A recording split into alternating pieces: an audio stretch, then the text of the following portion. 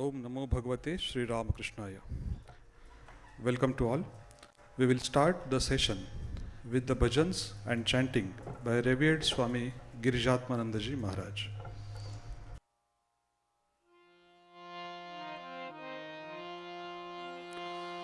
Om Shri Gurubhyo Namaha Harihi Om Sahana Bhavatu Sahanau Bhunaktu Sahaviryam Karavavahai Tejasvinavadhitamastu ma vidvishavahai.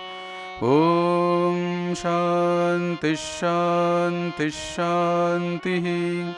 Harihi Om Sahasrashirsham Devam Vishwaksham Vishwashambhuvam Vishwannarayanam Devamaksharam Paramam Padam Vishwatah Parama Nityam Vishwannarayanagum Harim Vishwamevedam Purushastad Vishwamupajivati Patim Vishwasyatmeshwaragum Shashvatagum Shivamachyutam Narayanam Mahagneyam Vishwatmanam Parayanam Narayana Paro Jyotiratma Narayana Paraha Narayana Param Brahma Tattvan Narayana Paraha Narayana Paro Dhyata Dhyanan Narayana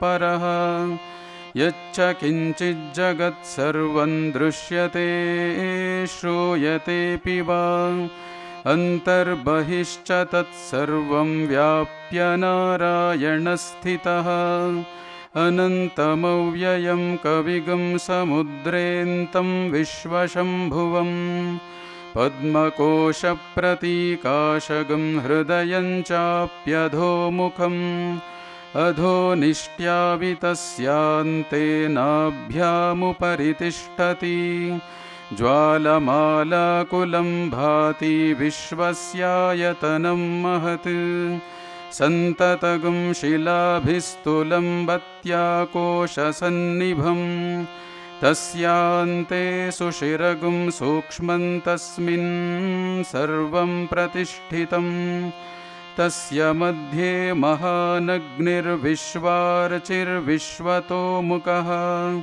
Sogra Bhugvibhajantishtannaharamajarah Kavihi Tiryagurdvamadhasyayi Rashmayastasya Santata Santapayati Swandehamapadatalamastakah Tasya Madhye Vannishikha Aniyordhva Vyavastitaha Nilato Yada Madhyastad Vidyullekhe Vabhaswara Nivarashukavattanvi Pitabhasvatyanupama Tasya Shikhaya Madhye Paramatma Vyavastitaha Sabrahma Sashivah Saharisendra Soksharah Paramaswarat Ritagum Satyam Param Brahma Purusham Krishna Pingalam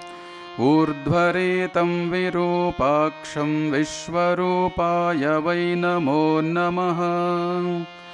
Om Narayanaya Vidmahe Vasudevaya Dhimahi Tanno Vishnu Prachodayat. Om Shanti Shanti Shanti. Harihi Om.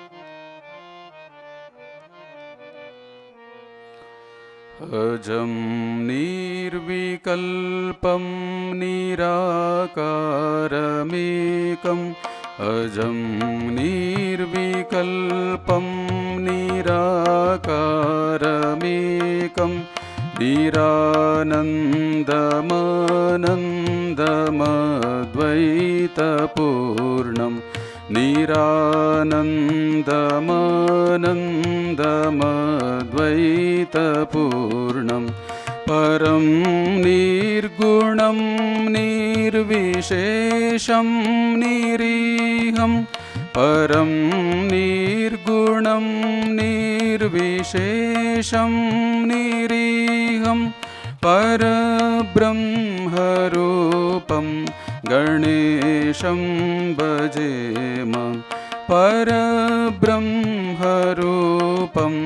गणेशं भजेम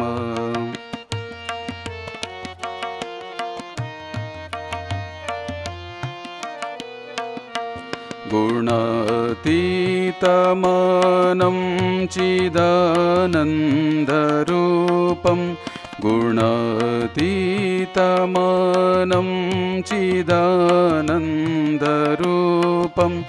चिदाभासकं सर्वगं ज्ञानगम्यं चिदाभासकं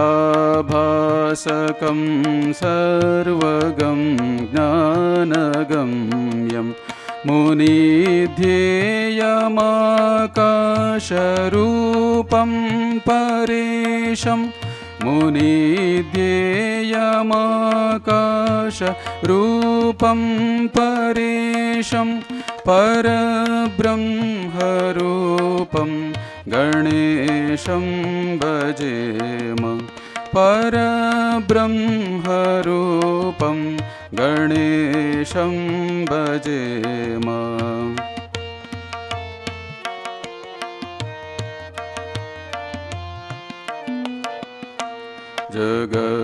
जगत्कारणं कारणज्ञानरूपं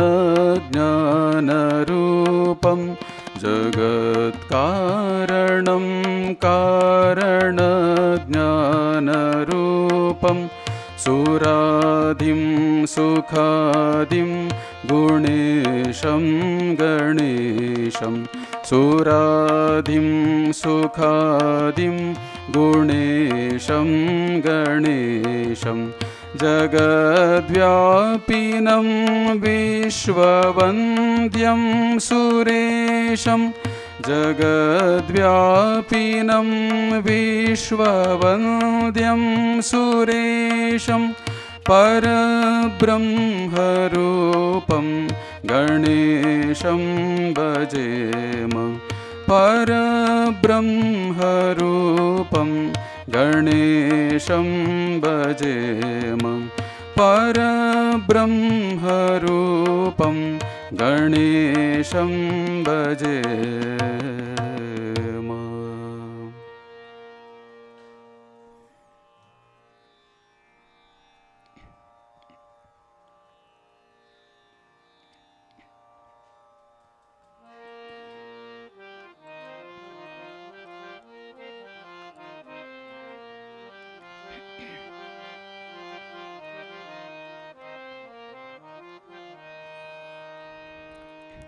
ಸ್ವಾಮಿ ವಿವೇಕಾನಂದರು ರಚನೆ ಮಾಡಿದ್ದಂಥ song of the Sannyasin ಅದರ ಅನುವಾದ ಕುವೆಂಪು ಅವರು ಮಾಡಿದ್ದಾರೆ.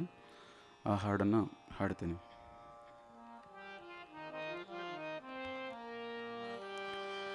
ಏಳು ಮೇಲೇಳೇಳು ಸಾಧುವೆ ಹಾಡು ಚಾಗಿಯ ಹಾಡನು ಹಾಡಿನೆಂದೆಚ್ಚರಿಸು ಮಲಗಿಹ ನಮ್ಮ ಈ ತಾಯ್ನಾಡನು. ದೂರದಡವಿಯೊಳೆಲ್ಲಿ ಲೌಕಿಕ ವಿಷಯ ವಾಸನೆ ಮುಟ್ಟದೋ, ಎಲ್ಲಿ ಗಿರಿಗುಹೆ ಕಂದರದ ಬಳಿ ಜಗದ ಗಲಿಬಿಲಿ ತಟ್ಟದೋ, ಎಲ್ಲಿ ಕಾಮವು ಸುಳಿಯದೋ ಮೇಣ್ಯೆಲ್ಲಿ ಜೀವವು ತಿಳಿಯದೋ, ಕೀರ್ತಿ ಕಾಂಚನವೆಂಬುವಾಸೆಗಳಿಂದ ಜನಿಸುವ ಭ್ರಾಂತಿಯ ಎಲ್ಲಿ ಆತ್ಮವು ಪಡೆದು ನಲಿವುದೋ ನಿಚ್ಚವಾಗಿಹ ಶಾಂತಿಯ. ನನ್ನಿಯರಿವಾನಂದ ವಾಹಿನಿಯಲ್ಲಿ ಸಂತತ ಹರಿವುದೋ, ಎಲ್ಲಿ ಎಡೆಬಿಡದಿರದ ತೃಪ್ತಿಯ ಜರಿ ನಿರಂತರ ಸುರಿವುದೋ, ಅಲ್ಲಿ ಮೂಡಿದ ಹಾಡನುಲಿಯೈ ವೀರ ಸನ್ಯಾಸಿ ಅಲ್ಲಿ ಮೂಡಿದ ಹಾಡನುಲಿಯೈ ವೀರ ಸನ್ಯಾಸಿ. ಓಂ ತತ್ಸತ್ ಓಂ ತತ್ಸತ್ ಓಂ. ಬೆಳೆಯ ಕೊಯ್ವನು ಬಿತ್ತಿದಾತನು ಪಾಪ ಪಾಪಕ್ಕೆ ಕಾರಣ, ವೃಕ್ಷ ಕಾರ್ಯಕ್ಕೆ ಬೀಜ ಕಾರಣ, ಪುಣ್ಯ ಪುಣ್ಯಕ್ಕೆ ಕಾರಣ.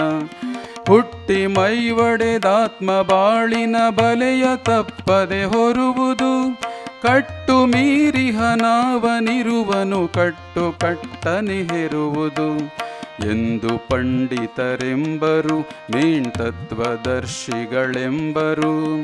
ಆದೊಡೇನಂತಾತ್ಮವೆಂಬುದು ನಾಮರೂಪಾತೀತವು, ಮುಕ್ತಿ ಬಂಧಗಳಿಲ್ಲದಾತ್ಮವು ಸರ್ವ ನಿಯಮಾತೀತವು.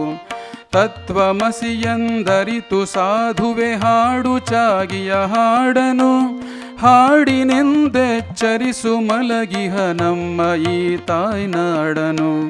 ಸಾರು ಸಿದ್ಧನೆ ವಿಶ್ವವರಿಯಲಿ ಹಾಡು ಸನ್ಯಾಸಿ, ಸಾರು ಸಿದ್ಧನೆ ವಿಶ್ವವರಿಯಲಿ ಹಾಡು ಸನ್ಯಾಸಿ. ಓಂ ತತ್ಸತ್ ಓಂ ತತ್ಸತ್ ಓಂ. ಶಾಂತಿ ಸರ್ವರಿಗಿರಲಿ ಉಲಿಯೈ ಜೀವ ಜಂತುಗಳಾಳಿಗೆ, ಹಿಂಸೆಯಾಗದೆ ಇರಲಿ ಎನ್ನಿಂದೆಲ್ಲ ಸೊಗದಲಿ ಬಾಳುಗೆ. ಬಾನುಳಾಡುವ ನೆಲದೊಳೋಡುವ ಸರ್ವರಾತ್ಮನು ನಾನಹೇ, ನಾಕ ನರಕಗಳಾಸೆ ಭಯಗಳನ್ನೆಲ್ಲ ಮನದಿಂದೂಡುವೆ. ದೇಹ ಬಾಳಲಿ ಬೀಳಲಿ ಅದು ಕರ್ಮ ನದಿಯಲಿ ತೇಲಲಿ, ಕೆಲರು ಹಾರಗಳಿಂದ ಸಿಂಗರಿಸದನು ಪೂಜಿಸಿ ಬಾಗಲಿ. ಕೆಲರು ಕಾಲಿಂದೊದೆದು ನೂಕಲಿ ಹುಡಿಯು ಹುಡಿಯೊಳೆ ಹೋಗಲಿ. ಎಲ್ಲ ಒಂದಿರಲಾರು ಹೊಗಳುವರಾರು ಹೊಗಳಿಸಿಕೊಂಬರು, ನಿಂದೆ ನಿಂದಿಪರೆಲ್ಲ ಕೂಡಲು ಯಾರು ನಿಂದೆಯ ನಂಬರು. ಪಾಶಗಳ ಕಡಿ ಬಿಸುಡು ಕಿತ್ತಡಿ ಹಾಡು ಸನ್ಯಾಸಿ, ಪಾಶಗಳ ಕಡಿ ಬಿಸುಡು ಕಿತ್ತಡಿ ಹಾಡು ಸನ್ಯಾಸಿ. ಓಂ ತತ್ಸತ್ ಓಂ ತತ್ಸತ್ ಓಂ. ಎಲ್ಲಿ ಕಾಮಿನಿ ಎಲ್ಲಿ ಕಾಂಚನದಾಸೆ ನೆಲೆಯಾಗಿರುವುದು, ಸತ್ಯವೆಂಬುವುದಲ್ಲಿ ಸುಳಿಯದು ಎಲ್ಲಿ ಕಾಮವು ಇರುವುದು. ಅಲ್ಲಿ ಮುಕ್ತಿಯು ನಾಚಿ ತೋರದು ಎಲ್ಲಿ ಸುಳಿವುದೋ ಭೋಗವು, ಅಲ್ಲಿ ತೆರೆಯದು ಮಾಯ ಬಾಗಿಲನಲ್ಲಿ ಹುದು ಭವರೋಗವು. ಎಲ್ಲಿ ನೆಲಸದು ಚಾಗವು ದಿಟವಲ್ಲಿ ಸೇರದು ಯೋಗವು. ಗಗನವೇ ಮನೆ ಹಸುರೆ ಹಾಸಿಗೆ ಮನೆಯು ಸಾಲ್ವುದೆ ಚಾಗಿಗೆ. ಹಸಿಯು ಬಿಸಿಯೋ ಬಿದಿಯು ಕೊಟ್ಟಾಹಾರವನ್ನವು ಯೋಗಿಗೆ. ಏನು ತಿಂದರೆ ಏನು ಕುಡಿದರೆ ಏನು ಆತ್ಮಗೆ ಕೊರತೆಯೇ, ಸರ್ವ ಪಾಪವ ತಿಂದು ತೇಗುವ ಗಂಗೆಗೆ ಕೊಳೆ ಕೊರತೆಯೇ. ನೀನು ಮಿಂಚೈ ನೀನು ಸಿಡಿಲೈ ಮೊಳಗು ಸನ್ಯಾಸಿ, ನೀನು ಮಿಂಚೈ ನೀನು ಸಿಡಿಲೈ ಮೊಳಗು ಸನ್ಯಾಸಿ. ಓಂ ತತ್ಸತ್ ಓಂ ತತ್ಸತ್ ಓಂ. ನಿಜವನರಿತವರೆಲ್ಲೋ ಕೆಲವರು ನಗುವರುಳಿದವರೆಲ್ಲರೂ, ನಿನ್ನ ಕಂಡರೆ ಹೇ ಮಹಾತ್ಮನೆ ಕುರುಡರೇನನು ಬಲ್ಲರು. ಗಣಿಸದವರನು ಹೋಗು ಮುಕ್ತನೆ ನೀನು ಊರಿಂದೂರಿಗೆ, ಸ್ವಗವ ಬಯಸದೆ ಅಳಲಿಗಳು ಕದೆ ಕತ್ತಲಲಿ ಸಂಚಾರಿಗೆ ನಿನ್ನ ಬೆಳಕನು ನೀಡಲೈ ಸಂಸಾರ ಮಾಯೆಯ ದೂಡಲೈ ಇಂತು ದಿನ ದಿನ ಕರ್ಮ ಶಕ್ತಿಯು ಮುಗಿವವರೆಗೂ ಸಾಗೆಲೈ ನಾನು ನೀನುಗಳಳಿದು ಆತ್ಮದೊಳಿಳಿದು ಕಡೆಯೊಳು ಹೋಗೆಲೈ ಏಳು ಮೇಲೇಳೇಳು ಸಾಧುವೆ ಹಾಡು ಚಾಗಿಯ ಹಾಡನು ಹಾಡಿನಿಂದೆಚ್ಚರಿಸು ಮಲಗಿಹ ನಮ್ಮ ಈ ತಾಯ್ನಾಡನು ತತ್ವಮಸಿಯಂದರಿತು ಹಾಡೈ ಧೀರ ಸನ್ಯಾಸಿ ತತ್ವಮಸಿಯಂದರಿತು ಹಾಡೈ ಧೀರ ಸನ್ಯಾಸಿ ಓಂ ತತ್ಸತ್ತೋ ಓಂ ತತ್ಸತ್ತೋ ಓಂ ತತ್ಸತ್ತೋ.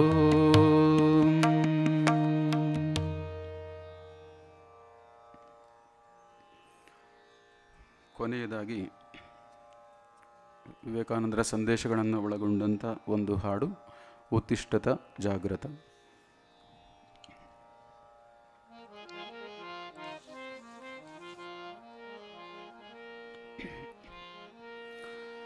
उत्तिष्ठत जाग्रत मनुजा उत्तिष्ठत जाग्रत मनुजा उत्तिष्ठत जाग्रत ಗುರಿಯನ್ನು ಸೇರುವವರೆಗೂ ನೀ ಅರಿಕ್ಷಣ ನಿಲ್ಲದೆ ಮುನ್ನಡೆ ಸಖನೆ ಉತ್ತಿಷ್ಠತ ಜಾಗ್ರತ ಮನುಜ ಉತ್ತಿಷ್ಠತ ಜಾಗ್ರತ ಮನುಜ ಉತ್ತಿಷ್ಠತ ಜಾಗ್ರತ.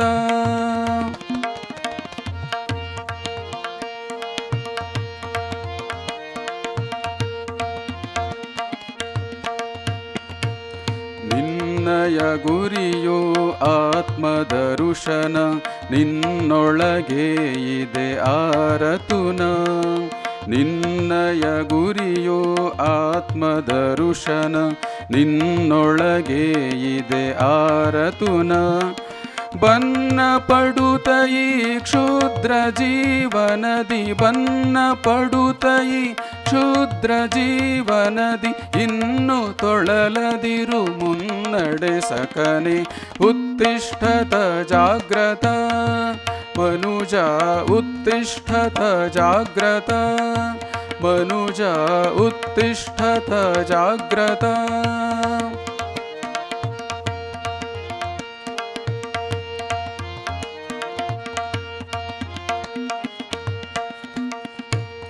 ಮಮತೆಯ ಈ ದೇಹವೇ ನೀನೆಂದು ಭ್ರಮಿಸದಿರೈ ನೀ ಎಂದೆಂದು ಮಮತೆಯ ಈ ದೇಹವೇ ನೀನೆಂದು ಭ್ರಮಿಸದಿರೈ ನೀ ಎಂದೆಂದು ಅಮರ ಆತ್ಮನಿ ಅಮೃತ ಪುತ್ರನೇ ಅಮರ ಆತ್ಮನಿ ಅಮೃತ ಪುತ್ರನೇ ಅಮಲಾನಂದದಿ ಪರಿಪೂರ್ಣನು ನೀ ಉತ್ತಿಷ್ಠತ ಜಾಗ್ರತ ಮನುಜ ಉತ್ತಿಷ್ಠತ ಜಾಗ್ರತ ಮನುಜ ಉತ್ತಿಷ್ಠತ ಜಾಗ್ರತ. ಗುರಿಯನ್ನು ಸೇರುವವರೆಗೂ ನೀ ಅರಿಕ್ಷಣ ನಿಲ್ಲದೆ ಮುನ್ನಡೆ ಸಕನೆ ಉತ್ತಿಷ್ಠತ ಜಾಗ್ರತ ಮನುಜ ಉತ್ತಿಷ್ಠತ ಜಾಗ್ರತ ಮನುಜ ಉತ್ತಿಷ್ಠತ ಜಾಗ್ರತ. ಶೃಣ್ವಂತು ವಿಶ್ವೇ ಅಮೃತಸ್ಯ ಪುತ್ರಾಃ ಆಯೇ ಧಾಮಾನಿ ದಿವ್ಯಾನಿ ತಸ್ತುಃ ವೇದಾಹಮೇತಂ ಪುರುಷಂ ಮಹಾಂತಂ ಆದಿತ್ಯವರ್ಣಂ ತಮಸಃ ಪರಸ್ತಾತ್ ತಮೇವ ವಿದಿತ್ವಾ ಅತಿಮೃತ್ಯುಮೇತಿ ನಾನ್ಯಃ ಪಂಥಾ विद्यते यनाय उत्तिष्ठत जाग्रत प्राप्य वरान् निबोधत उत्तिष्ठत जाग्रत प्राप्य वरान् निबोधत.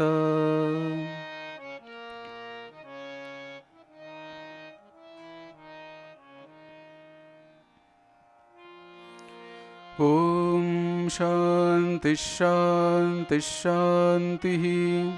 हरि ओम तत्सत्. श्रीरामकृष्णार्पणमस्तु.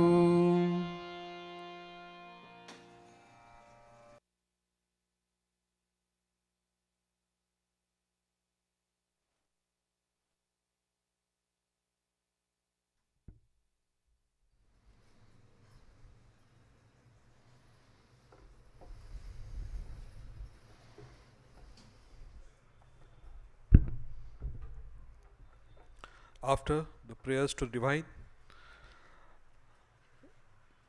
we will now commence today's program. My kindly request to Revered Swami Nityasanji Maharaj to accompany today's guests on the stage.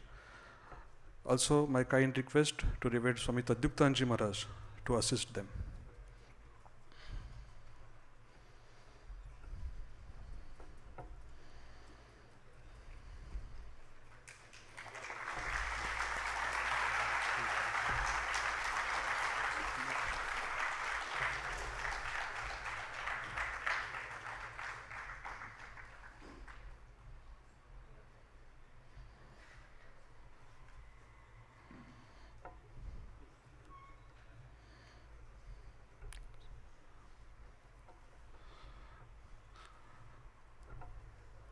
I invite Dr. Vidyasagar to deliver to welcome address.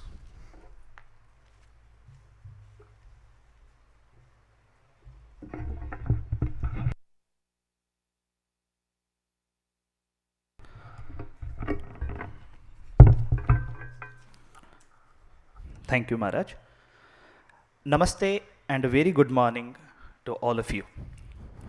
Firstly, I offer my humble pranams to the lotus feet of Sri Ramakrishna, Sri Ma Sharada Devi and Swami Vivekananda and seek their blessings for all of us.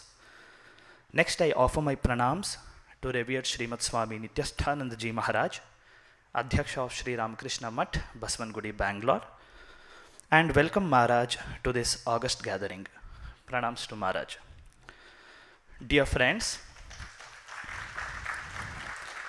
at the outset, I would like to quote a Subhashita, a good thought.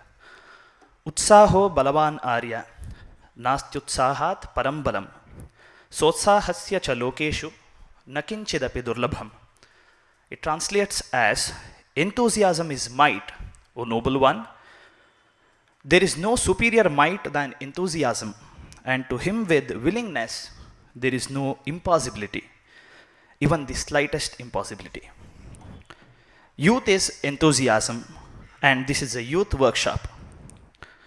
This program of youth workshop on personality development and defense services is being conducted in honor of and as a part of the 75th Independence Year, Azadi Ka Amrith Mahotsav. I take this opportunity to introduce and welcome the key speakers on behalf of the Mutt. Firstly, Rear.Admiral Suresh Kumar Grewal sir. Suresh Kumar Grewal sir joined the National Defense Academy in July 1980. He got commissioned in the executive branch of the Indian Navy on 1st of July 1984. He is a specialist in navigation and aircraft direction. He had served for 15 years at sea on various naval ships and commanded 3 ships. He was the naval attaché at the Embassy of India in Moscow for 3 years. Thereafter, he has served as Chief Staff Officer of Operations at Eastern Naval Command, Flag Officer Sea Training and Deputy Commandant and Chief Instructor at the National Defense Academy, from where he retired on 31st March 2020. He has been awarded the prestigious Nav Sena Medal and Vishish Sena Medal. A very warm welcome to you, sir. Secondly, I introduce to you all Captain CM Yogesha, sir, who did his B.Tech in Electrical Department from Mysore University in 1987. He joined Navy in Education branch on August 1989. After the initial training at Naval Academy, he has served in many training establishments, including Naval Academy and National Defense Academy. Whilst in service, he completed his M.Tech in Computer Science and also the Technical Officer, a Psychologist course from DIPR, New Delhi. Thereafter, since 2011, he has served in Naval Selection Boards at Bangalore, Visakhapatnam and Coimbatore. He retired from active service in December 2021 after serving the Navy for 32 and a half years. A very hearty and warm welcome to you, sir. I now take the privilege of introducing Captain Davinder Singh Gehlot, sir, who joined the Indian Navy as a sailor in January 1986. Due to his efforts and grace, he qualified Indian Navy Departmental Examination and joined Naval Academy at Goa in July 1988 as a cadet. Thereafter, the officer got commissioned after about 4 years of training and as sub-lieutenant in January 1993. Subsequently, the officer qualified as a saturation diver and was posted at various diving or marine commando units at INS Abhimanyu, Diving School, Command Clearance Diving Team, Visakhapatnam. He has now been posted at INS Agrani as instructor, in which all petty officers and chief petty officers of Indian Navy have to undergo a mandatory course for 4 weeks for the next rank. The officer is retiring next year in November 2023. He has been commended by Chief of Naval Staff twice and by Flag Officer Commanding in Chief once. A very, very warm welcome to you, sir.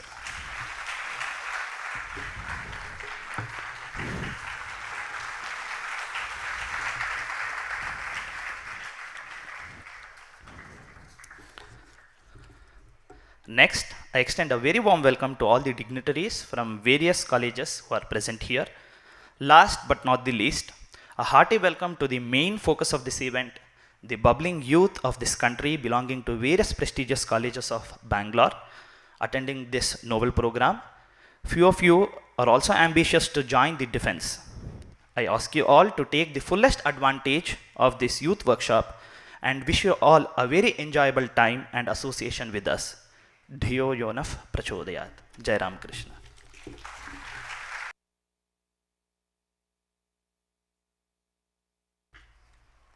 Thank you, Dr. Vidyasagar, for your beautiful welcome.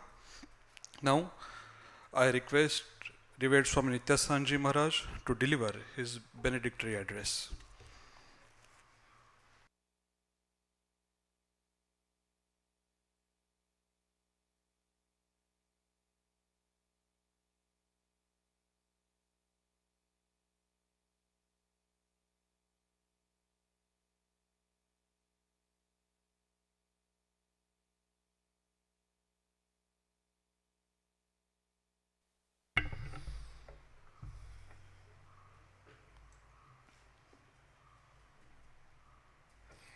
ॐ स्थापकाय च धर्मस्य सर्वधर्मस्वरूपिणे अवतारवरिष्ठाय रामकृष्णाय ते नमः।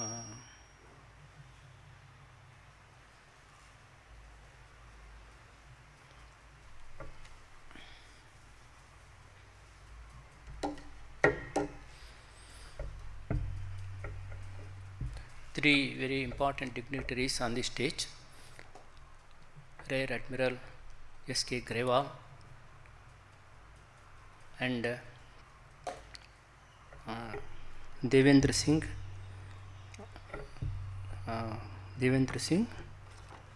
Gehlot, and Captain Yogesha, and my dear respected Swamijis and my dear students, who are participating in this workshop. The workshop is titled as Serve India, Love India, Serve India. This is very important point, very important subject to be remembered. We have to love India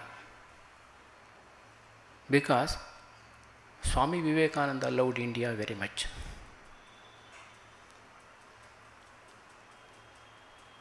For Swami Vivekananda, most dearest of his heart was Indian culture, Indian religion, everything that is Indian.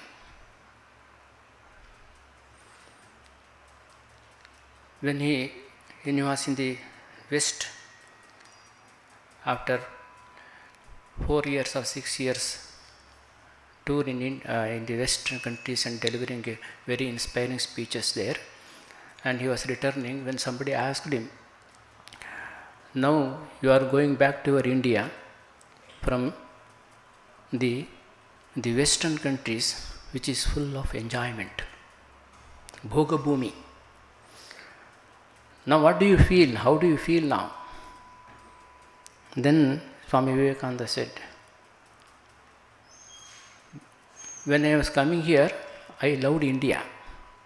But now when I am going back to India, every dust, every particle of India is dearest to me.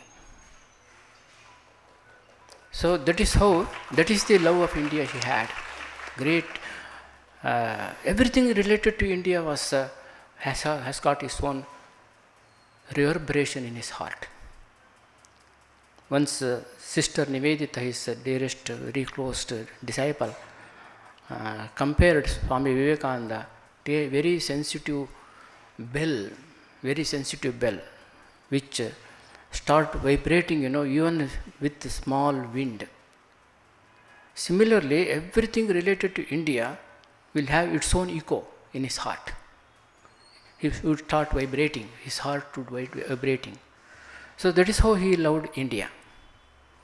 So that is why he showed in his life how to love India. What is the meaning of loving India? Loving India means to love everything related to India. Loving the Indian people, loving the Indian culture, loving the Indian religion, everything revealing all the races of India belong within India. So that is how we have to love India. And with that passionate love for India, one has to serve India. Swami Vivekananda says, renunciation and service are the two national ideals of India. When India adopts these two ideals, and all the problems are resolved. So what is meant by renunciation? Normally when we think of renunciation, the idea comes giving up every hearth and home, and giving up the society, going away from the society, taking sannyasa and going to Himalaya and all that. According to Swami Vivekananda, the renunciation is not that. It may be one part of one aspect of renunciation. But according to him, renunciation is the very basis of society. Without that renunciation, no society, no institution, no family can survive. He says, all the different forms of society,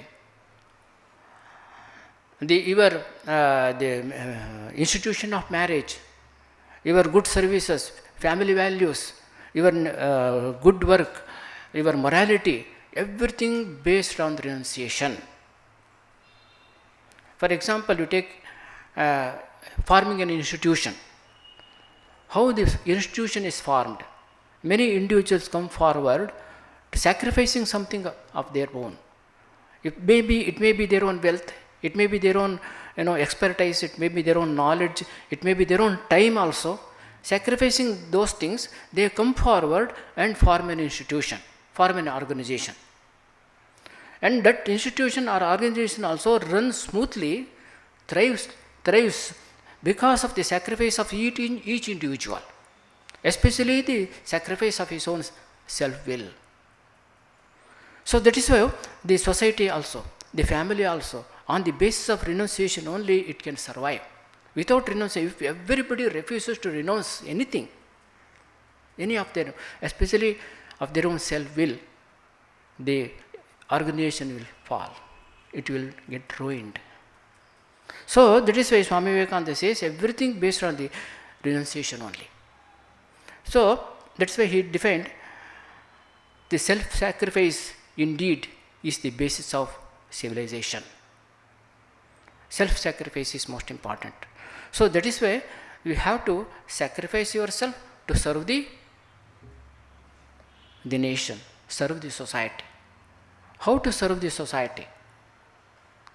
How to serve this? It's not that you have to start in institutions, you have to start a school or a hostel or any such things.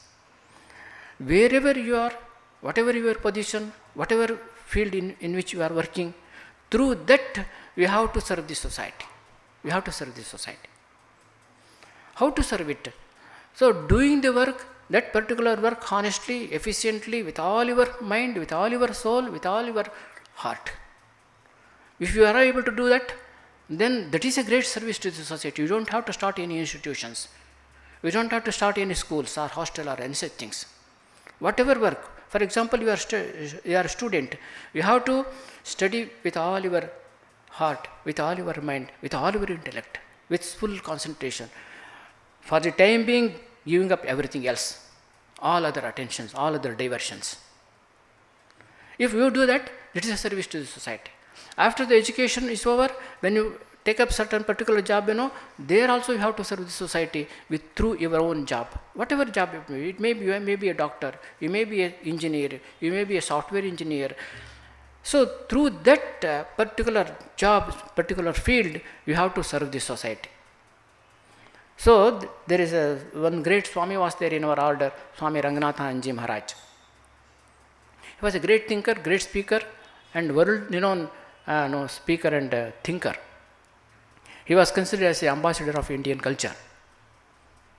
He used to say, he has coined one particular term, imaginative sympathy. What is this imaginative sympathy? He says, when you are working in a particular office or wherever you are, you have got certain responsibilities. There are so many. He gives earlier example, officer is there, government officer is there, the table is there, so much of heaps of files should be there. The files, they say, in the government offices, files do not move. Why? How it can move? Because it is dead. If the person behind the files also is dead, files cannot move at all. If the person behind it is alive, then files can move. What is being alive here? The person must feel that these files represent certain problems and difficulties of the people. So I have to feel for it. I have to empathize. I have to feel that these files represent certain problems and difficulties of the people. I have to attend to it. You have to, that is imaginative sympathy. What is the problem? What problems he is facing? What are the difficulties he is facing? That is how you have to imagine through his own sympathy, imagine through his own sympathy, feeling for others. That sympathetic, empathetic impulse must be there. Then files will definitely move very easily, freely. Nowadays, of course, files should not be there, it's all in the computer. So that is how it happens. That, for example, a software engineer is there. He has to think, I am serving the society, I am not just making my own livelihood. I am making out my own livelihood. It's not like that. Every work, everything that I do has got its own social dimension. Even breathing has got its own social dimension. Even my own thinking has got its own social dimension. It affects others. It affects others. My work also affects others. So that is why when a person is able to do his job properly, work properly, honestly, sincerely, with all moral integrity, then he is doing a greatest service to the society. That is why every worker, every social worker, Swami Vivekananda says, must have three qualities. One is the faith in the power of goodness. That is the first basic quality he must have. faith in the power of goodness. If that faith in the power of goodness is lost among the people, that society is ruined. That cannot be saved, that society at all. That whole moral fabric is destroyed. So, restoring the power of faith in the power of goodness among the common people is a most greatest important service we render to the society. We have to do that being yourselves more morally integrated in our work, any field of work you are doing. So that is very important point. And another thing he says, absence of jealousy and suspicion. No jealousy, no suspicion. You must be free from all kinds of jealousy and suspicion. This is, for example, Swami Vivekananda says, jealousy, feeling jealousy is a characteristic of a slave. Because we Indians have suffered slavery for so many hundreds of years, that slavish mentality has entered into our mind. We feel jealous of others. We cannot tolerate others coming up in any field of life. Somehow or the other we try to pull him down. So that kind of tendency is there in us. That is to be eliminated. No suspicion, no jealousy must be there. This is another important quality Swami Vivekananda recommends for every worker, social worker. Another important third thing is helping those who are trying to be good and doing good. You have to do that. Because you want to be good, you try to others also to be good. If somebody else is doing good, and you have to help them. So that is how we have to, if these three qualities if you have got, then you will be a great success. You will achieve great things in life. You will rise in your own position, in whatever position you are in, whatever field you are working. So that is how this particular workshop is meant for making you, inspire you to love India and serve India better. So there are very distinguished three speakers are there. They are here to inspire you, motivate you to be able to serve India better, love India with all your full of love within our heart. You have to serve India. So I welcome them all. I am very thankful for them for being present here and agree to address you and all that. Thank you so much.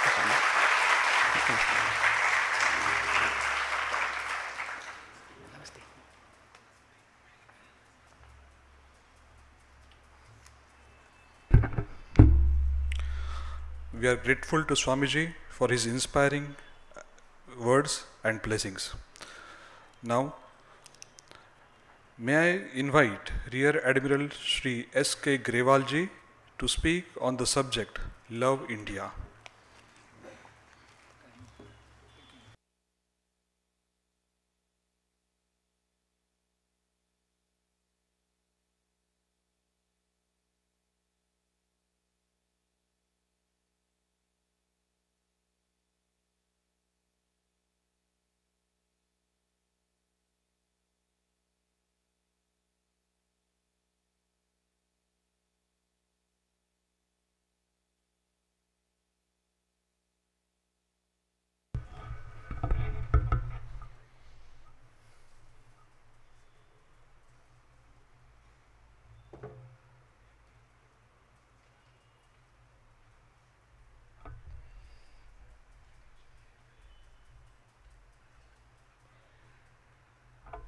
May I have your permission to start? Namaste, good morning to all. Respected Swami Nityastanandji, distinguished guests, and the young men and women present for this workshop. At the outset, please accept my heartfelt gratitude for sparing your time and giving me this opportunity to present my views on a subject so vast and so dear to us. I am aware that I am not an expert on the history and culture of our country, but I am a committed and inquisitive student so that I may understand our culture and history better. I believe that no two human beings are similar, and everyone has a personal story of one's own life and aspirations. Therefore, I request you all to ask questions or supplement what I speak, or even question the very basis of my views, because that is the only way we can learn and become better. I would also like to clarify that what I speak about are not entirely my personal experiences or original ideas. Rather, this is a part of my lifelong learning. I am 60 years old. And for this, I am grateful to my parents, teachers, elders, peers, my subordinates, and my children. I am a firm believer that education or learning is a lifelong process, and one life is not enough to learn sufficiently about whatever interests you, and especially our culture and history if you start late in life like I have done. I was initiated along this path by a matter of routine comment by one Irish origin professor at the US Navy War College who had done his PhD in Naxalism in India. I clearly remember that after a combined lecture of around 2,000 student officers and syndicate discussion on relevance of culture and history in national security decision making in April 2007, he came close to me and said that Indians have been, by design, kept ignorant of their great heritage and history. He was an Irish origin. They had also suffered from the British. This shook me up, and thereafter, I had 2 months left there. I tried to read the declassified British-era documents on India that were kept in the college library, and I have been on the lookout for other books on Indian history which go beyond the official narrative or manufactured history. We all need to read different books and scriptures to form our own views and regain pride in being an Indian. It is always a privilege to interact with the youth because they have a fresh mind, innocent and out-of-the-box ideas, and are full of energy to turn their dreams into reality. I consider it a bounden obligation of all elders, teachers, to contribute towards purposeful channelizing of this energy of theirs. I consider my interaction today as part of this obligation of mine.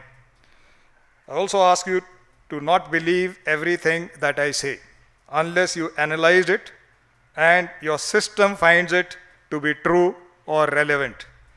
The interpretation is entirely yours. The theme of this morning is Love India. It is a vast subject, and I have a lot of freedom to decide the contours of my talk. Love is a feeling or emotion of limitless happiness and obligation to do everything feasible for the object of your love. But the object of love is India, which defies definition. First, I will make an attempt to define it for the purpose of my talk. It is not just a piece of territory under one government.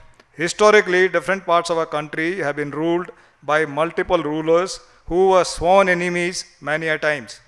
Then is it the people living here or who have lived here? Is it the culture or way of life or organization of our society that defines the idea of India? Well, it is all of these and much more. Our Sanatan Dharma is a way of life that is eternal, and its basis always remains contemporary. Akal in Gurmukhi or Sikhs also means Sanatan or eternal. The beauty is that all that is contained in our scriptures is contemporary if interpreted correctly. Most of these, including Rig Veda, have emphasized martial character and inspire bravery for protecting our way of life, which is much more than territorial boundaries and involves not only the armed forces but all of us.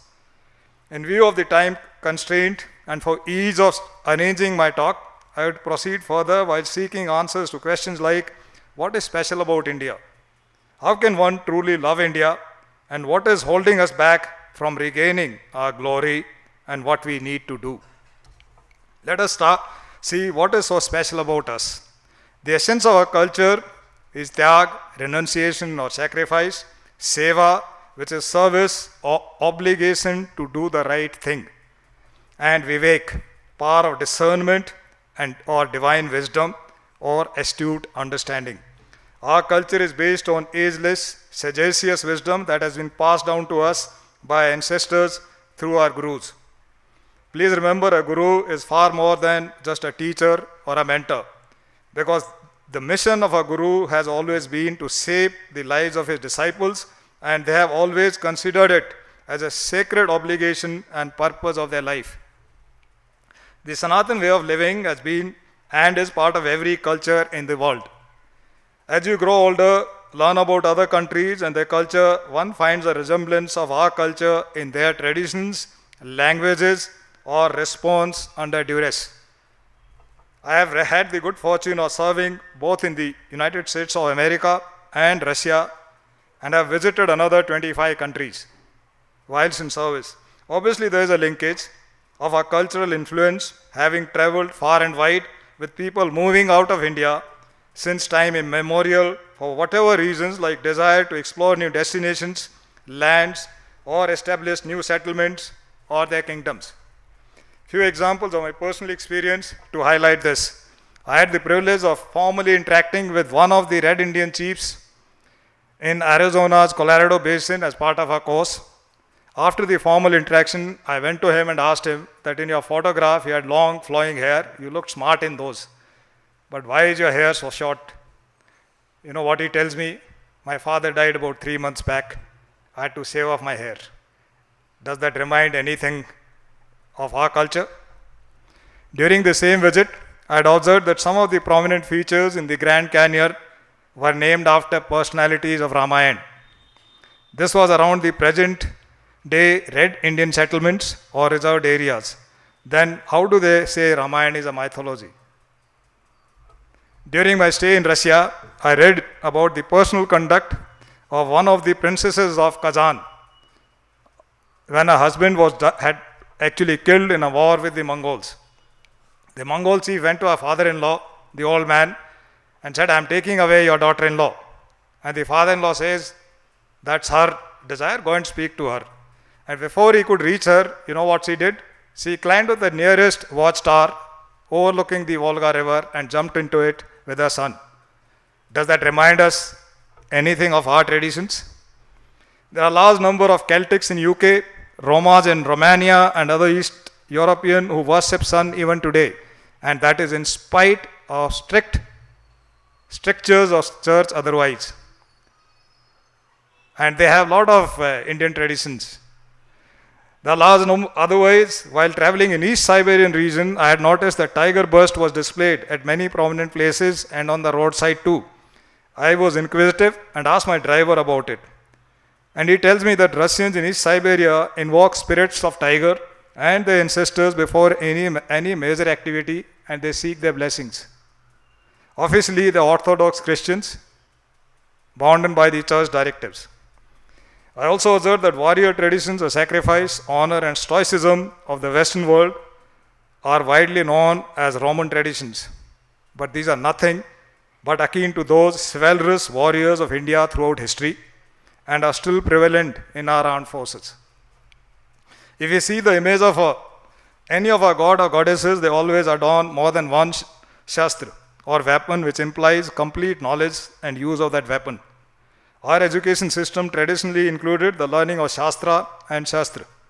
This pattern of education is still prevalent in the training of Nihangs in the Sikh community.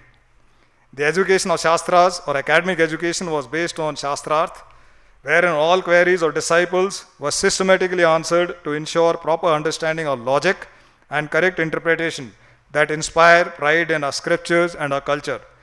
Whenever we have deviated from this path, we have suffered deprivations and inhumane conditions. The honor of our motherland and our culture is considered sacred, and to protect this, even the supreme sacrifice is considered a blessing that makes you immortal for generations to come, and it opens the gateway to heaven. I'll mention a few examples from our history. Bappa Rawal of Rajputana in the early 9th century, when he faced the Islamic hordes after they had conquered Sindh, approaching Rajputana, with his own army, he chased them across the Baluchistan desert up to Iran. And for the next 175 years, they never came back, till Ghazni came for looting after 175 years.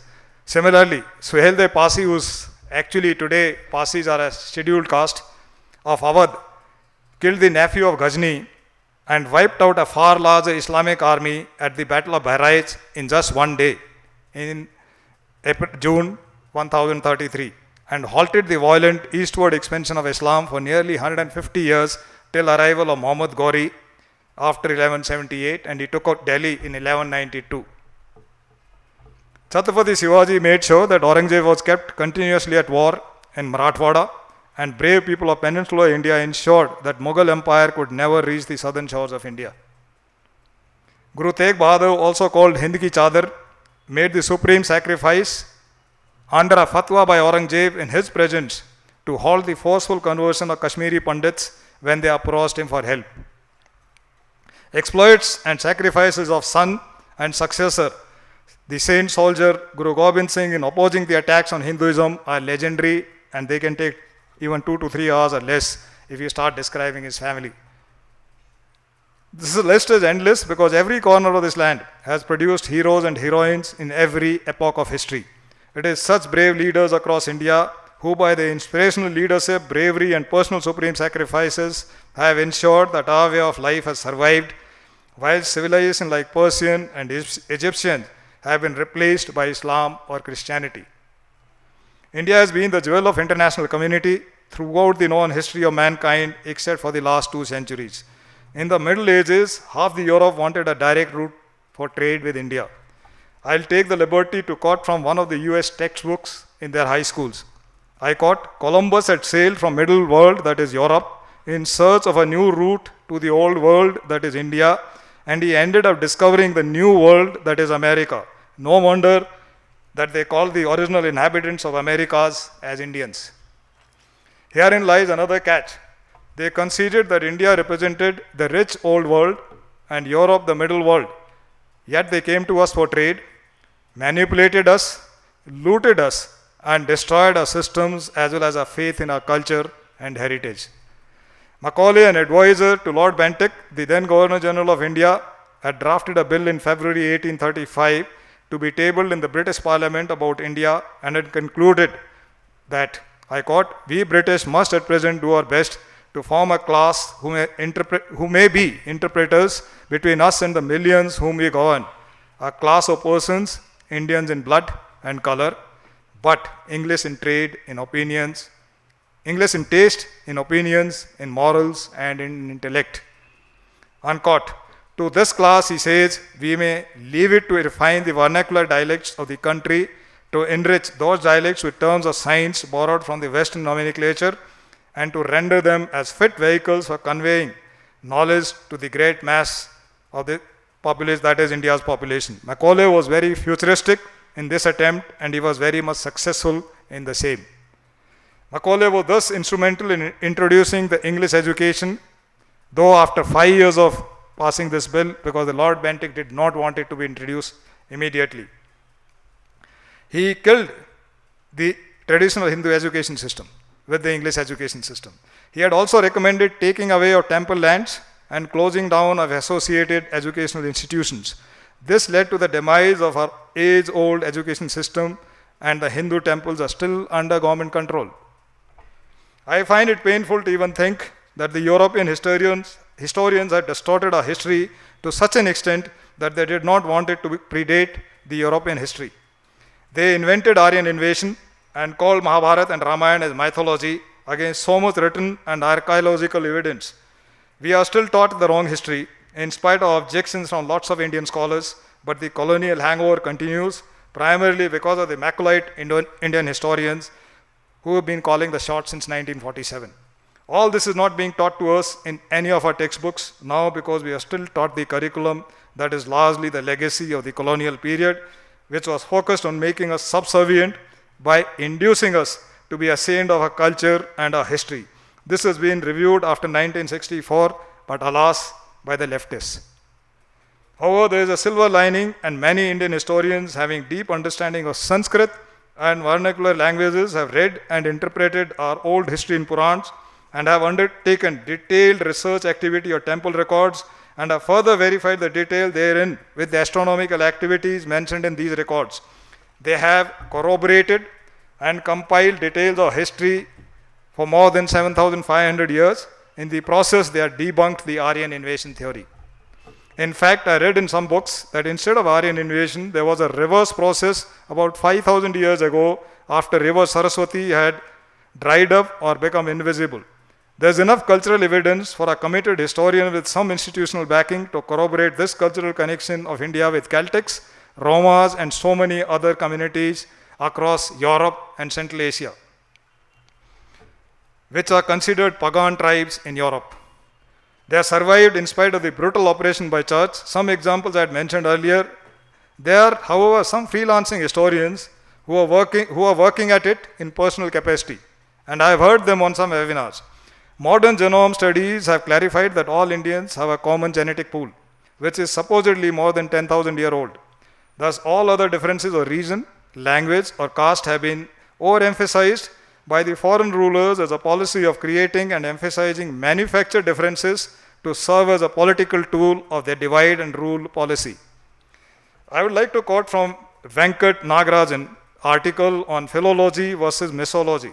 He is an economist with a deep interest in Indian philosophy and Hindu studies. He is currently a student at the Hindu University of America. The Hindus, I quote, "The Hindus felt betrayed by the Indologist when they concluded that the ancient texts do not contain any meaningful or worthy insights about life and are simply filled with a mass of incongruencies, absurdities, and contradictions. As a result, these Indians lost faith in rationale concerning Indian texts and began questioning the motivations of everyone, both the Indologists as well as those who have crafted effective and sound arguments against Indology. Indians also developed a dislike of Indian texts and culture due to manipulations and distortions conveniently inserted by Indologists. Indians first lost faith in the texts and the traditions due to the repeated mockery by missionaries and Indologists. Now that they have become aware of the problems with Indology, they are no longer able to regain their trust in their own tradition, and so they have nowhere to turn to. Thus, they have become uprooted, turning to Western culture by default, either in the form of consumerism or Marxism, which is also a form of materialism, and are unable to pose questions to their own self of how to live, how to be ethical, the ultimate purpose of life, and how to gain salvation. How can someone truly love India? Well, for a truthful and righteous person, it is simply understanding the fundamental tenets of Tyag, Seva, and Vivek of our culture and living up to them in day-to-day life. Well, human beings are social by nature, and society is a divine creation, an aggregate of different individuals with family as the basic unit and religion as the backbone. Its features are essentially of self-service and well-being, gradual transition to being one with the society, and the final result of human relations being shared happiness.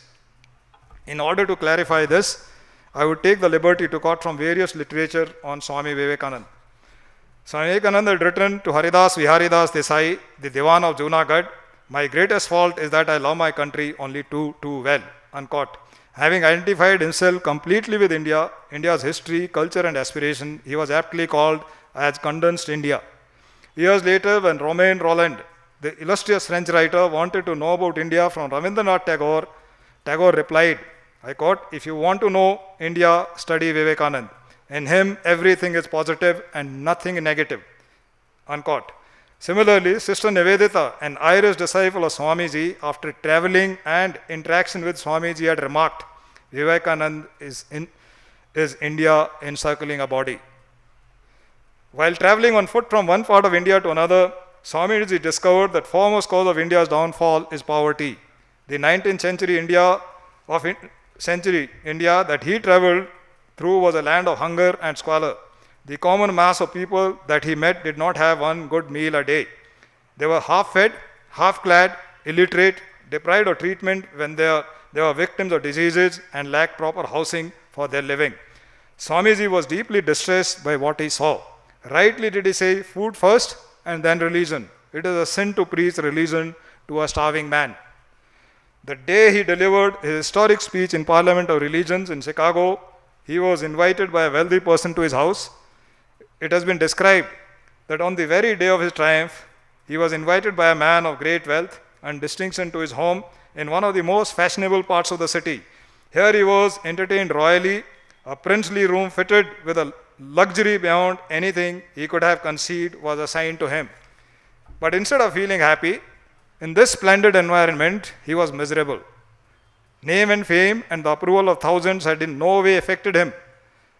Though sumptuously cared for, he was the same sannyasi as of old, thinking of India's poor. As he retired the first night and lay upon his bed, the terrible contrast between poverty-stricken India and opulent America oppressed him.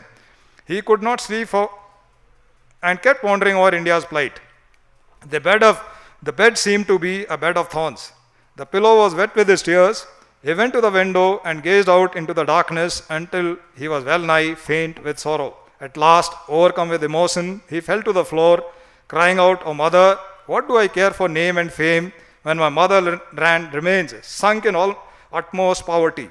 To what a sad pass have the poor Indians come when millions of us die for want of handful of rice? And here they spend millions of rupees upon their personal comforts. Who will raise the masses of India? Who will give them bread?"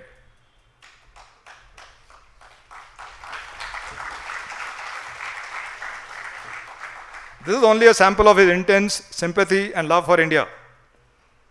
Now coming to what needs to be done to solve the problem so that India can regain her glory. The real answer again lies in the literature on Swamiji. Swamiji believed that the real strength of India lay in the masses. In his words, our aristocratic ancestors have gone on treading the common masses of a country underfoot till they have become helpless. Till under this torment, the poor people nearly forgot that they are human beings, and they were made to believe that they are born as slaves. Unquote. He had warned that I consider the greatest national sin is the neglect of masses, and that is one of the causes of our downfall. No amount of politics would be of any avail until the masses of India are once more well educated, well fed, and well cared for. Swamiji believed that no plan to liberate the country would succeed unless the masses are utilized for that purpose. He was out of India for a number of years, and when he met his younger brother Mahendranath Datta in England in the year 1896, he wanted to know from him the state of India's freedom movement. Mahendranath narrated to him that the Indian National Congress leaders were negotiating with British government for larger representation in the administration of the country. Swami ridiculed the idea of getting power by begging. At that time, a few English-educated professionals comprised the Indian National Congress. Knowing such state of affairs, Swamiji said, unless the masses are involved into the struggle, India would never be free. And for all we know, Mahatma Gandhi was brought in thereafter. In this connection, we should bear in mind an anonymous, eminent statement, valuable utterance about Swamiji. He said, I quote, "Words fail to express our gratitude towards Swamiji. We were blind, he has given us vision. We were under foreign bondage, he is the father of freedom movement of India. But for him, India would not have attained freedom. To Swamiji, caste division specifying division of work prevalent in Hindu society as such is not bad.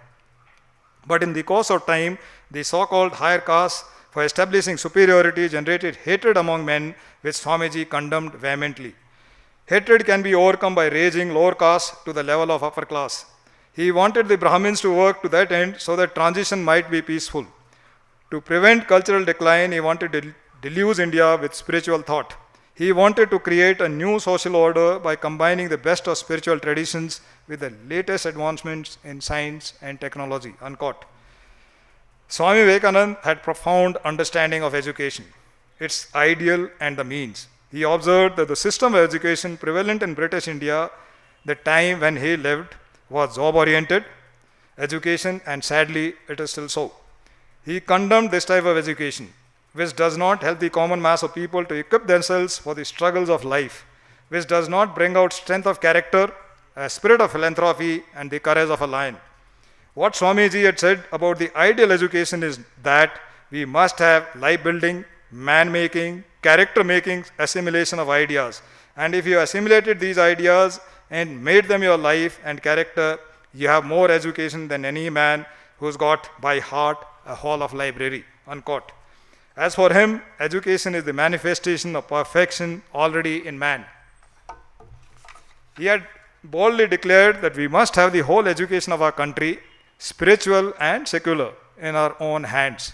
And it must be on national lines, through national methods as far as possible. As a man of foresight, farsight, and insight, Swamiji thus gave us a comprehensive view of education, which, if followed in practice, would solve all fundamental problems of human beings anywhere. In fact, his message regarding education is a challenge to humanity. If we accept it, we shall survive materially and spiritually. If we discard it, we'll die physically and spiritually. Will humanity care to listen to the warning voice? Let those who have ears, let them hear and heed it for themselves and the entire humanity. As per Swamiji, religion is the backbone, the foundation of Indian culture and life. In his words, I quote, I see that each nation, like each individual, has one theme in this life, which is the center, the principal note around which every other note comes to form the harmony. In one nation, like England, political power is the vitality, artistic life maybe in another, and so on.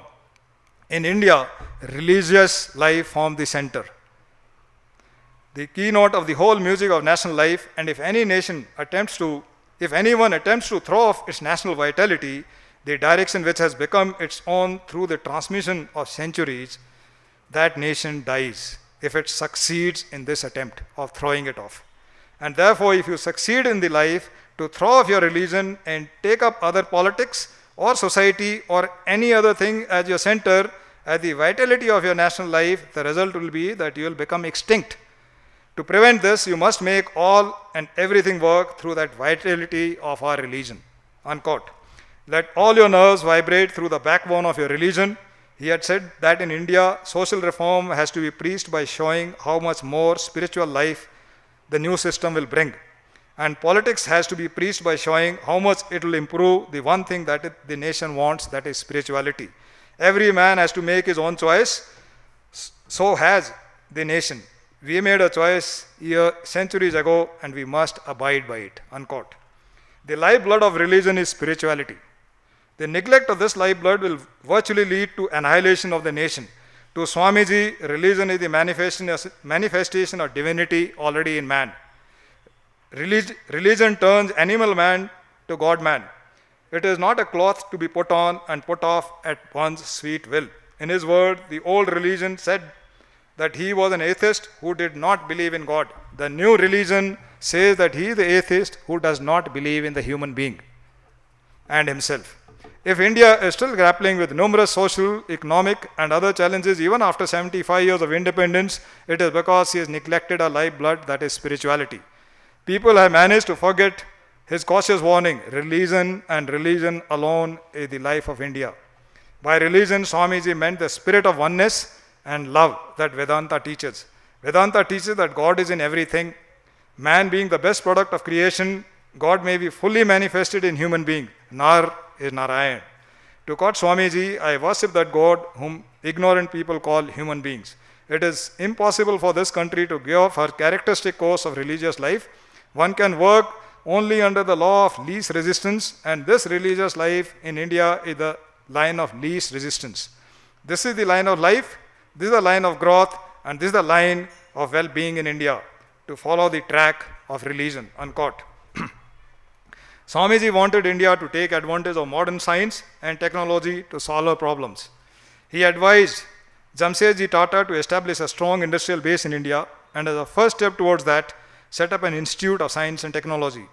Responding to his advice, Tata worked for bringing industrial activity in India. Later, Jamsetji Tata wrote a letter to Swamiji presenting his ideas about starting a research institute in science, and the result was Indian Institute of Science in Bangalore, which of course could take its shape only after both of them had passed away.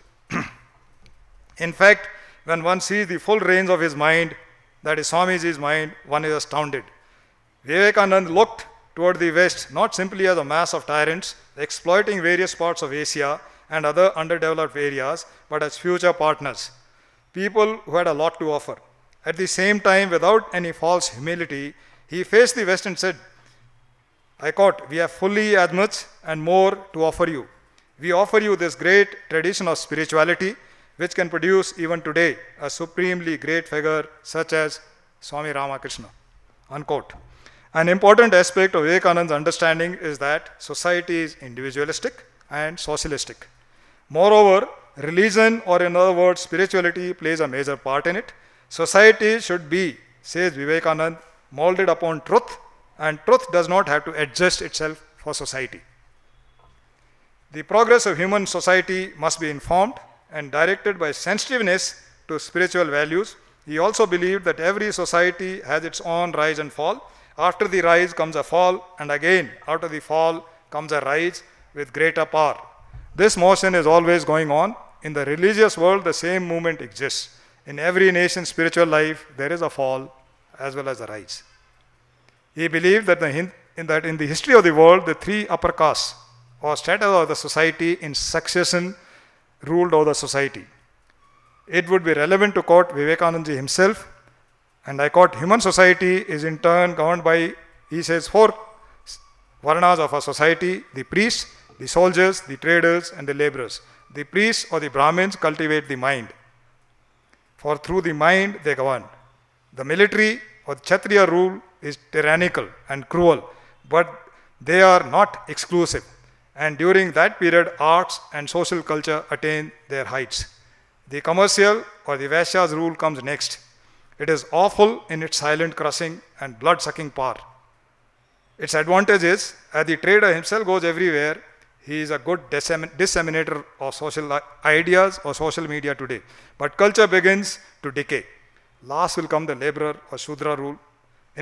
Its advantages will be the distribution of physical comforts. Its disadvantage, perhaps, the lowering of culture. There will be a great distribution of ordinary education, but extraordinary geniuses will be less and less.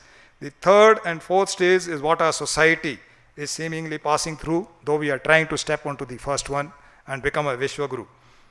The Western world is in typical third stage, whatever it be. They just want to rule the world and make money.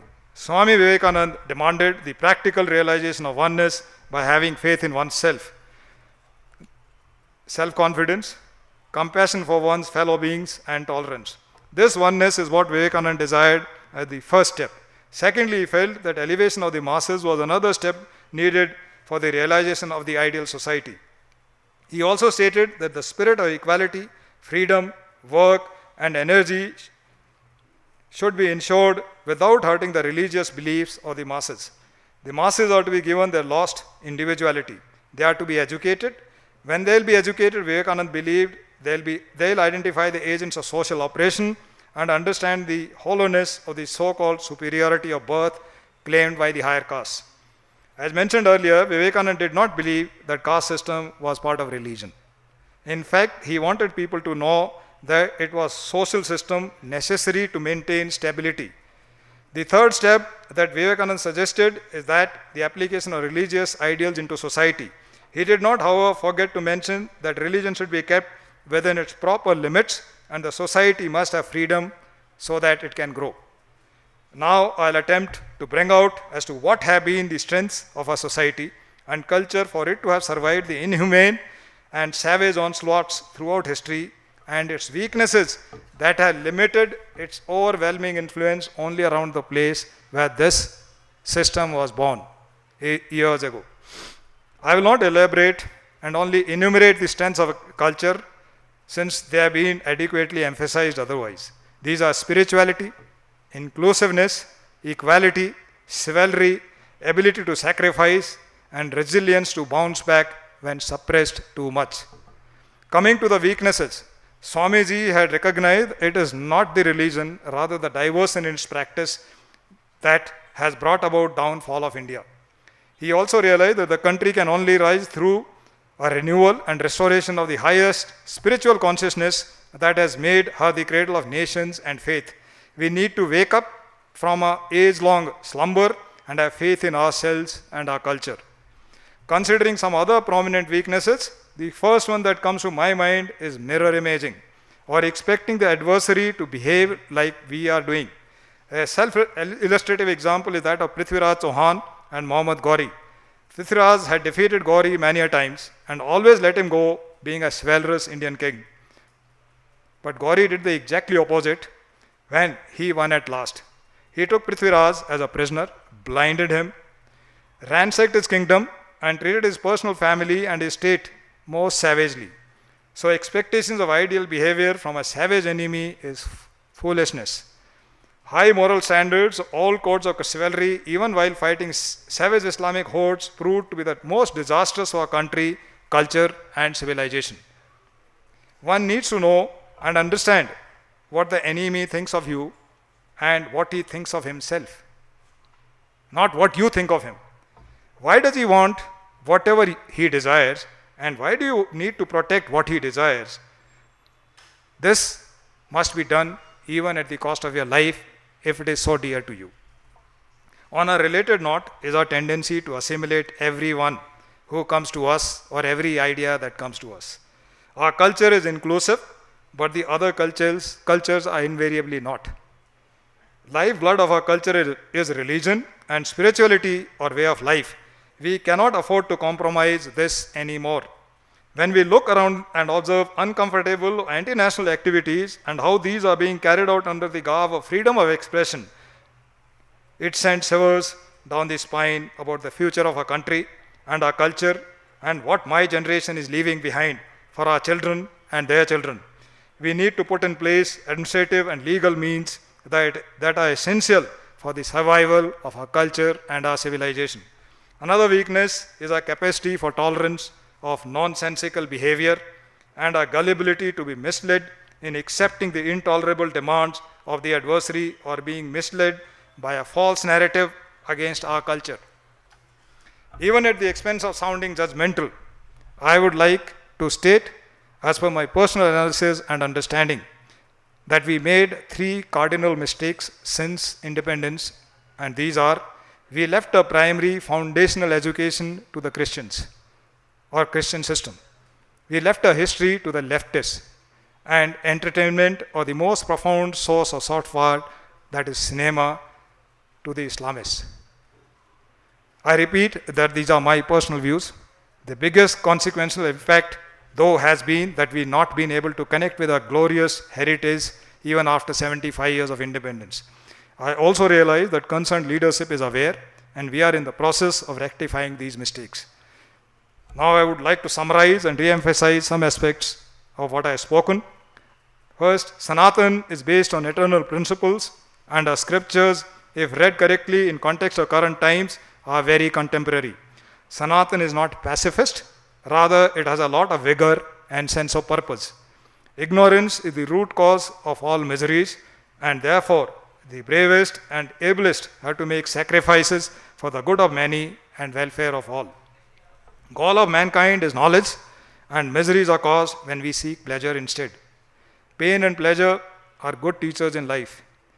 Religion has to be presented rationally and needs to be studied scientifically with the emphasis on self-inquiry and curiosity. The government and the society need to provide everyone with the food, educational or intellectual knowledge, that is Vidya, and spiritual knowledge, that is Gyan.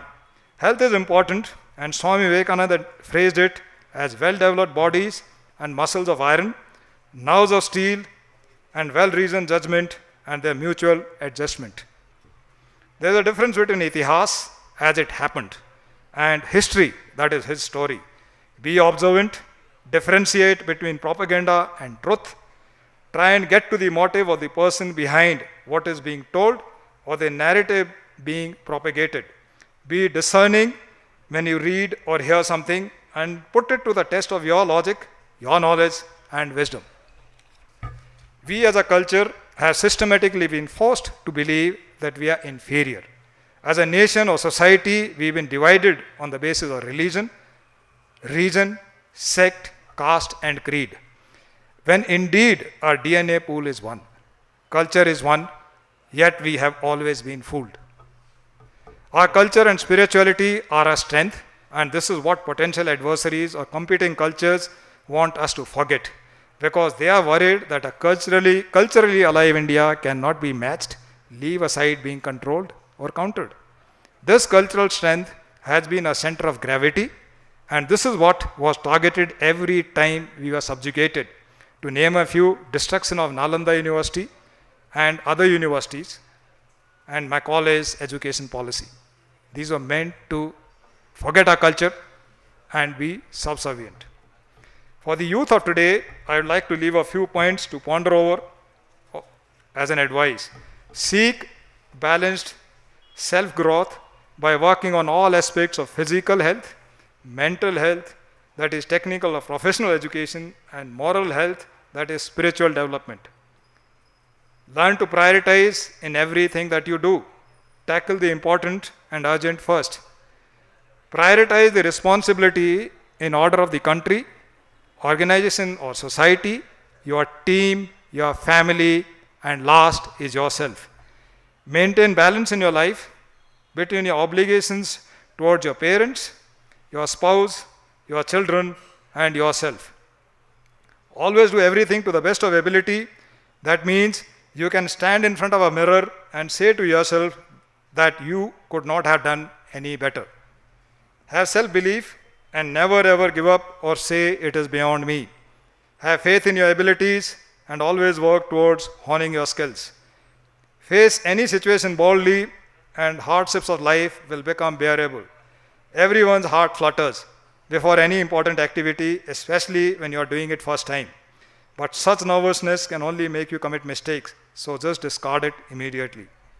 Have no expectations from others and always expect yourself to do the best and being ready to learn from failures and move on in life. Write your own story as to what you wish to be and work towards it, because our karma determines what we deserve and what we can assimilate. Keep an open mind, have flexibility to learn, and focus on your mission of your own story. Seek out a guru or mentor so that you can get guidance when in doubt or dilemma. Therefore, what is required to succeed in life is self-belief, self-control, and concentration, and control over passions and emotions. Last, every country's history rhymes periodically. We have to be alert and aware that if you don't learn from history and if you don't rectify the mistakes, then it may not repeat, but it will certainly rhyme. We need to guard against the so-called Jachin syndrome of involving outsiders in our in-house issues to cause a momentary loss to our own and overlooking its long-lasting adverse impact on our society at large. Thank you. Jai Hind.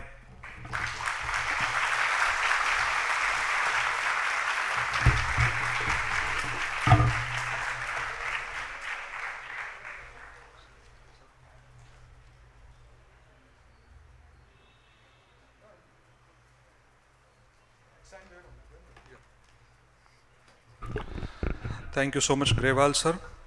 He has kept the points in front of us. So, sir is open for the interaction for next 15 minutes. I request among the audience, the mic will come to you. Whoever is interested to ask the questions, please go ahead.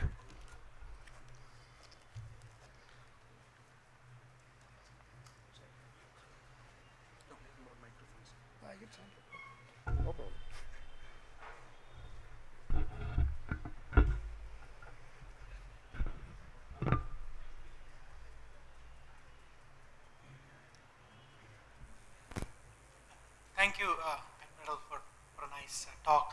I am a teacher. I am more of asking you from my student side, not for myself. So I am a researcher by training. So if we make mistake in the research, we rectify it by doing the work. May not be me, by somebody else, maybe after 10 years, 20 years. But how do you revise history if we learn a little bit, different way, or somebody taught us a wrong knowledge? Then how do you revise it? Okay. Thank you. I think it's an interesting question. I'm not an expert, but whatever I've read,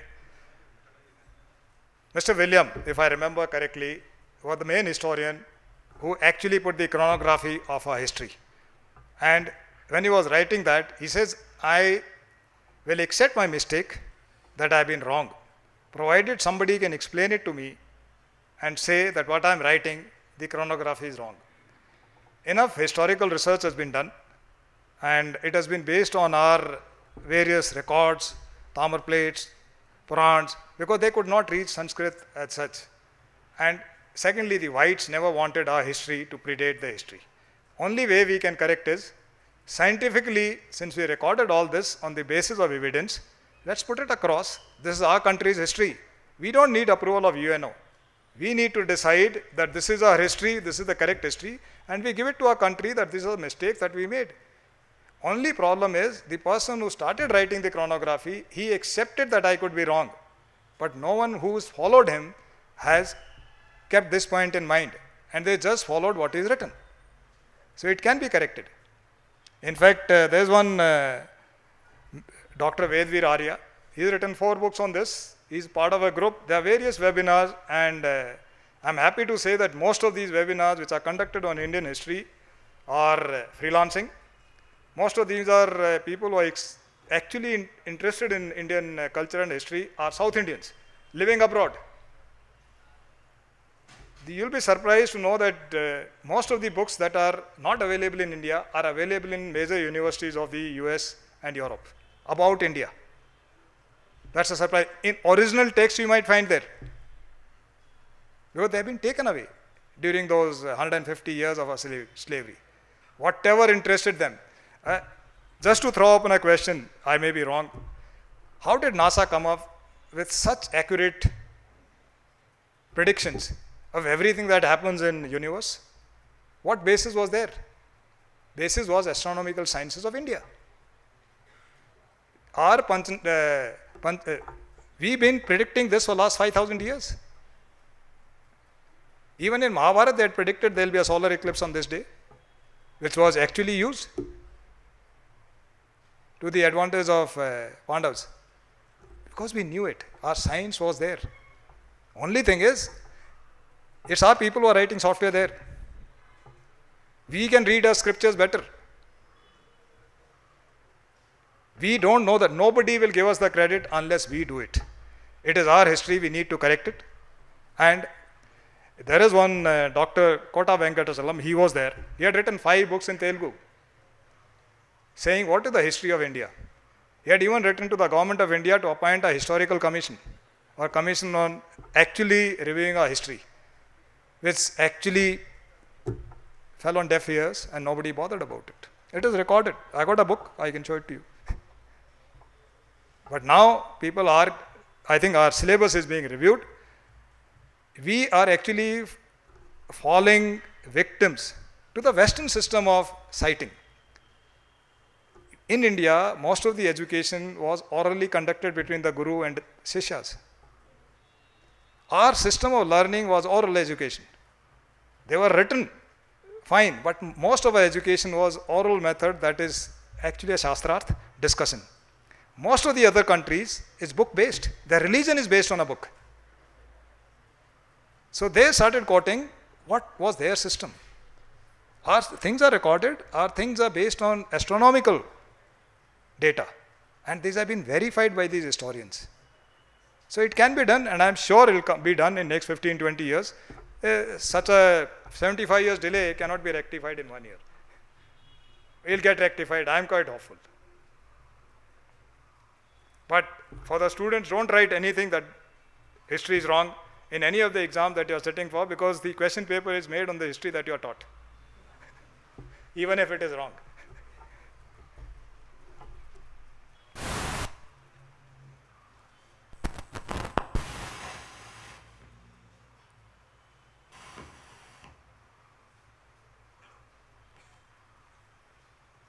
Yeah, please go ahead, you can ask.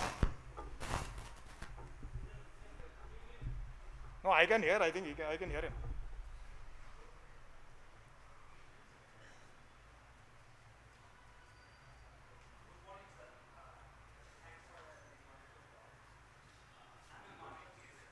Okay. Hello, hello. Get into? Hello, hello. Okay, okay.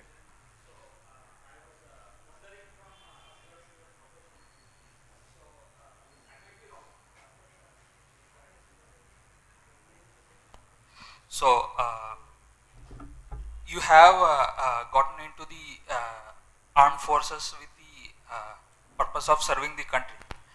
So, and you see so many things going wrong in the country, inside the country. But how do you keep that steadfast, objective dedication towards your work and continue to serve while so many things happen wrong? And how to keep that objective mindset in our profession? Okay. So that our biases and prejudices don't come in the way in our work. Thank you, thank you. I think you're touching a personal now. I will answer from my personal experience. We are generally taught by our parents that truth always prevails. If you want to keep your mind clear, have the clarity of mind, never tell a lie. If you speak only the truth or what you think is the truth, your mind will have that much more space to do other things. Because you're not trying to defend yourself for whatever you said if you believe that it is truth. First is stick to the truth. Next, whichever job you go, have full technical or professional knowledge. That means read as much as you can. First few months or few years initially when you're joining, devote to learning. Learning while observing others and reading the system that is laid down. Don't start criticizing the system. Observe the differences that you have. There is always a platform, even in armed forces, that whatever is your opinion, you can express it as your opinion in the course of discussion. Once a decision is taken, even if it is against your personal understanding, it doesn't matter.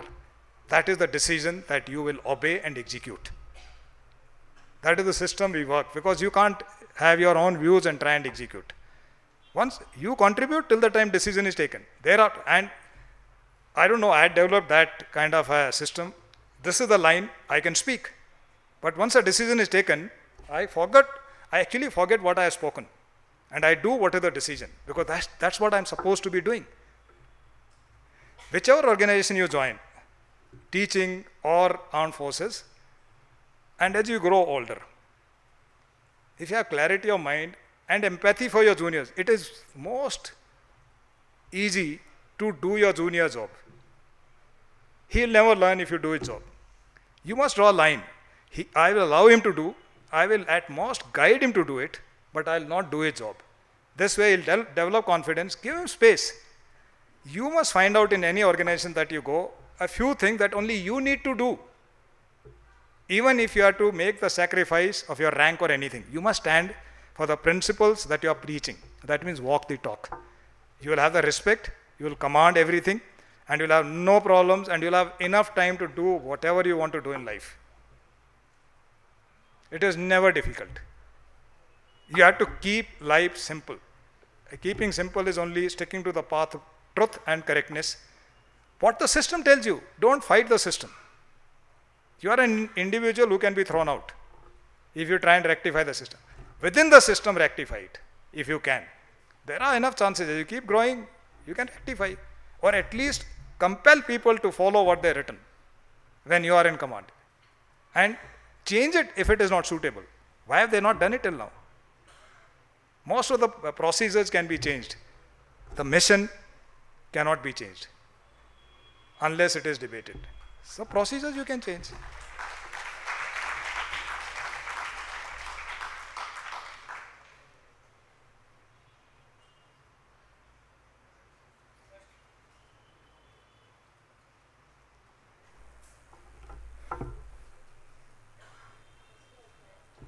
Yes, ma'am. Just switch it on.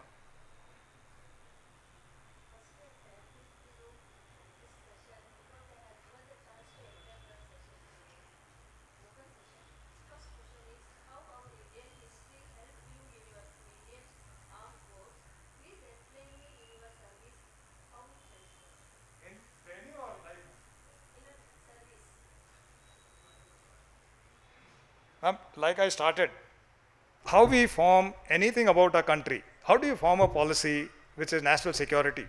How do you stand behind a certain thing and command people to do things? You have to be in front. That our culture says when you lead from the front. You guide your team, you build up your team. This comes from our culture. Historical knowledge is required so that we don't make a mistake.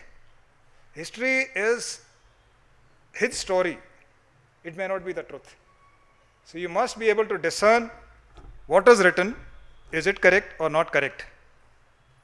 But I got a 40-page pamphlet is lying with me in the place where I'm staying. I can send it across, which says why history repeats. Because we don't learn from history. History rhymes. History may not repeat exactly because the time changes. So historical mistakes and historical correct things that have been done are to be only kept in mind. And by reading history, I mean when we read history, you read how we work as a society. And we are commanding the men from the same society. When you command them, you have to understand their culture. Culture, when it comes to family value system, aim is same. But each state, each region has got a different cultural effect. Like in Punjab, if you don't abuse somebody with a cuss word, it is considered you are too soft. That's for a Punjabi or a Sikh regiment. You can't do it in a regiment of Gurkhas. But they take it literally. Similarly, you have to understand culture, that if there is a person under you from say Jharkhand or somewhere, or Bihar, and he says, I have to go for this thing in my family. For somebody from Rajasthan, it may not be important, but in Bihar, if he doesn't go, he'll be thrown out of the family. So you have to understand cultural differences of various parts, and that you can only understand if you are interested in knowing about that place, which means you start with the history. See, there is a thing that the Britishers actually spread. I would put it this way. There is a history professor that till 1849, when they defeated the Sikhs and took over the entire India, what was the army they were leading or fighting with? Bengal army. Bengal army basically consisted of UP, Bihar, Telangana and Madhya Pradesh parts. What happened after 1857? Because this was the same army that rebelled. How did they win the 1857 mutiny? It is not taught to us, it is recorded. They used the Sikhs and Gurkhas. They didn't have the army from outside.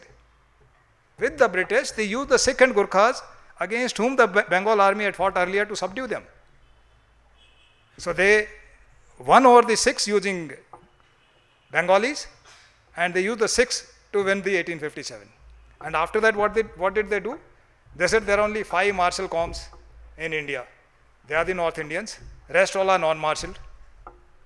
Basically, they did not want to recruit any longer from the areas from where these people had led the mutiny of 1857. So they said they are non-martial or unmartial. There is nothing. You read a book by Dr. Rajendra Prasad, who happened to be from Bihar, on India Divided. He has given data from survey records which says what percentage of army, British Indian Army was from these states till so and so time, and what happened after 1857. This is all a manufactured differences. So when you read this, you realize that we are same.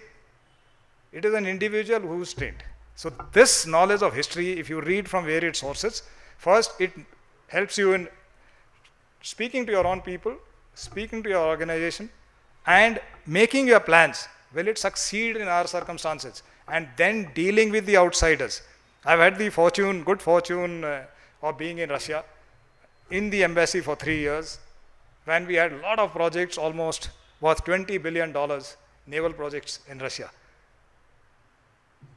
And you have to be straight and truthful. There is no diplomacy involved in working.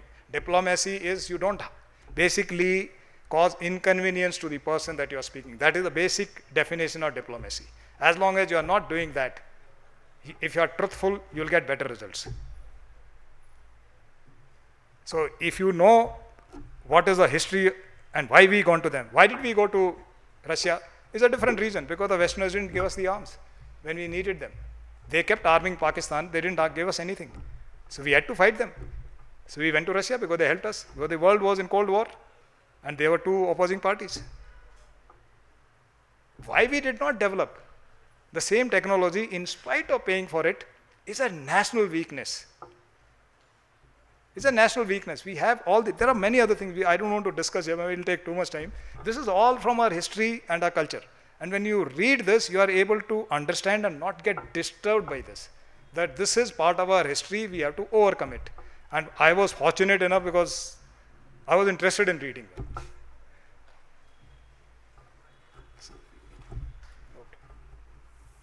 I think that's anybody else. We can interact outside. I think time for tea break. I've been warned to get down. Thank you, ma'am. I will discuss with you, don't worry.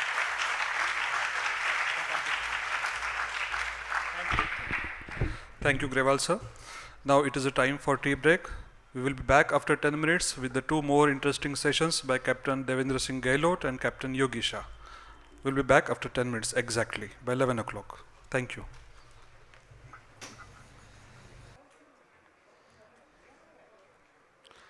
Welcome back.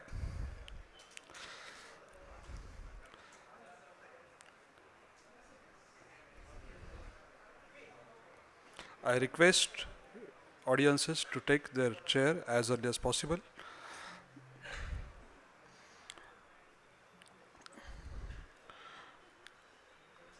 We are going to begin our next session with the guidance by Captain Yogesha, Indian Navy.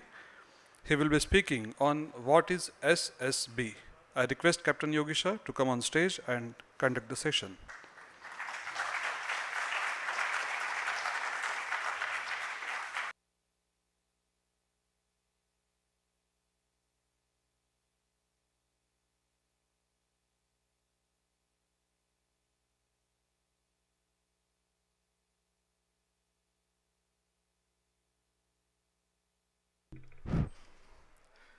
Check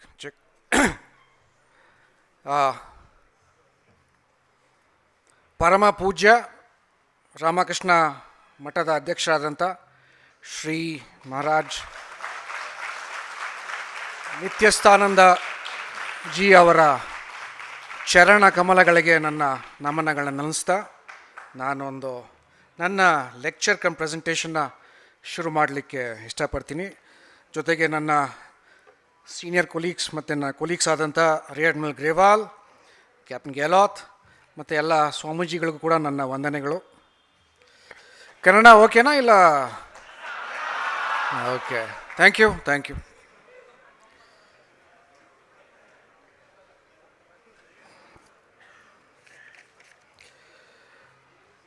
ನಾನು actually I am not a psychologist by qualification. ಡಿಫೆನ್ಸಲ್ಲಿ ಕೆಲವು ಕೋರ್ಸ್ಗಳನ್ನ ಮಾಡಿ ನಿಮಗೆ ಈ lawyer ಥರ coat ಹಾಕಿ ಕೊಡ್ತಾರೆ. ಆ ಥರ ನಾನು I am a psychologist by training ಅಷ್ಟೇ. Okay, so since I have served in selection boards, I thought I will share my thoughts. ನಿಮ್ಮಲ್ಲಿ ಭಾಳಷ್ಟು ಮಂದಿ ಡಿಫೆನ್ಸ್ ಸೇರಲಿಕ್ಕೆ ಇಷ್ಟಪಡ್ತೀರಾ. ನಿಮ್ಮಲ್ಲಿ ಯಾರಾದರೂ SSBಗೆ ಹೋಗಿದ್ದೀರಾ? SSB ಅಟೆಂಡ್ ಮಾಡಿದ್ದೀರಾ? 1 2 okay, thanks. Okay, I suppose all of you graduates ಎಲ್ಲ ಗ್ರ್ಯಾಜುಯೇಷನ್ ಮಾಡ್ತಿದ್ದೀರಾ? ಮಾಡ್ತಾ ಇದ್ದಾರೆ ಭಾಳಷ್ಟು. Okay, at least my target audience is aim is good. Okay, love India, serve India. ನನಗೆ ಯಾರೋ ಒಬ್ಬರು ನನಗೆ ಭಾಳಷ್ಟು ನಾನು ಮೈಸೂರಲ್ಲಿ ಓದಿದ್ದು ನನ್ನ ಟೀಚರ್ ಒಬ್ಬರು ಸಂಸ್ಕೃತದಲ್ಲಿ ಹೇಳ್ಕೊಟ್ಟಿದ್ರು, it is not India, it's a western construct, it should be called Bharat ಅಂತ. ಅದಕ್ಕೆ ಒಂದು ಒಳ್ಳೆಯ ಶ್ಲೋಕನೂ ಹೇಳ್ಕೊಟ್ಟಿದ್ರು. ಅದು ನಿಮ್ಮ ಜೊತೆ ಶೇರ್ ಮಾಡಲಿಕ್ಕೆ ಇಷ್ಟಪಡ್ತೀನಿ.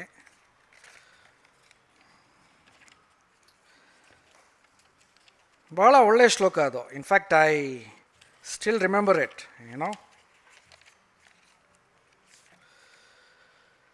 ಭಾತಿ ಸರ್ವೇಷು ವೇದೇಶು ರತಿ ಸರ್ವೇಷು ಜಂತುಷು ತರಣಂ ಸರ್ವತೀರ್ಥಾನಾಂ ತೇನ ಭಾರತ ಉಚ್ಯತೆ ಅಂತ. ಅಂದರೆ ಅಂದರೆ ಲೈಟು, ತೇಜಸ್ಸು, ಓಜಸ್ಸು. ಭಾತಿ ಸರ್ವೇಷು ವೇದೇಶು, ಎಲ್ಲ ವೇದಗಳಲ್ಲಿ ಬರುವಂಥ ಒಂದು ಶಕ್ತಿ, ಒಂದು ಬೆಳಕು. ರತಿ ಸರ್ವೇಷು ಜಂತುಷು, ಎಲ್ಲ ಪ್ರಾಣಿಗಳಲ್ಲಿ ಮನುಷ್ಯರಲ್ಲಿ ಇರುವಂಥ ಅದು ಕೂಡ ಒಂದು ಬೆಳಕು, ಓಜಸ್ಸು, ಶಕ್ತಿ. ತರಣಂ ಸರ್ವತೀರ್ಥಾನಾಂ, ಎಲ್ಲ ತೀರ್ಥಗಳಲ್ಲಿ ಹರಿಯುವಂಥದ್ದು. ತೇನ ಭಾರತ ಉಚ್ಯತೆ. ಸೊ ಇಂಡಿಯಾ ಅನ್ನೋದು ಒಂದು ವೆಸ್ಟರ್ನ್ ಕನ್ಸ್ಟ್ರಕ್ಟ್ ಅಷ್ಟೇ. ನಮ್ಮ ದೇಶಕ್ಕೆ ಯಾವಾಗಲೂ ಭಾರತ್ ಅಂತಲೇ ಕರೀಬೇಕು. ಇದು ಒಂದು ಸುಭಾಷಿತನೋ ಏನೋ ಗೊತ್ತಿಲ್ಲ, I don't know the source of this, but somehow it struck in my mind, it stays in my mind. ಈಗ ಎರಡನೇದಾಗಿ ದತ್ತ,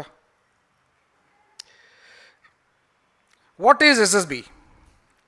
ಎಸ್ ಎಸ್ ಬಿ ಅಂದರೆ ಸರ್ವಿಸಸ್ ಸೆಲೆಕ್ಷನ್ ಬೋರ್ಡ್. ಎಲ್ಲ ಮೂರು, army, navy, air force, in fact coast guard ಕೂಡ ಇದನ್ನೇ follow ಮಾಡುತ್ತೆ.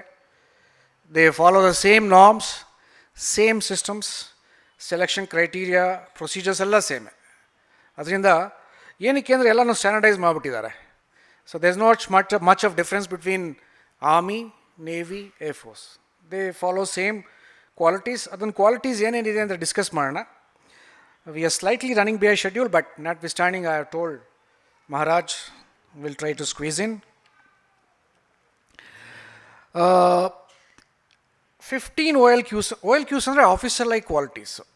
ಯಾವ ಒಂದು ಸೆಲೆಕ್ಷನ್ ಮುಂದೆ ಒಂದು 15 ಕ್ವಾಲಿಟೀಸ್ನ ಡಿಸೈಡ್ ಮಾಡಿ, ಡಿಫೈನ್ ಮಾಡಿ, ಅದನ್ನ ಹೇಗೆ ಟೆಸ್ಟ್ ಮಾಡಬೇಕು, ಹೇಗೆ ಮೆಷರ್ ಮಾಡಬೇಕು. ಈಗ ನೀವು ಎಂಜಿನಿಯರಿಂಗಲ್ಲೂ ಓದ್ತಿರಲ್ಲ, ಫಿಸಿಕ್ಸಲ್ಲಿ ಯಾವುದೋ ಒಂದು ಮೆಟ್ರಿಕ್ ಇದೆ, ಯಾವುದೋ ಒಂದು ಯೂನಿಟ್ ಇದೆ, ಯಾವುದೋ ಒಂದು ಕ್ವಾಂಟಿಟಿ, ಅದನ್ನು ಹೇಗೆ ಮೆಷರ್ ಮಾಡಬೇಕು, ಅದು ಯೂನಿಟ್ ಕೂಡ ಇರುತ್ತೆ. ಅದನ್ನು ಟೆಸ್ಟ್ ಮಾಡೋಕ್ಕೂ ಒಂದು ಯೂನಿಟ್ ಇರುತ್ತಲ್ಲ, ಅದೇ ಥರ ಈ ಕ್ವಾಲಿಟೀಸ್ ಎಲ್ಲನೂ ಟೆಸ್ಟ್ಗಳು ಮಾಡಿದ್ದಾರೆ. And how do we measure, ಅದನ್ನು ಹೇಗೆ ಅಸೆಸ್ ಮಾಡಬೇಕು, ಯಾವುದು ಅಕ್ಸೆಪ್ಟಬಲ್ಲು, ಯಾವುದು ನಾಟ್ ಅಕ್ಸೆಪ್ಟಬಲ್ಲು, ಅದನ್ನು ಮಾಡಿಬಿಟ್ಟಿದ್ದಾರೆ. ಸೊ ಭಾಳಷ್ಟು ಮಂದಿ ಡಿಫೆನ್ಸ್ಗೆ ಹೋದರು, ಹೇಳ್ತಾರೆ ಅಯ್ಯೋ ಸೆಲೆಕ್ಷನ್ ಆಗಲ್ಲ, ಭಾಳಷ್ಟು ಮಂದಿ ಹೋಗ್ತಾರೆ, ಎಲ್ಲ ವಾಪಸ್ ಬರ್ತಾರೆ. ಅದಕ್ಕೂ ಕೂಡ ಕಾರಣ ಇದೆ. There is a reason for it. It's basically assessment of personality. Personality ಅಂದರೆ ವ್ಯಕ್ತಿತ್ವ ಅಂತ. ಬಹುಶಃ ನೀವು ಓದಿರ್ಬೋದು ವ್ಯಕ್ತಿತ್ವ. ಓದ್ತೀರಾ ಪೇಪರ್ನಲ್ಲಿ, ಇಲ್ಲ ಮ್ಯಾಗ್ಝೀನಲ್ಲಿ, ಅಲ್ಲ ಟಿ ವಿನಲ್ಲಿ, ನ್ಯೂಸಲ್ಲಿ ಕೇಳ್ತೀರಾ ವ್ಯಕ್ತಿತ್ವ. ಎಸ್ ಎಸ್ ಬಿಲ್ ಮಾಡೋದು ಅಷ್ಟೇ. They assess your personality, nothing else. ಆಯಿತಾ? ಸೊ ಅದಕ್ಕೆ ಪರ್ಸ್ನಾಲಿಟಿ ಏನು ಅಂತ ಕ್ವಿಕ್ಕಾಗಿ ತಿಳ್ಕೊಳ್ಳೋಣ. ಏನು ಅಂತ ನಮಗೂ ಕಲಿಸ್ತಾರೆ ಇದು.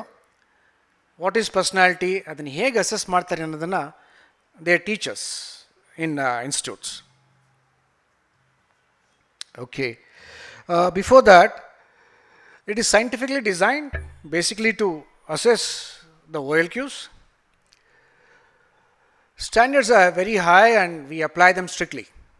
ಯಾಕೆಂದರೆ ಒಂದು ಸುಖಾಯ್ 30 ಅಥವಾ LCA ಅಥವಾ ಯಾವುದೋ ಒಂದು ಬ್ಯಾಟಲ್ ಟ್ಯಾಂಕು ಅಥವಾ ಯಾವುದೋ ಒಂದು ಶಿಪ್ಪು ಏನೋ ಒಂದು ಸಣ್ಣ ಮಿಸ್ಟೇಕಿಂದ ಏನಾದ್ರು, ಏರೋ ಇಂಡಿಯಾ ಆಯ್ತಲ್ಲ ಲಾಸ್ಟ್ ಫೆಬ್ಬಲ್ಲಿ, ಹೋಗಿದ್ರಾ ಯಲಹಂಕದಲ್ಲಿ?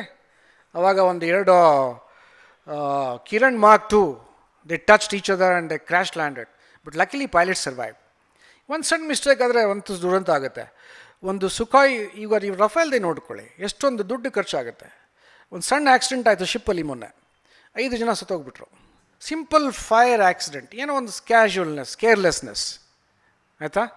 ಸೊ ನಾವು ಸೆಲೆಕ್ಟ್ ಮಾಡಬೇಕಾದ್ರೆ ಅದೆಲ್ಲ ಇಟ್ಕೊಂಡೇ ಮಾಡ್ತೀವಿ. ಯಾಕೆಂದರೆ ಮುಂದೆ this person is going to handle an equipment or a weapon system or any platform worth crores. ಈಗ ಡಿಫೆಂಡ್, ಅಯ್ಯೋ ನಿಮ್ಮ ಕೊಡೋ ಟ್ಯಾಕ್ಸ್ ಎಲ್ಲ ಡಿಫೆನ್ಸ್ಗೆ ಹೋಗುತ್ತೆ ಅಂತೆಲ್ಲ ಪೇಪರ್ ಪಾಲಿಟಿಷಿಯನ್ಸ್ ಬೈತಾರೆ. ಅಯ್ಯೋ ಏನಪ್ಪ 3.5 ಲಕ್ಷ ಕೋಟಿ ಡಿಫೆನ್ಸ್ಗೆ ಹೋಗುತ್ತೆ ಅಂತ. ಓದ್ತೀರಾ ಪೇಪರೆಲ್ಲ? ಹಾಂ, ಅಯ್ಯೋ ಕೆಲವು ನಮ್ಮ ಫ್ರೆಂಡ್ಸ್ ಹೇಳ್ತಾರೆ, ನಮ್ಮ ದುಡ್ಡಪ್ಪ ನೀವೆಲ್ಲ ತಿನ್ನೋದು, ನಮ್ಮ ಟ್ಯಾಕ್ಸ್ ಅಂತಾರೆ. ಸೊ ನಂಗೆ ಬೇಜಾರಾಗುತ್ತೆ. I feel bad, but there is a reason for it. Back expensive. Training kuda expensive, and because the job he does is critical. Kelu sala life, kelu sala life ಹೊರಟೋಗುತ್ತೆ. Well, is one small mistake, ಅದಕ್ಕೆ SOPs ಅಂತಾರೆ, standard operating procedures. ಯಾವುದೋ ಒಂದು ಸಲ ಏನೋ mistake ಆಯಿತು. ನಮ್ಮ ಶಿಪ್ಸಲ್ಲಿ ಆಗುತ್ತೆ, ಏವಿಯೇಷನ್ ಇಂಡಸ್ಟ್ರಿಯಲ್ಲಿ ಆಗುತ್ತೆ, ಆರ್ಮಿನಲ್ಲಿ ಆಗುತ್ತೆ. ಒಂದು ಸಣ್ಣ ಒಂದು ಪ್ರೊಸೀಜರ್ ಫಾಲೋ ಮಾಡಲಿಲ್ಲ, ABCD, C ಅನ್ನೋ ಒಂದು ಸ್ಟೆಪ್ಪಲ್ಲಿ just overlooked some issues, mistake. Assessed of one's personality, individual personality. We'll see that later. Okay. Personality is, this is what the psychologists define. ಒಬ್ಬ ವ್ಯಕ್ತಿಯ ವ್ಯಕ್ತಿತ್ವ ಅನ್ನೋದನ್ನು ಹೇಗೆ ಅವರು ಡಿಫೈನ್, ನಮ್ಮಲ್ಲಿ ಅಫ್ಕೋರ್ಸ್ ನಮ್ಮಲ್ಲೂ ನಮ್ಮಲ್ಲಿ ಸೈಕಾಲಜಿ ಇದೆ, ಬಟ್ ನಾವು ಸ್ಟಡಿ ಮಾಡೋದು mostly the western idea of personality. At least ನಮ್ಮ ಇಂಡಿಯನ್ಸ್ ನನಗೆ ಪಾಠ ಮಾಡಿರೋದ್ರಿಂದ ಅದನ್ನು ನಾನು ಕೋಟ್ ಮಾಡ್ತೀನಿ. ಬಹುಶಃ ನಮ್ಮ ಭಾರತೀಯರು, ನಮ್ಮ ಮನಃಶಾಸ್ತ್ರಜ್ಞರು ಬರೆದಿರುವಂಥ ಒಂದು ಬುಕ್ಗಳು ಇರ್ಬೋದು, ಬಟ್ ಅನ್ಫಾರ್ಚುನೇಟ್ಲಿ ನಾನು ಓದಿಲ್ಲ. Person's general style of interacting with the world. ನಾವು ಹೇಗೆ ಬೇರೆಯವ್ರ ಜೊತೆ, ಎನ್ವೈರ್ನ್ಮೆಂಟ್ ಜೊತೆ ಬೇರೆ ಎಲ್ಲ ಇಂಟ್ರ್ಯಾಕ್ಟ್ ಮಾಡ್ತೀವಿ, ಅದನ್ನು ಪರ್ಸ್ನಾಲಿಟಿ ಅಂತಾರೆ. People differ from one another in a ways that are relatively consistent over a time. This is what we check.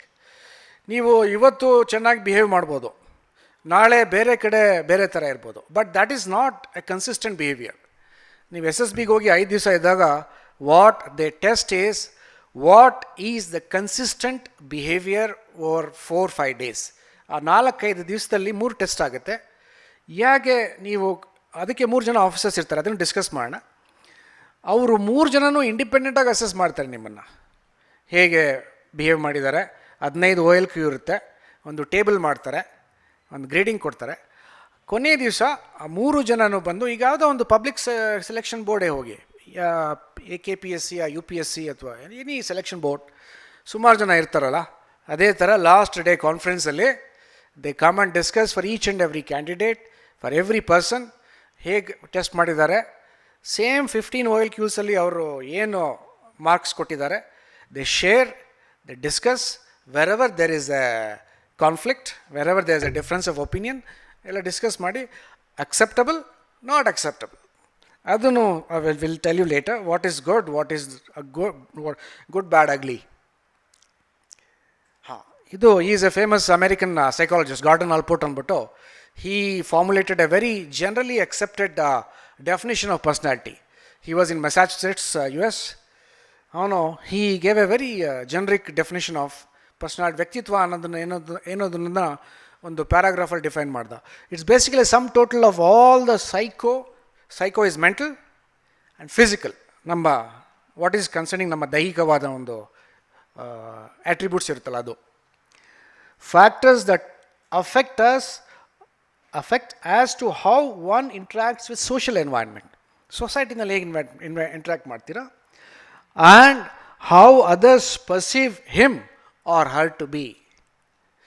ನೀವು ವ್ಯಕ್ತಿಯಾಗಿ ಒಳ್ಳೆಯವರಾಗಿರ್ಬೋದು, ಬಟ್ ನೀವು ಬೇರೆಯವರು ಅದನ್ನು ನೋಡಿ ಅದನ್ನು ಮ್ಯಾನಿಫೆಸ್ಟ್ ಆಗಲಿಲ್ಲ ಅಂದರೆ ನೀವು ಒಳ್ಳೆಯವ್ರಾಗಿರ್ಬೋದು, ಅಂತರಂಗದಲ್ಲಿ ಅಂತರಾತ್ಮವಾಗಿ ಒಳ್ಳೆಯದಾಗಿರ್ಬೋದು, ಬಟ್ ನೀವು ಅದನ್ನು ಶೋ ಮಾಡಲಿಲ್ಲ ಅಥವಾ ಅದನ್ನು ಮ್ಯಾನಿಫೆಸ್ಟ್ ಮಾಡಲಿಲ್ಲ, ಅದನ್ನು ಒಂದು ಡಿಸ್ಪ್ಲೇ ಮಾಡಲಿಲ್ಲ ಅಂದರೆ it remains as it is. So test SSBನಲ್ಲಿ ಏನು ಮಾಡ್ತಾರೆ ಅಂದರೆ, they ensure that these qualities are shown, displayed, manifested. ಅದನ್ನು ಟೆಸ್ಟ್ ಮಾಡಿ they give the grading. So ಯಾರೋ ಒಬ್ಬರು, they was a boy here, sir ಈ ಕ್ವಾಲಿಟಿ ಇಂಪ್ರೂವ್ ಮಾಡೋದು, will see that later. There are techniques, that is up to you. In fact, that reminds me of another Subhashita which I like, ಇದು ನಮ್ಮ Sanskrit teacher ಹೇಳ್ಕೊಟ್ಟಿದ್ರು ಭಾಳ ವರ್ಷಗಳಿಂದ. ಉದ್ಯಮೇನ ಹಿ ಸಿದ್ಧಂತಿ ಕಾರ್ಯಾಣಿ ನ ಮನೋರಥೈ ನ ಸುಪ್ತಸ್ಯ ಸಿಂಹಸ್ಯ ಪ್ರವಿಶಂತಿ ಮುಖೇ ಮೃಗಾಃ. ಕೇಳಿದ್ರೆ ಯಾರಾದರೂ ಸುಭಾಷಿತ? ಉದ್ಯಮೇನ ಹಿ ಸಿದ್ಧಂತಿ ಕಾರ್ಯಾಣಿ, through efforts only you achieve the fruits. ನೀವು ಶ್ರಮ ಪಟ್ಟರೆ ಅದ್ರ ಕೆಲಸ ಆಗೋದು, ಕೂತ್ಕೊಂಡ್ರೆ ಇಲ್ವಾ ಸುಮ್ಮನೆ ಮನೋರಥ ಅಂದರೆ ಅಯ್ಯೋ ನಂಗೆ ಆಗುತ್ತಪ್ಪ, ಹಂಗಾಗುತ್ತೆ, ಮನಸ್ಸಿನಲ್ಲೇ ಇದು ಮಾಡ್ತೀನಿ ಅಂದ್ರೆ ಆಗಲ್ಲ ಅದು. ಉದ್ಯಮೇನ ಹಿ ಸಿದ್ಧಂತಿ ಕಾರ್ಯಾಣಿ ನ ಮನೋರಥೈ ಸುಪ್ತಸ್ಯ ಸಿಂಹಸ್ಯ ಪ್ರವಿಶಂತಿ ನ ಸಿಪ್ತಸ್ಯ ಸಿಂಹಸ್ಯ ಪ್ರವಿಶಂತಿ ಮುಖೇ ಮೃಗ. Who is the most powerful king of the beast? Lion still has to get up and hunt. It's not because ಅದು ಸಿಂಹ ಇದೆಯಪ್ಪ, ಕಾಡಿನ ರಾಜ ಅಂತ ಎಲ್ಲ ಪ್ರಾಣಿಗಳು ಅವ್ರ ಮುಂದೆ ಲೈನ್ ನಿಂತ್ಕೊಂಡು ನನ್ನನ್ನು ತಿನ್ನಿ ಬ್ರೇಕ್ಫಾಸ್ಟ್, ಲಂಚ್, ಡಿನ್ನರ್ ಅಂತ ಯಾರೂ ಬರೋಲ್ಲ. ಆಗುತ್ತಾ? ಸೊ ಇದನ್ನು ನಮ್ಮ ಹಿರಿಯರು ಹೇಳಿದ್ದಾರೆ. ನ ಸುಪ್ತಸ್ಯ ಸಿಂಹಸ್ಯ ಪ್ರವಿಶಂತಿ ಮುಖೇ ಮೃಗಾಃ. Lion still has to get up and hunt, and I am sure all of you know only 1 in 6 hunts are successful. So what Alport said is, personality is not what I think, not what you think. It's ultimately it's combination of everything. ಒಂದು ನಿಮಿಷ ಹಿಂದೆ.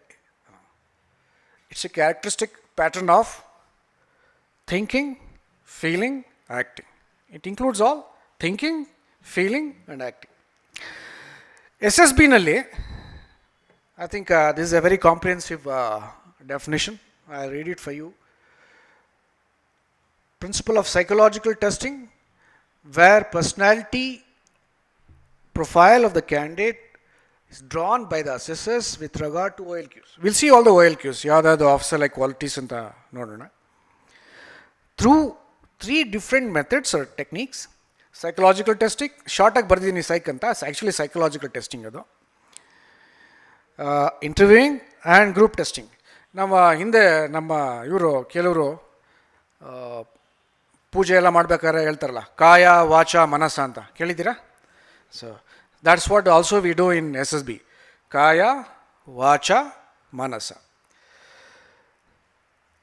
Kaya is karmana, through your efforts.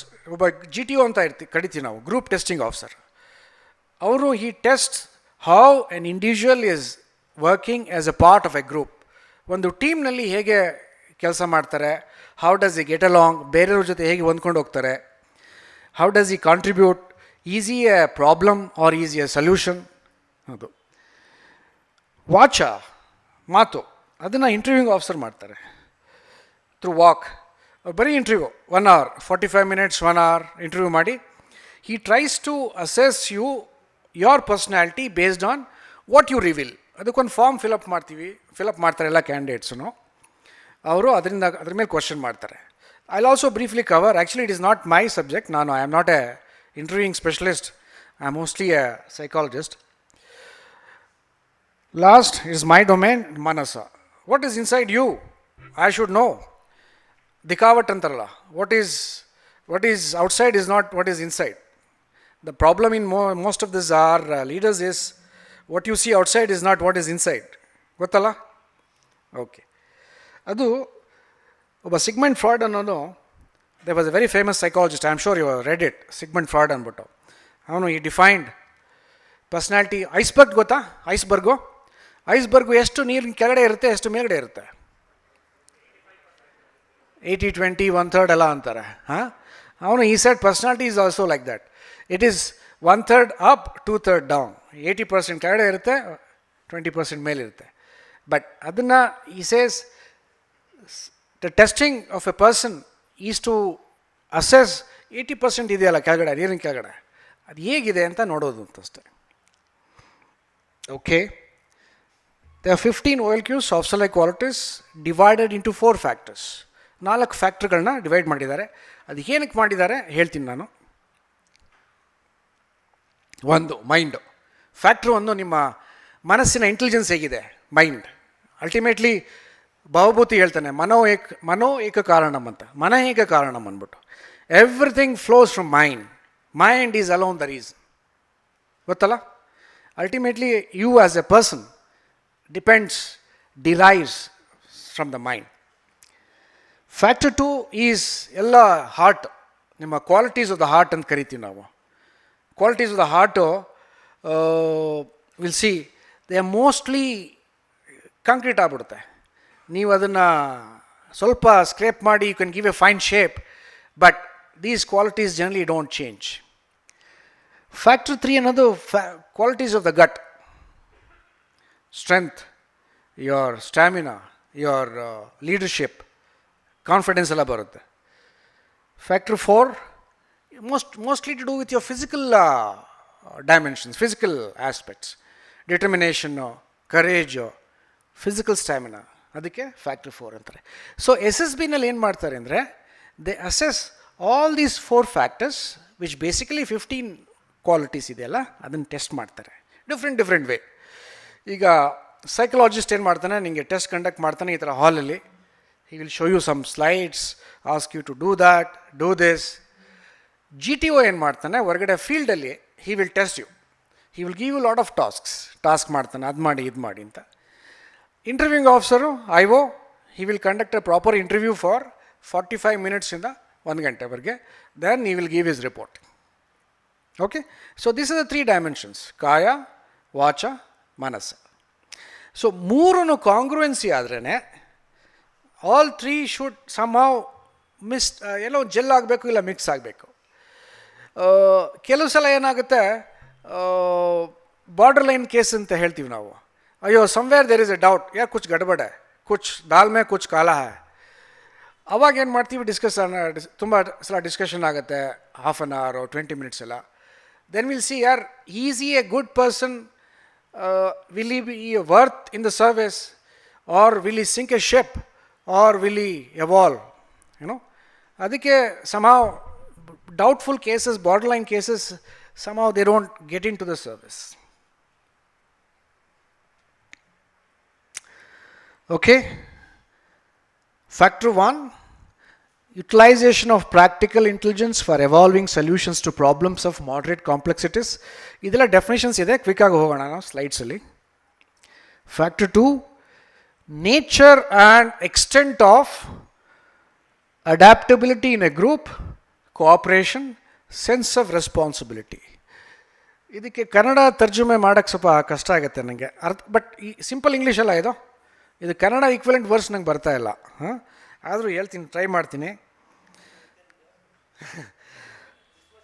Okay, ಆ ಡೆಫಿನೇಷನ್ಗೆ ಹೋದಾಗ let me try written down some words ಕನ್ನಡದಲ್ಲಿ. Factor 3 is leadership qualities. ಅದು how they will give you some task, they will give you 4 ಜನ ಕೊಡ್ತಾರೆ, ನೋಡಿರಿ ಇವ್ರು 4 ಜನ ಇದ್ದಾರೆ, ನಿಮ್ಮ ಟಾಸ್ಕು ಇಲ್ಲಿಂದ ಇಲ್ಲಿಗೆ ಹೋಗೋದು, ಇದೆಲ್ಲ ಟೂಲ್ಸ್ ಇದೆ, ದೀಸ್ ಆರ್ ದ ಆಬ್ಸ್ಟಿಕಲ್ಸ್ ಇದೆ, ಇದನ್ನು ಕ್ರಾಸ್ ಮಾಡಬೇಕು. ಅದು GTO ಮಾಡೋದು. ನಮ್ಮ ಟೆಸ್ಟಲ್ಲಿ ಸೈಕಾಲಜಿನಲ್ಲಿ ಒಂದು ಪಿಕ್ಚರ್ ತೋರಿಸ್ತಾರೆ, ವಿಲ್ ಸಿ ದಟ್ ಲೇಟರ್.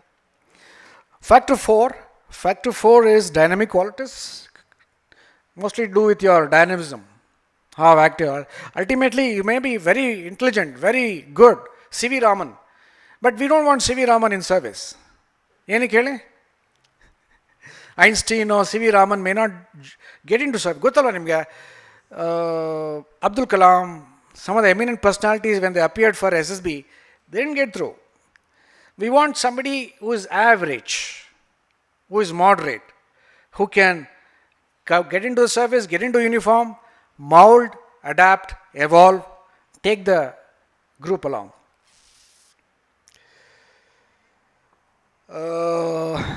ಇದು ಜನರಲ್ ಸ್ಟ್ಯಾಟಿಸ್ಟಿಕ್ಸ್ ಪ್ರಕಾರ. I thought you should also know. Any batch, any entry ಕರೀತಾರಲ್ಲ, I am sure you keep reading in the papers. Army, navy, ಎಫೋಸಲ್ಲಿ ಒಂದು 300-350 ಜನಕ್ಕೆ ಕಾಲಪ್ ಕಳಿಸ್ತಾರೆ. ಅಲ್ಲಿಗೆ ಬರೋದೇ ಒಂದು 150 ಜನ ಅಥವಾ ಮ್ಯಾಕ್ಸಿಮಮ್ 200 ಜನ ಬರ್ತಾರೆ. ಸ್ಟೇಜ್ 1 ಫಸ್ಟ್ ಡೇ ಟೆಸ್ಟ್ ಆಗುತ್ತೆ. ಅದನ್ನೇ ಏನು ಅಂತ ಹೇಳ್ತೀನಿ ನಾನು. ಅದರಲ್ಲಿ ಉಳ್ಕೊರೋದು ಸ್ಕ್ರೀನ್ ಇನ್ ಸೆಲೆಕ್ಟ್ ಆಗೋರೆ ಒಂದು ಮ್ಯಾಕ್ಸಿಮಮ್ 50 ಜನ. So you see a progressive elimination ಅಲ್ಲ. So you should do well if at all you are keen. ಆಮೇಲೆ ಆ್ಯಕ್ಚುಯಲ್ SSB ಟೆಸ್ಟ್ ಮಾಡೋದು ಈ 35 to 50 ಕ್ಯಾಂಡಿಡೇಟ್ಸ್ಗಳು ಮಾತ್ರ. ಇದು this is not hard and fast, but general approximate figures ಅಷ್ಟೇ ಇದು.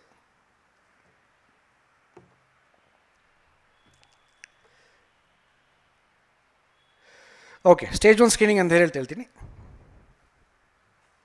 Okay, it's become black. Is it visible? ಕಾಣಿಸುತ್ತಾ ಕಪ್ಪಗಿರೋದು? ಇಟ್ಸ್ ನಾಟ್ ವಿಸಿಬಲ್, ಸಾರಿ.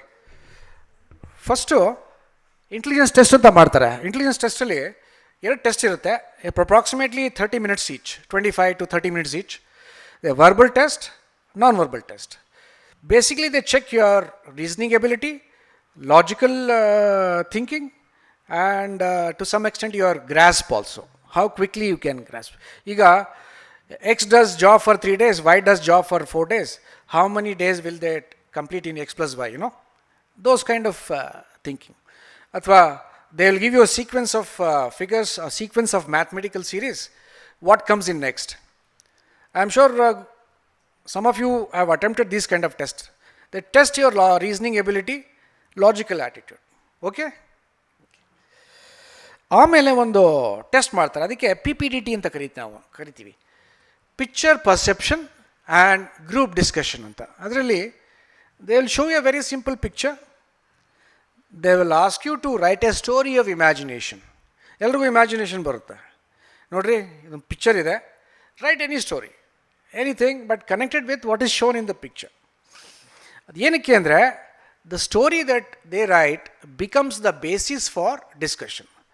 ನೀವು ಕಾಂಟ್ರವರ್ಷಿಯಲ್ ಟಾಪಿಕ್ಸ್ ಕೊಟ್ಟು ಡಿಸ್ಕಸ್ ಮಾಡಿ ಅದು ಮಾಡಿ ಇದು ಮಾಡಿ ಹೇಳೋದ್ಕಿಂತ, ಈಗ ಗೀತೆ ಟೀಚ್ ಮಾಡಬೇಕು ಸ್ಕೂಲಲ್ಲಿ, ಇಲ್ಲ ಹಿಜಾಬ್ ಇಶ್ಯೂ ಅಥವಾ some political issue, some national politics issue ಮಾಡೋದ್ಕಿಂತ ನ್ಯೂಟ್ರಲ್ ಸಬ್ಜೆಕ್ಟ್ ಬಗ್ಗೆ ಡಿಸ್ಕಷನ್ ಮಾಡ ಅಂತ ಹೇಳಿ, they will show you a picture.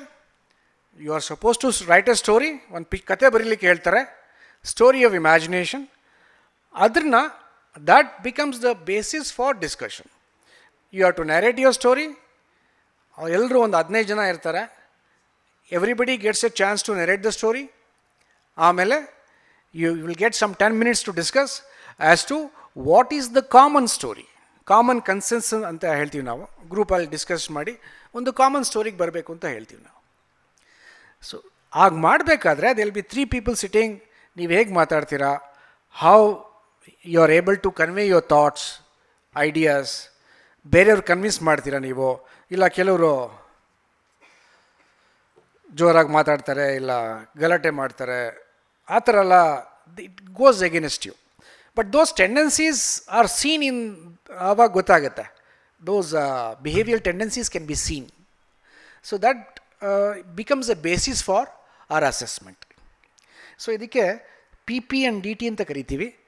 ಆ ಇಂಟೆಲಿಜೆನ್ಸ್ ಟೆಸ್ಟ್ ಮಾಡ್ತಾರಲ್ಲ, ಅದಕ್ಕೆ ಒಂದು ರೇಟಿಂಗ್ ಇರುತ್ತೆ. ಅದಕ್ಕೆ ಆಫೀಸರ್ ಇಂಟೆಲಿಜೆನ್ಸ್ ರೇಟಿಂಗ್ ಅಂತ, OIR ಅಂತ ಕರಿತೀವಿ ನಾವು. ಅದು 1 to 5 ಕೊಡ್ತೀವಿ ನಾವು.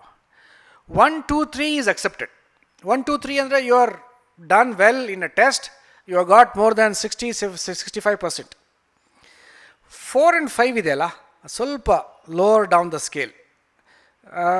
It is not that they are bad, but ಅದೇನಾಗುತ್ತೆ, if you are intelligently well, 1, 2, 3, even if you don't do well in GD ನಲ್ಲಿ ಸ್ವಲ್ಪ ಆ್ಯಾವ್ರೇಜ್ ಆಗಿ ಮಾತಾಡಿದ್ರೆ, you are selected. You are recommended for the stage 2 actual SSBಗೆ screening ಆಗಿಬಿಡುತ್ತೆ ನಿಮಗೆ. If you don't do well in the intelligence test, your ranking is 4-5 ಆಗಿದ್ರೆ, you have to do extremely well in GDನಲ್ಲಿ group ಡಿಸ್ಕಷನಲ್ಲಿ ಚೆನ್ನಾಗಿ ಮಾಡಬೇಕು ನೀವು. You know the correlation, ಗೊತ್ತಾಯ್ತಾ? So if you are well in OIR ಇದರಲ್ಲಿ ಚೆನ್ನಾಗಿದ್ರೆ, GDನಲ್ಲಿ you should be, it's not that ಸುಮ್ಮನೆ ಮೌನವಾಗಿ ಕೂತ್ಕೊಂಡು ನೋಡೋದಲ್ಲ. You should participate, speak up your mind, try to convince, not contradict, convince. ಅವಾಗ you are selected. But if you don't do well in intelligence test, your chances of getting screened in is less, ಕಡಿಮೆ ಆಗುತ್ತೆ ಅವಾಗ. Okay,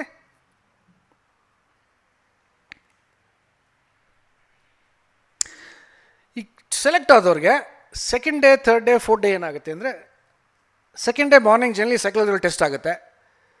ಅವತ್ತೇ interview there is no particular day, ಎಲ್ಲ 45 minutes schedule ಇರೋದ್ರಿಂದ, generally there'll be 30-35+ ಇರೋದ್ರಿಂದ interview parallel ಹೋಗುತ್ತೆ, ಆಗ್ತಾ ಇರುತ್ತೆ. Second, third and fourth day is GTO test, ಅದು ಸ್ವಲ್ಪ ಔಟ್ಡೋರ್ ಟಾಸ್ಕ್ ಎಲ್ಲ ಇರುತ್ತೆ. Fifth day is the conference. That is the day.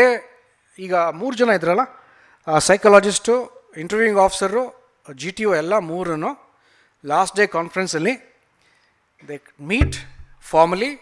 ಪ್ರತಿಯೊಬ್ಬರನ್ನು ಕರೀತಾರೆ, all the candidates 1, 2, 3, chest number 1, candidate number 1, 2, 3 ಎಲ್ಲ ಕರೆದು they discuss each and every candidate, whether is okay, not okay, accepted, not accepted. ಆಮೇಲೆ result announce ಮಾಡ್ತಾರೆ. That is how fair it is.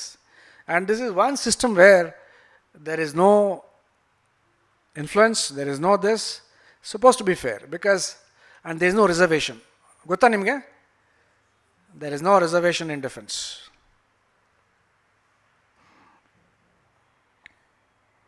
Okay, stage 1, I think we covered this. ಮಾಡಿದ್ವಲ್ಲ? Okay, okay, I'll quickly cover this. This is supposed to be my area.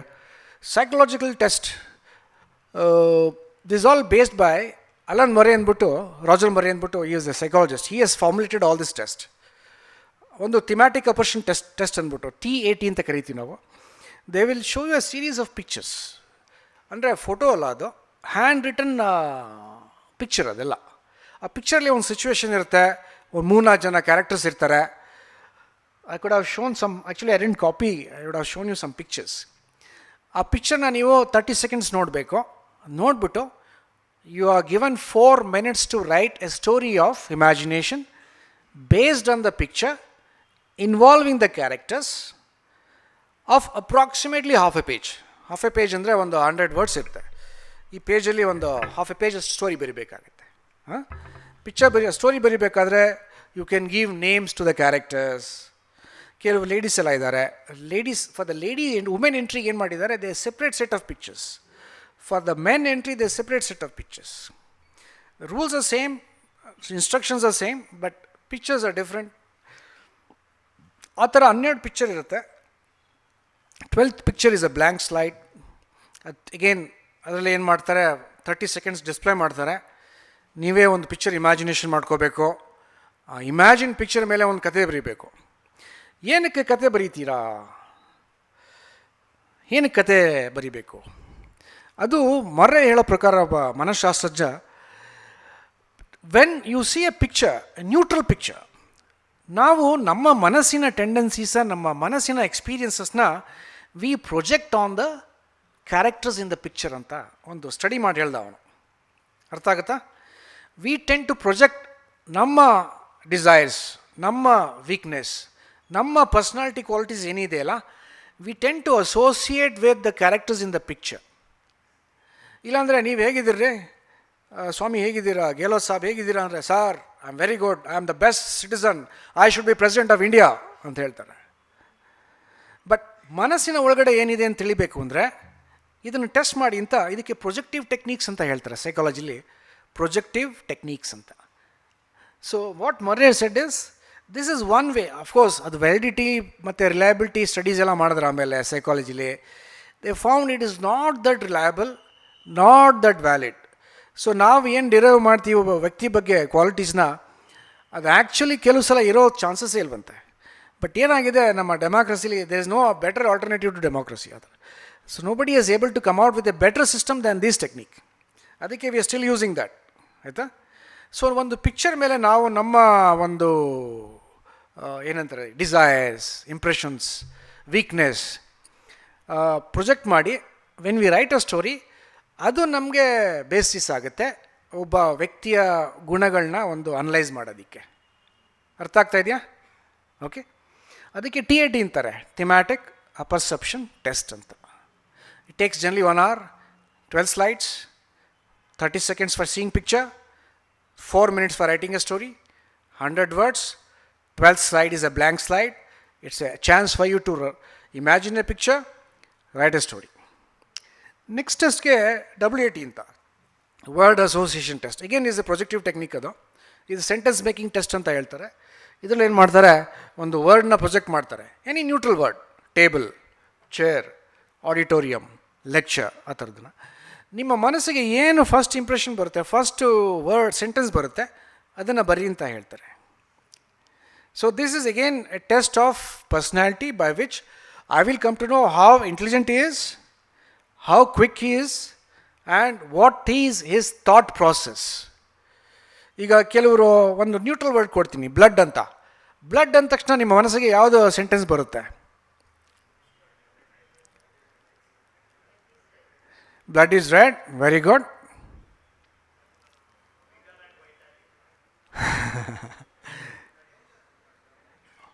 ಯಾರೋ danger ಅಂದರು. Blood ಹೇಗ್ರಿ danger ಆಗುತ್ತೆ? Red is danger. Blood donation ಏನಕ್ಕೆ ಬರಲಿಲ್ಲ ನಿಮ್ಮ ಮನಸ್ಸಿಗೆ? You see, this is becomes one. ಇನ್ನೊಂದು word murder ಅಂತ. ಮರ್ಡರ್ ಅಂದಾಗ ಯಾವ ಸೆಂಟೆನ್ಸ್ ಬರುತ್ತೆ ನಿಮ್ಮ ಮನಸ್ಸಿಗೆ?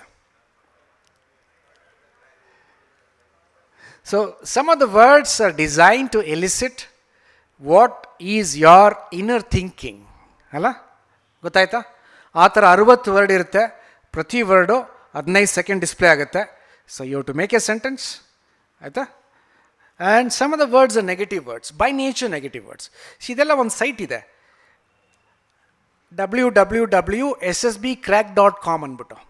ಅವ್ರೇನು ಮಾಡಿದ್ದಾರೆ, ದಟ್ಸ್ ತುಂಬ ಸೈಟ್ ಇದೆ, ಬಟ್ ಜಾಸ್ತಿ ಎಲ್ಲ ಕ್ಯಾಂಡಿಡೇಟ್ಸ್ ರೆಫರ್ ಮಾಡೋದು ಅದೊಂದು ಸೈಟು, ssbcrack.com ಅಂದ್ಬಿಟ್ಟು. ಅದರಲ್ಲಿ they have got a set of almost 500-600 words ಎಲ್ಲ ಕೊಟ್ಟಿದ್ದಾರೆ. But it is good to you ಒಂಥರ ರೆಫರ್ ಮಾಡಿ, but don't write what they have written in the site. Next test ಒಂದು SRT ಅಂತ, ಸಿಚುವೇಶನ್ ರಿಯಾಕ್ಷನ್ ಟೆಸ್ಟ್ ಅಂದ್ಬಿಟ್ಟು. ಇದರಲ್ಲಿ ಏನು ಮಾಡ್ತಾರೆ, ಒಂದು ಬುಕ್ಲೆಟ್ ಕೊಡ್ತಾರೆ. ದಿಸ್ ಬುಕ್ಲೆಟ್ ಹ್ಯಾಸ್ 60 ಸಿಚುವೇಶನ್ಸ್, 60 ಸಿಚುವೇಶನ್ಸ್ನ ಇರುತ್ತೆ ಇದರಲ್ಲಿ. These are hypothetical, some are real, hypothetical. Hypothetical ಅಂದರೆ ಕಾಲ್ಪನಿಕವಾದದ್ದು. ಕೆಲವು ಸಲ ನಿಜ ಆಗಿರುತ್ತೆ, ಕೆಲವು ಸಲ ಕಾಲ್ಪನಿಕ ಆಗಿರುತ್ತೆ. ಈಗ ಒಂದು ಸಿಚುವೇಶನ್ ಕೊಡ್ತೀನಿ ನಾನು. ನೀವು ಟ್ರೈನಲ್ಲಿ ಹೋಗ್ತಾ ಇದ್ದೀರಾ ನಿಮ್ಮ ಸಿಸ್ಟರ್ ಜೊತೆ, ಕಂಪಾರ್ಟ್ಮೆಂಟಲ್ಲಿ ಕೂತ್ಕೊಂಡಿದ್ದೀರಾ, ಕಂಪಾರ್ಟ್ಮೆಂಟ್ ಈಸ್ ಲೋನ್ಲಿ, ಯಾರೂ ಇಲ್ಲ. ಸಡನ್ಲಿ 4 ಜನ ಗೂಂಡಾಗಳು ಬರ್ತಾರೆ. They start teasing your sister. What will you do? He ಅಂದ್ಬಿಟ್ಟು ಬ್ಲ್ಯಾಂಕ್ ಆಗಿರುತ್ತೆ. This is basically to test how you will react, what will you do. ಕೆಲವು ಲೈಫ್ ಸಿಚುವೇಶನ್ಸ್ ಇರುತ್ತೆ. ಈಗ suppose you are walking on a road, you see an accident just 50 meters ahead of you, he did, ಕೆಲವರು ಕ್ವಿಕ್ಕಾಗಿ react ಮಾಡ್ತಾರೆ. He called the ambulance, 108, rushed to the place, provided first aid, ಅದೆಲ್ಲ. ಇದರಲ್ಲಿ 60 situations ಇರುತ್ತೆ ಬುಕ್ಲೆಟಲ್ಲಿ. Half an hour ಕೊಡ್ತಾರೆ, 30 minutes to attempt 60 situations. So effectively you have half a minute, 30 seconds. Correct ಅಲ್ಲ? ಸೊ ಇದನ್ನು ಬರೀಬೇಕು. ಇದು this also test of your speed of decision also. ಅದು one of the qualities, will see that later. ಇನ್ನೊಂದು self description ಅಂದ್ಬಿಟ್ಟು SD ಅಂತೀವಿ ನಾವು. ಇದರಲ್ಲಿ ನೀವು you have to describe your self.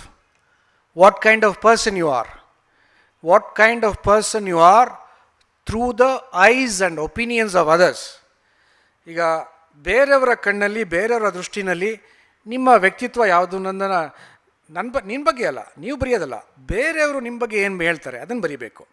First ಪ್ಯಾರಾದಲ್ಲಿ ನಿಮ್ಮ ಪೇರೆಂಟ್ಸ್ ಏನು ಅಂತಾರೆ, ಸೆಕೆಂಡ್ ಪ್ಯಾರಾದಲ್ಲಿ ಯುವರ್ ಟೀಚರ್ಸ್, ಆರ್ ನೀವು ವರ್ಕಿಂಗ್ ಆಗಿದ್ದರೆ ನಿಮ್ಮ HOD, ನಿಮ್ಮ ಸುಪೀರಿಯರ್. ಮೂರನೇ ಪ್ಯಾರಾಗ್ರಾಫಲ್ಲಿ ಯುವರ್ ಕ್ಲಾಸ್ಮೇಟ್ಸ್ ಆರ್ ಕೊಲೀಗ್ಸ್. ನಾಲ್ಕನೇ ಪ್ಯಾರಾಗ್ರಾಫಲ್ಲಿ you have to write about yourself, what kind of person you are. ಫಿಫ್ತಲ್ಲಿ what kind of person you would like to be, ಯಾವ ವ್ಯಕ್ತಿ ಬಗ್ಗೆ ನಿಮ್ಮ ಆಗ್ಲಿಕ್ಕೆ ಇಷ್ಟಪಡ್ತೀರಾ, ನಿಮ್ಮ ಜೀವನದಲ್ಲಿ ಏನು ನಿಮ್ಮ ಅಚೀವ್ ಮಾಡಲಿಕ್ಕೆ ಇಷ್ಟಪಡ್ತೀರಾ ಅನ್ನೋದನ್ನು ನೀವು ಬರೀಬೇಕು. ಈ 5 ಪ್ಯಾರಾಗ್ರಾಫ್ಗಳು 15 minutes, 15 ನಿಮಿಷ ಕೊಡ್ತಾರೆ ಅಷ್ಟೆ. ಸೊ 3 minutes per ಪ್ಯಾರಾಗ್ರಾಫ್. ಇದೇನಕ್ಕೆ ಅಂದರೆ ಈ ಟೆಸ್ಟು ಸೈಕಾಲಜಿನಲ್ಲಿ 2 ಡೊಮೇನ್ ಇದೆ. ಒಂದು ಕಾನ್ಷಿಯಸ್ ಡೊಮೈನ್, ಇನ್ನೊಂದು ಸಬ್ಕಾನ್ಷಿಯಸ್ ಡೊಮೈನ್ ಅಂತ. ಸಬ್ಕಾನ್ಷಿಯಸ್ ಅಂದರೆ ಗೊತ್ತಾ? ಕಾನ್ಷಿಯಸ್ ಅಂದರೆ ಕೆಲವು ಸಲ ನೀವು ಅನ್ಕಾನ್ಷಿಯಸ್, 3 ಸಬ್ಕಾನ್ಷಿಯಸ್. ಅನ್ಕಾನ್ಷಿಯಸ್ ಗೊತ್ತಿದೆ. ಸಬ್ಕಾನ್ಷಿಯಸ್ ಏನಾಗುತ್ತೆ, ಅದು ಐಸ್ಬರ್ಗ್ ಕತೆ ಹೇಳಿದ್ನಲ್ಲ, ಐಸ್ಬರ್ಗು 2/3 ಇಸ್ ಬಿಲೋ, 80% ಬಿಲೋ ಅಂತ. ಅದಕ್ಕೆ ಸಬ್ಕಾನ್ಷಿಯಸ್ ಅಂತ ಹೇಳ್ತಾರೆ. ನಿಮ್ಮ TAT, WAT ಎಲ್ಲ they are suppose to extract your subconscious part of your personality. ನೀವು ಯಾವ ಥರ ವ್ಯಕ್ತಿತ್ವ, ನಿಮ್ಮಲ್ಲಿ ಗುಣಗಳು ಯಾವ ಥರ ಇದೆ ಅನ್ನೋದನ್ನು ಹೊರಗಡೆ ತರುತ್ತೆ. SRT ಮತ್ತು SD ಇದೆಯಲ್ಲ, they are more to do with your conscious performance. Conscious ಲೆವೆಲಲ್ಲಿ ಯಾವ ಥರ ನಿಮ್ಮ ವ್ಯಕ್ತಿತ್ವ ಇದೆ ಅನ್ನೋದನ್ನು ತೋರಿಸುತ್ತೆ. ಆಯಿತಾ? ಇದು psychological testing. Day 2 to 4 is mostly interview, is 45 minutes. ಇಂಟರ್ವ್ಯೂನಲ್ಲಿ ಒಂದು ಪ್ರೊಫಾರ್ಮಾ ಇರುತ್ತೆ, ಅದಕ್ಕೆ PAQ ಅಂತ ಕರಿತೀವಿ ನಾವು. ಪರ್ಸ್ನಲ್ ಇನ್ಫಾರ್ಮೇಷನ್ ಕ್ವಶನೇರ್ ಅಂದ್ಬಿಟ್ಟು ಎಲ್ರಿಗೂ ಗೊತ್ತಿರ್ತದೆ, ನೆಟ್ಟಲ್ಲೂ ಇದೆ ಅದು, SSBcrack.com ಅಲ್ಲಿ you to write about yourself. You to write ನಿಮ್ಮ ಎಜುಕೇಷನ್ ಬ್ಯಾಕ್ಗ್ರೌಂಡು, ನಿಮ್ಮ ಫ್ಯಾಮಿಲಿ ಬ್ಯಾಕ್ಗ್ರೌಂಡು, ನಿಮ್ಮ academic achievements, hobbies, interests, what games and sports you play, what is your level of participation.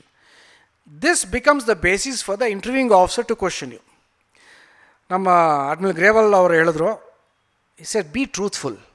This is where you are suppose to write what is that you are done in your past, I mean career sofa. ಕೆಲವರು ಹಾಬೀಸಲ್ಲಿ numismatics ಅಂತ ಬರೀತಾರೆ, ಫಿಲಟಲಿ ಅಂತ ಬರೀತಾರೆ, trekking ಅಂತ ಬರೀತಾರೆ. The officer who is going to interview will grill you on this. ಕೇಳ್ತಾರೆ, ಏನು ರೀ ನ್ಯೂಮಿಸ್ಮ್ಯಾಟಿಕ್ಸ್ ಅಂದರೆ ಏನು ಮಾಡ್ತೀರಾ ನೀವು, ಫಿಲಟಲಿ ಅಂದರೆ ಏನು ಮಾಡ್ತೀರಾ, ಟ್ರೆಕ್ಕಿಂಗ್ ಅಂದರೆ ಎಷ್ಟು ಮಾಡಿದ್ದೀರಾ, ಸರಿ ಲಾಲ್ಬಾಗಲ್ಲಿ 3 round ಹೊಡೆದಿದ್ದೀನಿ ಅಂತ ಹೇಳ್ತಾರೆ. See that is where you get caught. He will ಅದನ್ನು ಬಂದು ಹೇಳ್ತಾನೆ ಕಾನ್ಫರೆನ್ಸ್ ದಿವಸ, ಇಲ್ಲಪ್ಪ don't go by what this gentleman has return, ನಾನು ಗ್ರಿಲ್ ಕ್ವಶನ್ ಮಾಡಿದಾಗ ಈ ಥರ ಆಯಿತು ಅಂತ. You may do well in ಸೈಕಾಲಜಿಲಿ ಒಳ್ಳೆ ಟೆಸ್ಟ್ ಮಾಡ್ಬೋದು, ಔಟ್ಡೋರ್ ಟಾಸ್ಕಲ್ಲಿ ಒಳ್ಳೆ ಪರ್ಫಾರ್ಮೆನ್ಸ್ ಮಾಡ್ಬೋದು. ಬಟ್ ಇಂಟರ್ವ್ಯೂಯಿಂಗ್ ಆಫೀಸರ್ ನಿಮ್ಮನ್ನು ಇಟ್ಕೊಂಡ್ಬಿಟ್ರೆ ಅವನ ಫುಲ್ ನೆಗೆಟಿವ್ ನೋ ಅಂತ ಬರೆದುಬಿಡ್ತಾನೆ. He will write no in red ink. So if ನಮ್ಮಲ್ಲಿ ವಿಟೋ ಇದೆ in the conference, they something called veto power. ಈಗ ಯುನೈಟೆಡ್ ನೇಷನ್ಸ್ ವಿಟೋ ಇದೆಯಲ್ಲ, we have a same veto in SSB conference. If one of the assessors says no, you are no. ಅರ್ಥ ಆಯ್ತಾ? So you should do equally well in all 3 tests.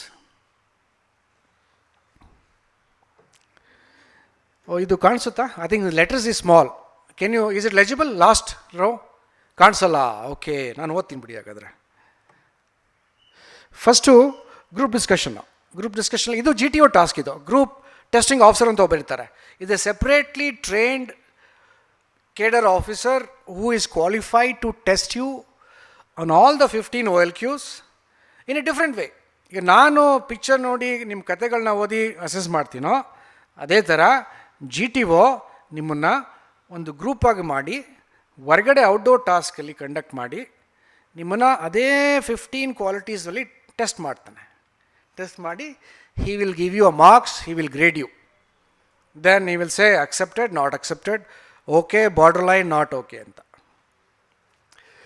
Group discussion ಒಂದು topic ಕೊಡ್ತಾರೆ. This is generally GDಗೆ common ಆಗಿಬಿಟ್ಟಿದೆ. I am sure most of the selection procedures involve GD. ಒಂದು lecturette this is ಒಂದು card ಇರುತ್ತೆ. This lecturette they will give you one card. You have to speak randomly on the topic on that card for 3 minutes. That card you will get just 3-4 minutes back. ಒಂದು group ಮಾಡಿರ್ತಾರೆ, okay, ಸೀಕ್ವೆನ್ಸಲ್ಲಿ they will call you, they will this is random topic. It could be anything to do with international issues, national issues, domestic issues, or even your own personal experience, anything under the sun. ಇನ್ನೊಂದು group planning exercise ಅಂತ. ನಿಮ್ಮನ್ನು ಒಂದು 10 to 15 generally not more than 10. ಈ GTO task ಮಾತ್ರ ಬರೀ 10 ಜನನ ಮಾತ್ರ ತೊಗೊಳ್ತಾರೆ ಮ್ಯಾಕ್ಸಿಮಮ್ಮು. ನಿಮ್ಮನ್ನು ಒಂದು ಗ್ರೂಪ್ ಮಾಡಿ ನಿಮಗೆ ಒಂದು ಟಾಸ್ಕ್ ಕೊಡ್ತಾರೆ.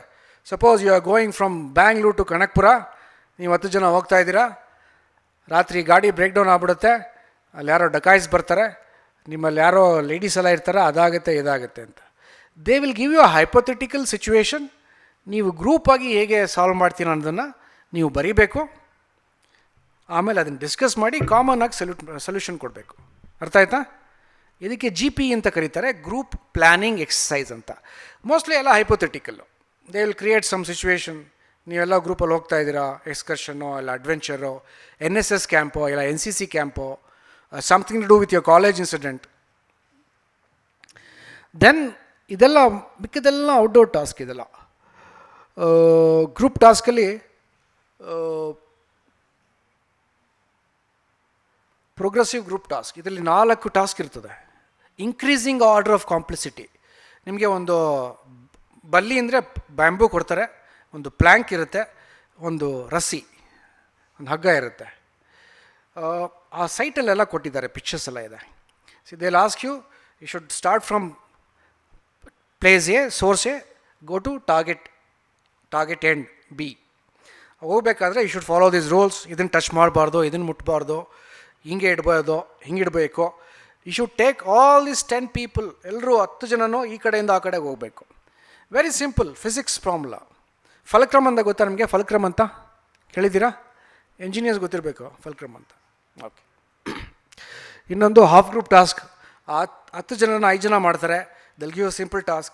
C basically to test you as a individual, how you will get along with the group. And ಇನ್ನೊಂದು ಟಾಸ್ಕಲ್ಲಿ ನಿಮಗೆ ಕಮಾಂಡ್ ಟಾಸ್ಕ್ ಅಂತ ಮಾಡ್ತಾರೆ, ನಿನಗೆ ಲೀಡ್ರಾಗಿ ಮಾಡ್ತಾರೆ. They will okay, you are in charge of its team.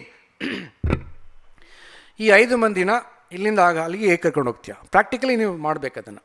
ಇದಕ್ಕೆ ಸ್ವಲ್ಪ ಫಿಸಿಕಲ್ ಎಕ್ಸಸೈಸ್ ಇನ್ವಾಲ್ವ್ಮೆಂಟ್ ಇದೆ. ಯಾಕೆಂದರೆ ನೀವು ಬರೆಯೋದಲ್ಲ, actually you have to jump.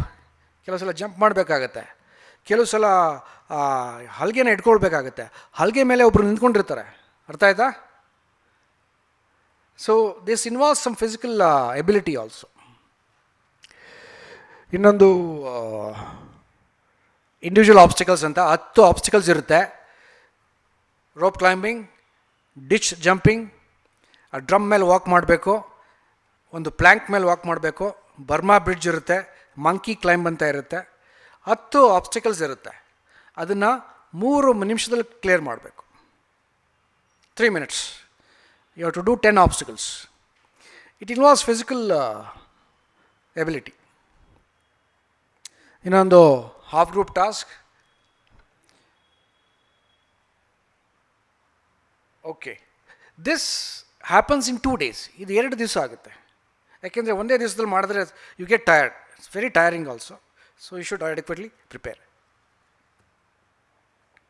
Okay, will quickly go through the qualities. ಇದು ಪ್ಲ್ಯಾನಿಂಗ್ ಆ್ಯಂಡ್ ಆರ್ಗನೈಸಿಂಗ್ ಅಂದ್ಬಿಟ್ಟು effective intelligence, reasoning ability, organising ability, power of expression. Effective ಇಂಟೆಲಿಜೆನ್ಸ್ಗೆ ಪ್ರಭಾವಿ ಬುದ್ಧಿ ಅಂತ ಕರೀತಾರೆ ಕನ್ನಡದಲ್ಲಿ. ಪ್ರಭಾವಿ ನಿಮಗೆ it is not same as basic intelligence. Basic intelligence ನಿಮ್ಮ CGPA ನಿಮಗೆ 7.5 ಅಥವಾ 9.5 ಇದೆ ಅಲ್ಲ, that is a mark of your basic intelligence. ಅದು ನಿಮ್ಮ ಅಕಾಡೆಮಿಕ್ಸಲ್ಲಿ ನನಗೆ +2ನಲ್ಲಿ 90% ಬಂದಿದೆಯಲ್ಲ, it's a grading of your basic intelligence. Effective intelligence is practical intelligence. Practical ಫೀಲ್ಡಲ್ಲಿ ನೀವು ಹೇಗೆ ಯೂಸ್ ಮಾಡ್ತೀರ ಅದನ್ನು EI ಅಂತೀವಿ ನಾವು, ಇಲ್ಲ ಪ್ರಭಾವಿ ಬುದ್ಧಿ ಅಂತ ಕರಿತೀವಿ ನಾವು. Abstract thinking. ಅಬ್ಸ್ಟ್ರಾಕ್ಟ್ ಥಿಂಕಿಂಗ್ ಅಂದರೆ ಕೆಲವು ಸಲ you have to imagine, okay ಹೀಗೆ ಮಾಡಿದ್ರೆ ಹೀಗಾಗುತ್ತೆ ಅನ್ನೋದು. ಚೆಸ್ಸಲ್ಲಿ ಕೆಲವು ಸಲ ಮಾಡ್ತಾರೆ ಅದು. ಹೀಗೆ ನೆಕ್ಸ್ಟು 10 steps ಏನಾಗುತ್ತೆ, ಹೀಗಾದರೆ ಇದಾಗುತ್ತಾ ಅಂತಲ್ಲ. Okay, this is A quality which is tested in stories by me. ನೀವು ಬರೆದಿರ್ತೀರಲ್ಲ, ಅದನ್ನು ನಾವು ಸೈಕಾಲಜಿಸ್ಟ್ ಚೆಕ್ ಮಾಡ್ತಾರೆ. ಪ್ರಾಕ್ಟಿಕಲ್ಲಾಗಿ ನೀವೇನು ಮಾಡ್ತೀರ ಗ್ರೌಂಡಲ್ಲಿ ಅದನ್ನು GTO ಟೆಸ್ಟ್ ಮಾಡ್ತಾರೆ. ಇಂಟರ್ವ್ಯೂ ಮಾಡೋರು ಏನು ಮಾಡ್ತಾರೆ, ನೀವೇನು ರೀ ಮಾಡಿದ್ದೀರಾ +2ನಲ್ಲಿ SSCನಲ್ಲಿ, did you take part in any games, sports, competitions, debates, ಅಥವಾ ಎಷ್ಟು ಇದು ಮಾಡಿದ್ದೀರಾ, ಅದೆಲ್ಲ ನೀವು ಹೇಳ್ತೀರಲ್ಲ ಅದನ್ನು ಕಾರ್ಲೇಟ್ ಮಾಡಿ ನೀವು ಬರೆದಿರೋದನ್ನು ಗ್ರೇಡಿಂಗ್ ಕೊಡ್ತಾರೆ. Okay, next reasoning ability. ಇದಕ್ಕೆ ರೀಸನಿಂಗ್ ಎಬಿಲಿಟಿ ಕನ್ನಡದಲ್ಲಿ ಏನಂತಾರೆ, ವಿಚಾರ, ಥಿಂಕ್ ಮಾಡೋದು. This is slightly higher than, this is more important than EI. ಕೆಲವು ಸಲ ನಿಮ್ಗೇನಾಗುತ್ತೆ ಅಂದರೆ you have to use your RA more then EI. ಅದು more to do with practical, but this includes lot of other areas which is equally important.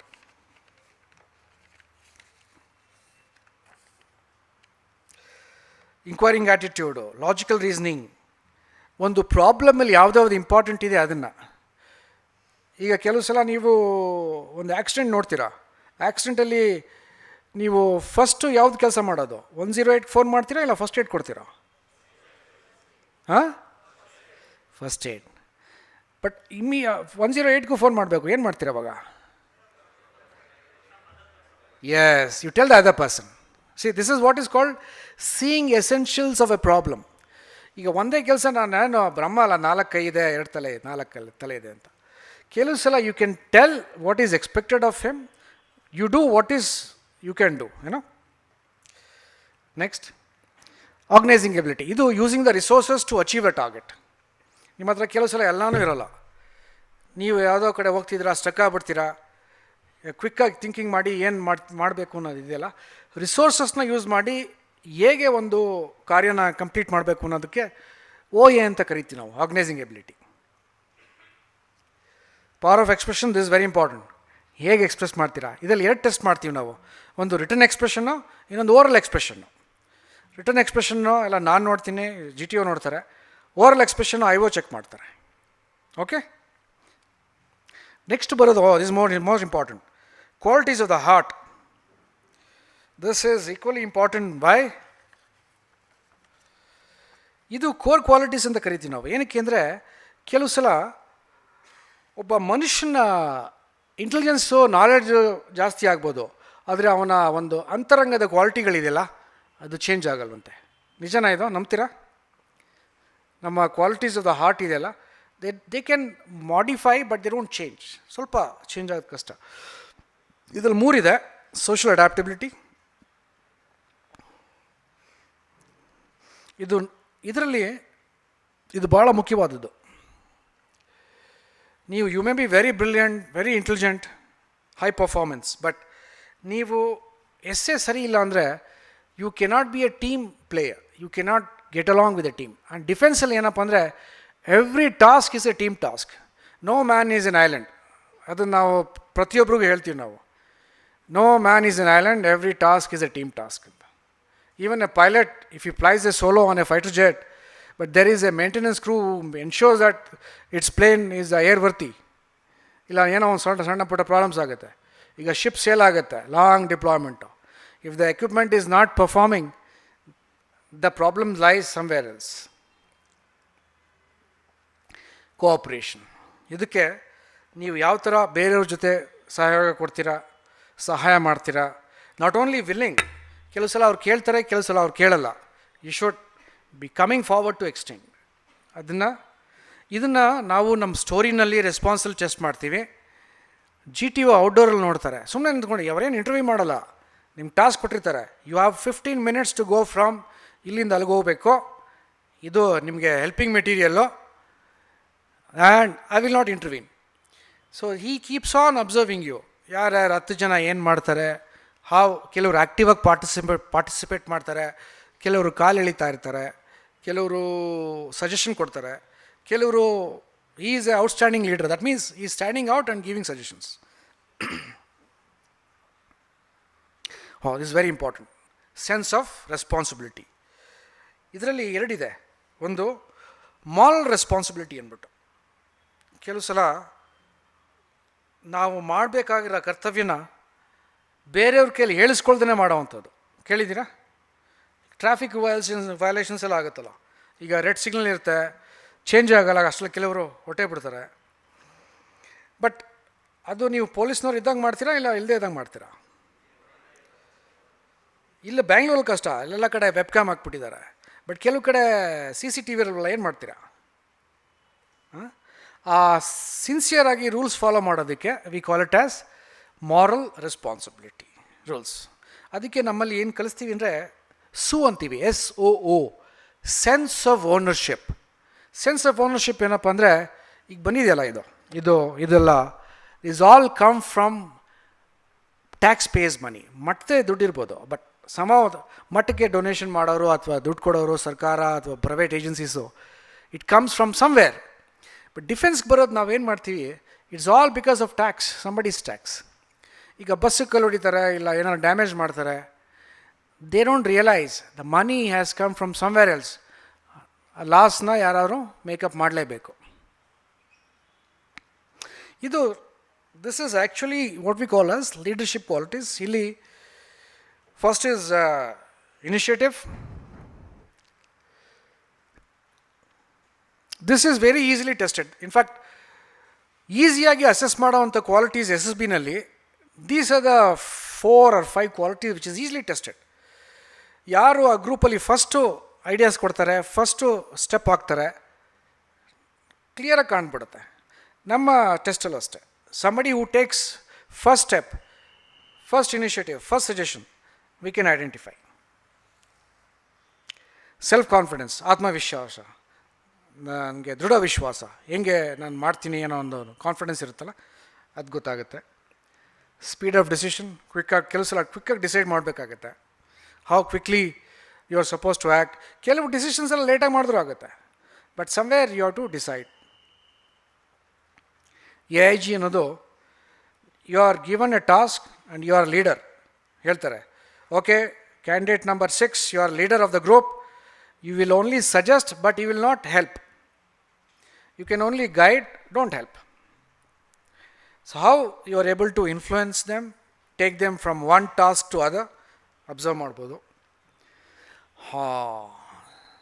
ಕೆಲವರು sense of humour ಅಂತ ಕೇಳಿದ್ದೀರಾ? Sense of humour ಅಂದ್ಬಿಟ್ಟು ಕೆಲವರು leaders ಇರ್ತಾರೆ, ಜಾಲಿಯಾಗಿರ್ತಾರೆ. ಕೆಲವರು ಯಾವಾಗಲೂ ಒಂಥರ ದುಃಖಿರಾಮ್ ಅಂತಾರೆ ನಾವು. ಈ ಒಂಥರ ಸಿಟ್ಟು, ನಗು ಮುಖ ಎಲ್ಲ. Generally they found that the most capable and able leaders are those who have a good sense of humor, who are able to, keep the group lively, maintain a sense of, purpose, at the same time, getting the job done. Last but not least is very important, dynamic qualities. So this is what takes you, ultimately wins the war. Determination, drive ಅಂತೀವಿ ನಾವು ಇದಕ್ಕೆ.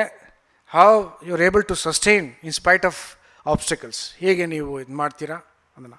ಈಗ ನಾನು ಐವು ಅಂತ ಹೇಳಿದ್ನಲ್ಲ, individual ಆಬ್ಸ್ಟಿಕಲ್ಸು, ಅದು ಕ್ಲಿಯರಾಗಿ ಕಾಣ್ಬಿಡುತ್ತೆ. ಕೆಲವ್ರು ಏನು ಮಾಡ್ತಾರೆ, ಹತ್ತಕ್ಕಾಗಲ್ಲ, ಇಲ್ಲ ಬರ್ಮಾ ಬ್ರಿಡ್ಜ್ ಕ್ರಾಸ್ ಮಾಡೋಕ್ಕಾಗಲ್ಲ. ಕೆಲವ್ರಿಗೆ ಫಿಯರ್ ಆಫ್ ಹೈಟ್ಸ್ ಅಂತ ಕೇಳಿದ್ದೀರಾ? ಕೆಲವು ಫಿಯರ್ ಆಫ್ ಹೈಟ್ಸ್ ಇರ್ತದೆ, ಎತ್ತರದಕ್ಕೆ ಇದರಲ್ಲಿ. ಅಷ್ಟೆಲ್ಲ ಯಾಕೆ, ಸ್ವಿಮ್ಮಿಂಗ್ ಪೂಲ್ಗೆ ಹೋಗಿ 5 ಮೀಟ್ರು ಪ್ಲ್ಯಾಟ್ ಮೇಲೆ ನಿಂತ್ಕೊಂಡು ನೋಡಿ ಗೊತ್ತಾಗುತ್ತೆ ನಿಮಗೆ. So you will have a fear of height, ಅದು ಗೊತ್ತಾಗ್ಬಿಡುತ್ತೆ. ಸೊ ಬಂದ್ಬಿಡ್ತಾರೆ, they come back, they get down from the platform, but he knows that I have to complete the task, I have to complete the obstacle. ಅವನು 3 ನಿಮಿಷದಲ್ಲಿ ಮುಗಿಸ್ಬಿಟ್ಟು he goes back again, he does it. This is what we look for. See, initially you may have some hesitation, ಅಯ್ಯೋ ಆಗಲ್ಲಪ್ಪ ಅಂತ, but ಪುನಃ ಬಂದು ನೀವು we look at attempts. Finishing is also important, but attempts ಮಾಡಿದಿರೋದು important. Courage, physical courage, moral courage. ಯಾವುದು important? Moral courage ಇಂಪಾರ್ಟೆಂಟಾ ಇಲ್ಲ physical courage ಇಂಪಾರ್ಟೆಂಟಾ? ಈಗ ತುಂಬ ಜನ ರಾಜಕಾರಣಿಗಳು ಚೆನ್ನಾಗಿ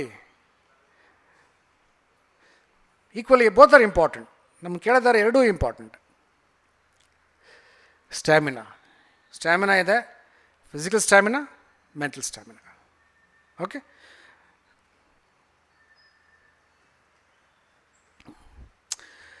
SSBನಲ್ಲಿ ಟೆಸ್ಟ್ ಮಾಡೋದು is scientifically generally valid, but reliability ಇಲ್ಲದೆ ಇರ್ಬೋದು, ಬಟ್ ಮೋರ್ ಆರ್ ಲೆಸ್ ಬಂದೇ ಬರುತ್ತೆ. We must have the mental and physical aptitudes of the branch. ಕೆಲವು ಬ್ರಾಂಚಲ್ಲಿ ಕೆಲವು ಸೆಪ್ರೇಟ್ ಟೆಸ್ಟ್ಗಳಿರ್ತದೆ. ಪೈಲಟ್ ಇದಾರಲ್ಲ, ಪೈಲಟ್ ಎಂಟ್ರಿಗೆ ಒಂದು PABT ಟೆಸ್ಟ್ ಮಾಡ್ತಾರೆ, ಆಯಿತಾ? This is generally available in the ಸೈಟಲ್ಲಿದೆ ಇದು. Just go back, sorry. Leadership is not just ordering people around. ಅವರು ಸೀನಿಯರ್ ಆಫೀಸರ್ ಹೇಳಿದ್ರು, it is always leading from the front ಅಂತ.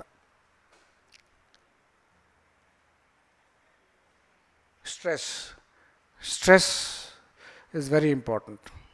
I mean you must withstand the stress. Okay, next. ಇದು ಕೆಲವು photos ಇತ್ತು. This is I just thought I will share with you, but I don't know how helpful it is.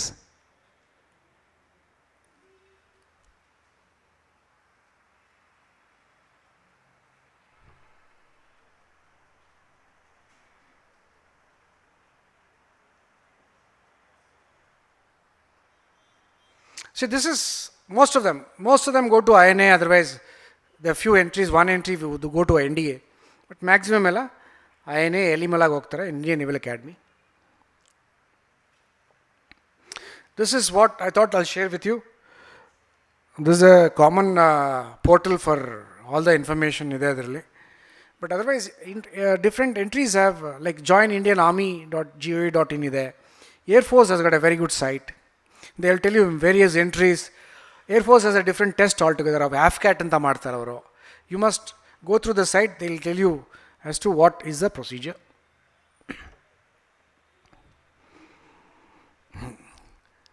Once you read, but you must respond in a fresh manner. ಅಲ್ಲಿ ಮಕ್ಕಿ ಮಾಡೋದಲ್ಲ. You must write what comes to your mind first. Give original ideas, thoughts, rather than giving ಬೇರೆ ಸೈಟಲ್ಲಿ ಬರ್ದದನ್ನು ಬರೆಯಂಗೆ ಬರೆದ್ರೆ you will get caught also, and somewhere the assessor will tell you, will check, it is not an original idea ಅಂತ.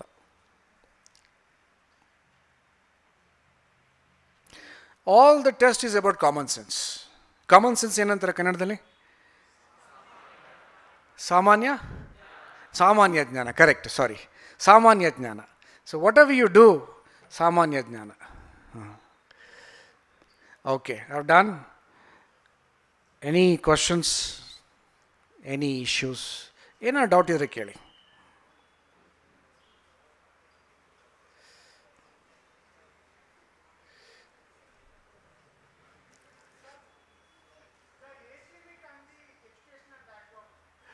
ಯಾವ್ದು ಹೇಳು, ಸಾರಿ, ಏಜಾ? Okay, oh, that's good. Okay, his question is age limit and educational background. See, there is no one this thing. The matrix ಇದೆ ಅದು, ನಾನು I didn't bring it.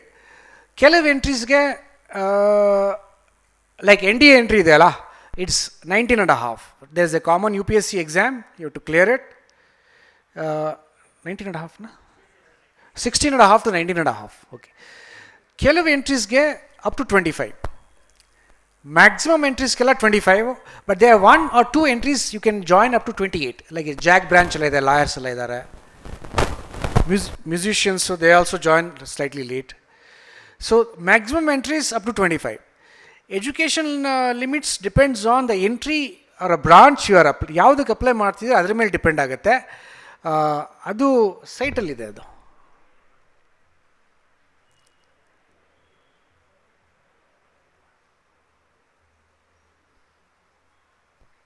Your NCC, is it? Yes, sir. Okay, what have you done your C certificate? No, sir, I've just joined. Okay, good. Good afternoon, sir. Yeah, tell Sir, me. my question is that people who were assessors in the SSB, now they are retired and have their own academies and all. They know the whole process of SSB.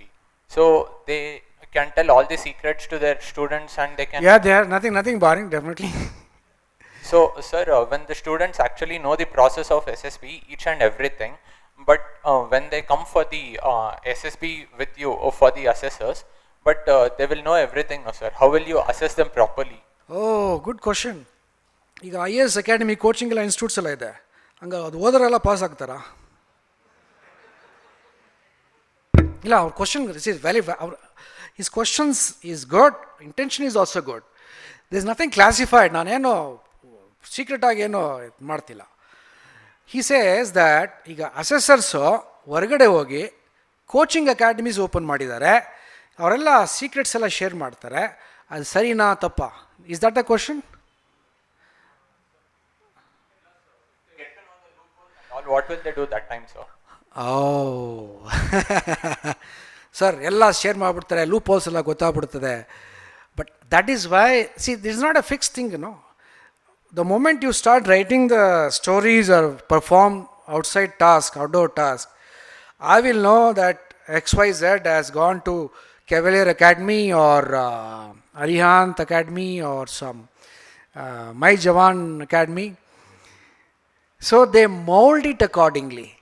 So they know that yaar ye banda kuch academy se jaake aa raha hai, so they will take you to a different task. You know, you see the adaptability. Say they change. ನಮ್ಮ ಟೆಸ್ಟಲ್ಲಿ ಆಗಲ್ಲ. I can only make out ಯಾರ್ ಏನು narrative ಥೋಡಾ ಗಡ್ಬಡ್ ಲಗ್ ರहा is all giving coached responses. So I have to modify my assessment. ಇಂಟರ್ವ್ಯೂನಲ್ಲಿ GTOನಲ್ಲಿ ದ ಮೂಮೆಂಟ್ ದೇ ಸಿ ಯಾರ್, I think for a fresher ಈ slightly above notch, so they take you to a different field. ಅಂದರೆ physically ಅಲ್ಲ, they tell you different questions, ಬೇರೆ task ಕೊಡ್ತಾರೆ, then they place you accordingly. See, I tell you why. Nothing wrong in going to a coaching academy. Absolutely not. You must. Hodaga, you'll come to know what kind of test I will face. But ಅದೇ ಆಸೆನಲ್ಲಿ, ಅದೇ ಹೋಪಲ್ಲಿ ನಾನು select ಆಗ್ತೀನಿ ಅಂತ ಹೋಗೋದಿಲ್ಲ. That is something which you must be balance ಮಾಡ್ಕೊಂಡು ಹೋಗ್ಬೇಕು. ಕೆಲವು ಸಲ ನಿರಾಶೆ ಆಗುತ್ತೆ. ಯು ಸ್ಪೆಂಡ್ 10,000 rupees ಅಲ್ಲೋಗಿ 15,000 ಕೊಟ್ಟು ಅಲ್ಲೋಗಿ you don't get recommended. So you think that ಯಾರ್ ವಾಟ್ ಕ್ಯಾ ಪढ़ा रहे हैं, क्या बेनिफिट हुआ, है no. It's not that you not done well, probably you done well, but हो सकता है in one technique, in one test, maybe you not done well. But there are people who go learn, imbibe, practice, do better. So those who get selected in second or third attempts is quite fairly good. What is the psychology between a U-shaped table and the conference, sir? U-shaped? Oh! Okay, ಯಾವ ಶೇಪಲ್ಲಿ ಇರಬೇಕು ನಿಮ್ಮ ಪ್ರಕಾರ? Like, why not a regular standard table, sir? Like a rectangular one instead of the U. No. You are made to sit, alva. Yes, if you sit in a rectangle table, you're not seen fully, half seen. Ardha narishwara ಆಗ್ಬಿಡ್ತೀಯಾ? See, when it's open, one end is open, We get to see you fully, physically. Huh? There's nothing, there's no logic, there's no science, but this is what is done. Thank you, sir. Okay.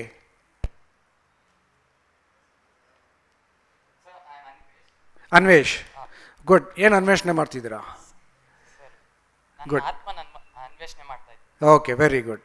Sir ನೀವು ಹೇಳಿದ್ರಿ NDA ಅಲ್ಲ exams persons ಬೇಕಾಗಿರೋದು C V Raman ತರ ಇರೋರು Einstein ತರ ಇರೋರೆಲ್ಲ ಬೇಕಾಗಿಲ್ಲ ನಮ್ಗೆ ಅಂತ. ಬಟ್ ಆದ್ರೆ NDA ಎಕ್ಸಾಮ್ಗಳಲ್ಲೆಲ್ಲ ಬರೀ ಅವ್ರದ್ದೇ ಥಿಯರೀಸ್ಗಳನ್ನ ಕೊಟ್ಟಿರ್ತಾರಲ್ಲ ಸರ್, ಅದೇ ಓಕೆ.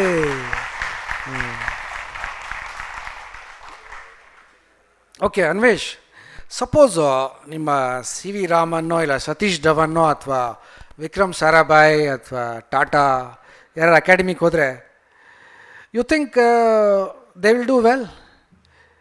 ದೇ ಮೇ ನಾಟ್ ಅಲ್ವಾ? See everybody is born with some set of qualities. ಕೆಲವು ಬ್ರಿಲಿಯಂಟ್ ಇರ್ತಾರೆ, ಎಕ್ಸ್ಟ್ರಾರ್ಡಿನರಿ ಇಂಟೆಲಿಜೆಂಟು, ಇಮ್ಯಾಜಿನೇಷನ್ ಇರುತ್ತೆ.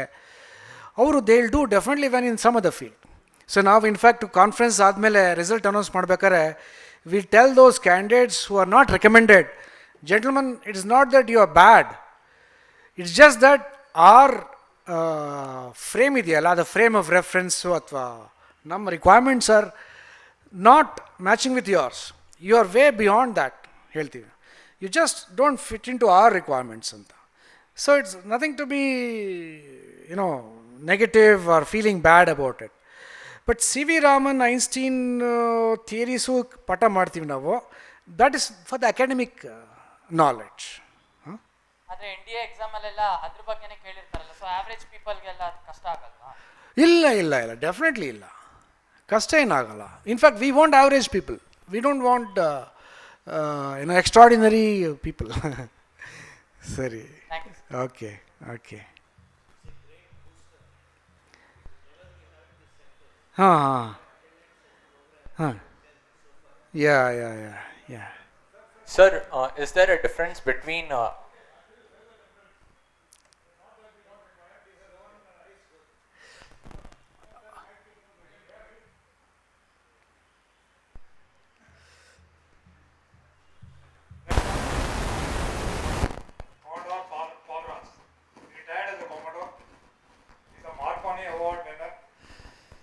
Professor Emeritus in Stanford University. What he meant is not that if you are intelligent, you will not be selected. If you are intelligent far beyond the requirement of the services, you may be selected if you have the other qualities. There is no rejection for being intelligent. But we don't seek only very intelligent people. Other qualities are equally important. So he may have said it in a lighter tone. Otherwise, Commodore Paul Raj, if you Paul Raj, if you type, you will get. That's equivalent to Nobel Prize, Marconi Award. He's got that. He left service as a Commodore, went to Stanford University, sponsoring Indian origin students in Stanford University, and MMA, Mama system, electronics. NDA. He joined as a matric pass. Did his basic education or the diploma from NDA, went and did MTech abroad, and his destination. So it's not that you don't. I have been chief instructor at NDA. We've had very intelligent people there also. No, only it's the combined personality, but we don't reject super intelligent people. If Abdul Kalam Azad had appeared or ex-president, he may have failed in some quality. Requirement is holistic personality. Okay. Is that does it answer your question? So we not that we look for we don't look for intelligence, but we also look for others also. So it's a wholesome, fulsome personality. Thank you very much. I think in fact they have told me I've overshot the time. Thank you.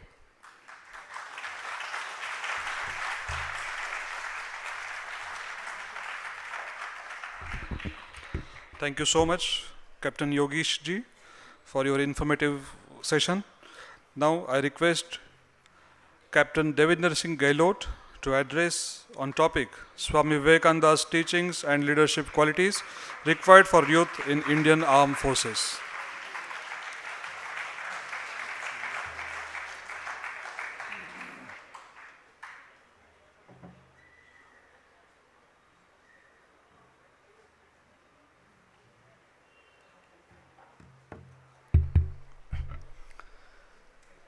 Respected Adhyaksh Maharaj, respected Swamiji, Admiral Grewal sir, Captain Yogesha, ladies and gentlemen, although I'm at the fag end of the workshop, it's very difficult for you to keep awake because I've been already ordered by the stage management team, okay, sir, instead of 45, you please squeeze in to 30 minutes.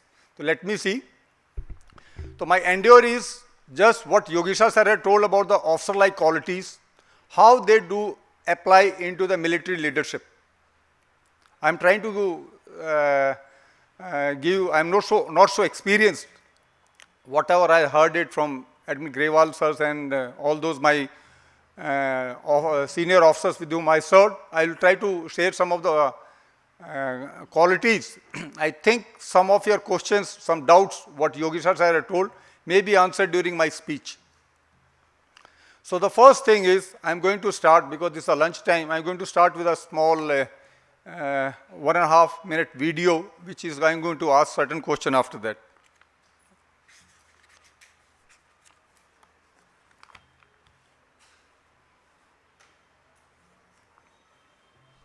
Start. Can you see?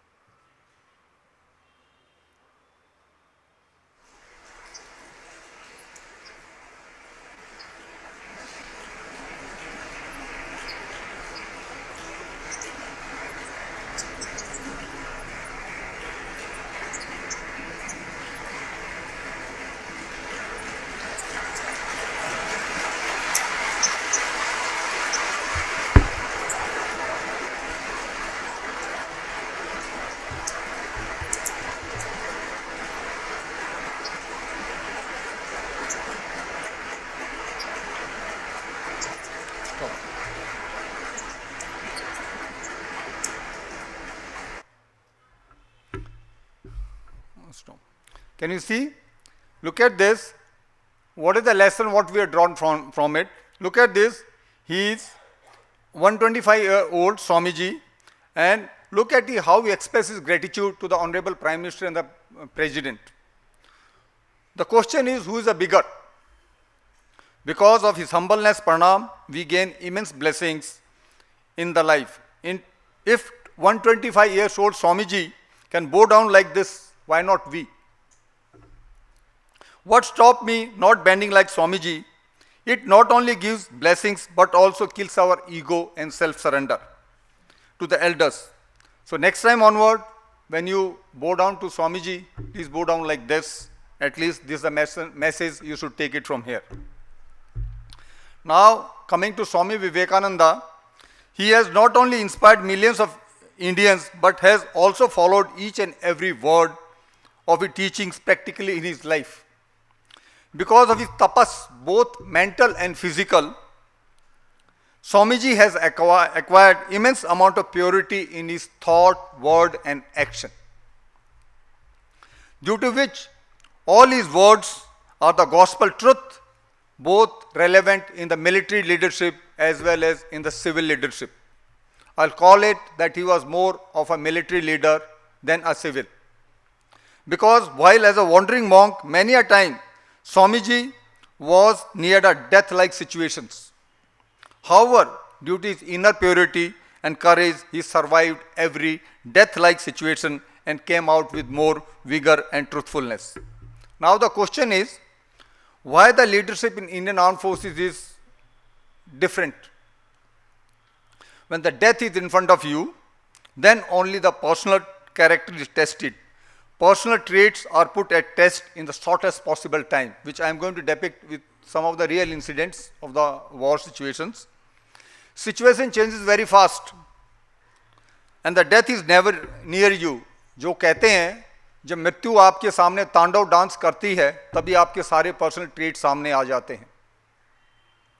Then leadership qualities are put test. Therefore, Swami teachings are very much relevant in Indian Armed Forces. Swamiji has put lot of stress on the basic traits to be practiced by the youth of India. These are the foundation and strength of the society. There is an old saying, if wealth is lost, nothing is lost, health is lost, something is lost, character is lost, everything is lost. What is a character? As what Yogesha sir has explained, it is a sum total of all impressions stored in the mind, and the impressions are generated because of our action, thoughts undertaken by individual in contact with the outside environment. It is the power of thought which control our action and makes our destiny. There is an old Chinese saying that watch your thoughts, they become words. Watch your words, they become actions. Watch your actions, that become habits. Watch your habit, that become character. Watch your character, that become destiny. So Swamiji has said that you are a maker of your destiny. So it starts from the power of thought and goes to the destiny. What Admiral Grewal sir and Yogesha sir has told, everything is power of thought, nothing else. What is the character? The Swamiji is again about the character. He has emphasized building the character, strength of a character, because for a good leader, strength of character is very, very important. How to work selflessly for a greater cause. Swamiji has told that unselfishness is God. There is no two ways about it. Unselfishness is God. Even though through a small amount of unselfish work, it awakens a lion's strength. Some of the Swamiji's quotation on the characters are, what the world wants is a character. The world is in need of those life which is a burning love, selfless. The love will make every word to like thunderbolt. Bold words and bolder deeds are what we want. Arise, awake, and stop not till goal is reached. Again, I repeat, it is due to the strength of the character in which the individual will not fear to take any responsibility, let it be the cost of his life, for a greater cause. At the same time, he will keep his team motivated towards the bigger cause, towards the aim of the team through the personal example. Let's come down to a real situation, Battle of Longewala, on the 5th of December 1971. Sir is Brigadier Kuldeep Singh Chandpuri, who was born on 22nd November 1940 in a village in Punjab, now in Pakistan. However, his family moved to UP, and Sir Brigadier Chandpuri was very active in NCC during his college days. And he was commissioned in the army in 1962 in 23rd Punjab Regiment. And he was a single child of his parents and third generation officer in his family. On 5th of December 1971, then Major Kuldeep Singh Chandpuri was tasked to man and defend the Longewala post, which was located in the northwest sector of Rajasthan. The officer was leading the Delta Company of 3rd Battalion of 23rd Punjab with just 120 highly motivated soldiers with him. On this fateful night, on the other side was 91 Infantry Brigade of Pakistan with 2,000 to 3,000 soldiers of Pakistani. And they were tasked to capture Longewala post. Major Kuldeep with his 120 soldiers decided to put a courageous fight for the night, so that the Pakistani soldier can remain there for the night. Because next day morning, some Air Force reinforcement was supposed to come. So he put up, throughout the night, he put up a he and his team displayed a rare example of bravery in which he did not let Pakistani to move even an inch forward. Throughout the night, Major Kuldeep Singh Chandpuri kept on crawling from one bunker to another, kept on motivating his soldiers to keep the Pakistanis at the same post. Next day morning, the Indian Air Force sent the supplies, and he was awarded Paramveer Chakra and retired as a brigadier, and he died on 17th November 2018. Till that time he lived in Chandigarh. So through this quality, through the leader, you can see what all officer-like qualities are required. Now the next thing is I am going to cover what Swamiji has told. Faith. Faith in oneself, faith in parents, faith in background. Swamiji has mentioned that if one does not have a faith in himself, then even if he earns the graces of all the universe gods, that is futile. Because faith can make a mountain to move into the sea. Some of the Swamiji quotations in faith are, have faith as Nachiketa. Hey, I wish that faith would come to each one of you, and every one of you would stand up as a giant, world mover, or gigantic intellect, infinite God in every respect. Next. If you are really my children, you will fear nothing, stop at nothing. You will be like a lion. My prayers and benedictions follow every step you take. Everything will come to you if you have got faith.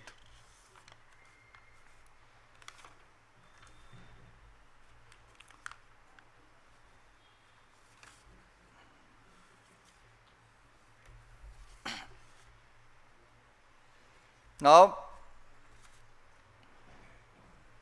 next quality is Major Shaitan Singh Bhati.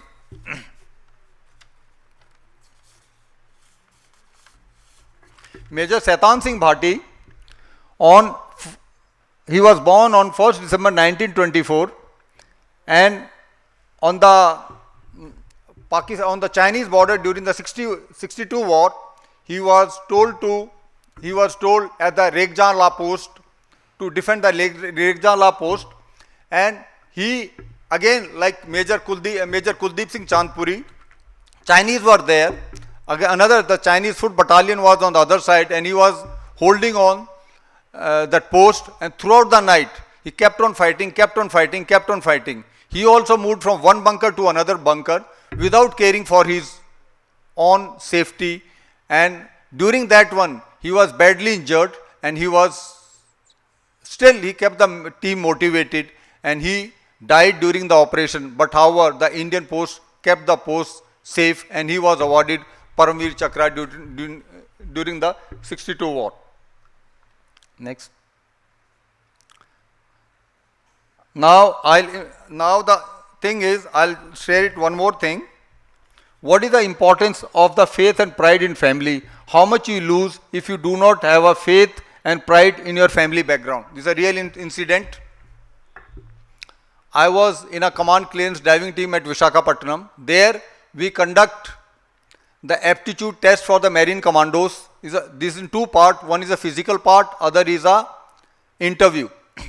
In physical part, we have got a 10 test: swimming, running, rope climbing, all those things. And during the other part, we take an interview of an officer. Officer say whosoever comes. There were two things. There was one officer, he was a lieutenant. He was very good in physical, excellent. He broke all the records. He was excellent, fit for marine commando. There was another officer, he was a sub-lieutenant. He was okay, average. He could not have got selected. But during the interview, when we took an interview of this officer, when the lieutenant was there, we asked him, what is your father? He said, my father is in Indian Army. Then I asked him, what is your father in Indian Army? He said, my father is Indian Army. I said, damn it, tell me, what is your father in Indian Army? He didn't say anything. Then I just changed the question, okay, I carry on. The another officer was there. I asked him, what is your father? He said, my father is a casual laborer and my brother is also a casual laborer. Both didn't get a chance to go to the school, and because of their sacrifice, I am officer in the Indian Navy, and I owe every success to my parents. And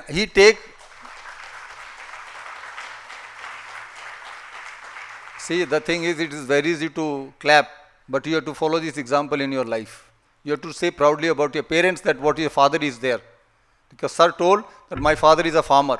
With pride you have to take pride in your parents.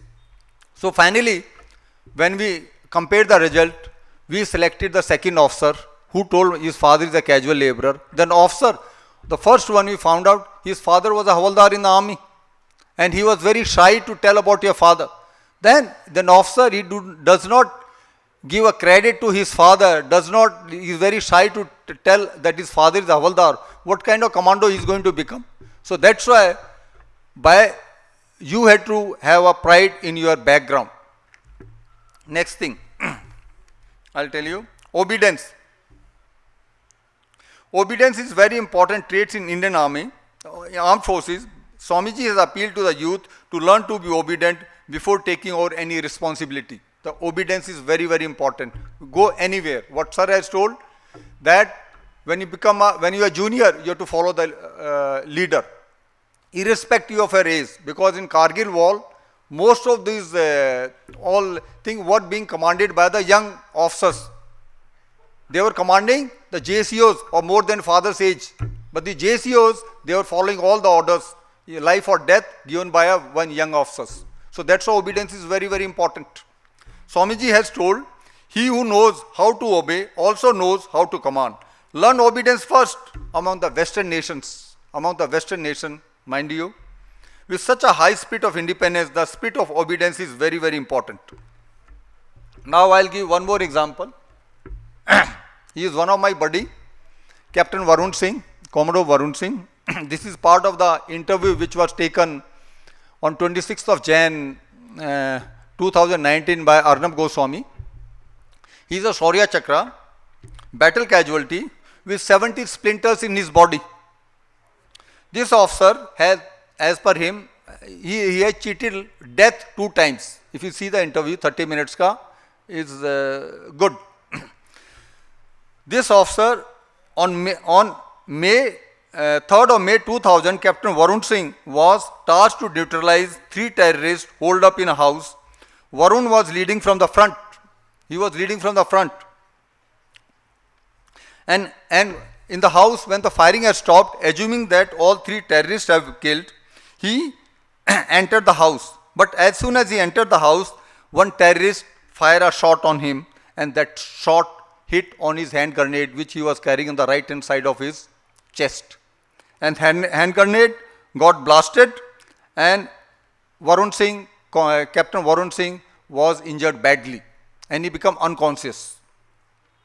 Now, the thing is, he became unconscious, and now, because in Fauj we have got a buddy system. Whosoever is that officer, there are 2 people they march, because one goes in the front for firing, another give a cover to him. His buddy was leading seaman Vijay Singh Rawat. He was a sailor. He told, I will not go, whatever it may be, I have to take body of Captain Varun Singh from there. There was a firing by the terrorist.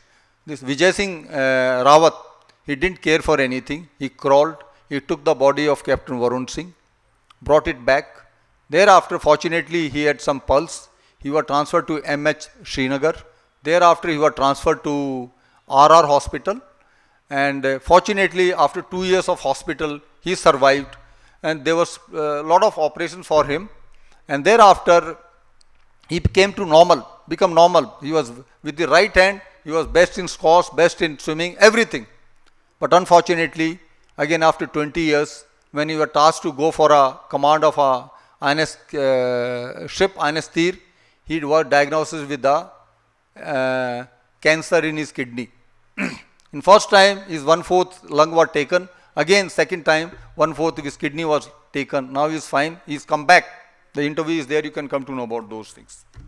So now the question is, next thing is, how to become like Swami Vivekananda. Swamiji has appealed to the youth of India how to become like him. He has showed a way and what is expected out of the youth of India. How to become like Swami Vivekananda. Start working for the country, love and serve India. Swamiji has said, if you can think, if infinite power, infinite knowledge, indomitable energy lies within you, you can bring that power, you can also become like him. My child, what I want, my child, next. My child, what I want, nerves of steel in which dwells a mind of the same material as that of thunderbolt, strength, manhood, Kshatriya Virya and plus Brahm Teja, that's what I wanted. Now, Swamiji, now here I will quote again a real story of Kargil Wall. He is a grenadier, Yogendra Singh Yadav, Parveer Chakra of 18 Grenadiers. He was born on 10th of May 1980 in Bulandshahr in UP. He was the youngest person to be awarded a Paramveer Chakra in Kargil Wall. He was a part of the Ghartak platoon Charlie of 18 Grenadiers.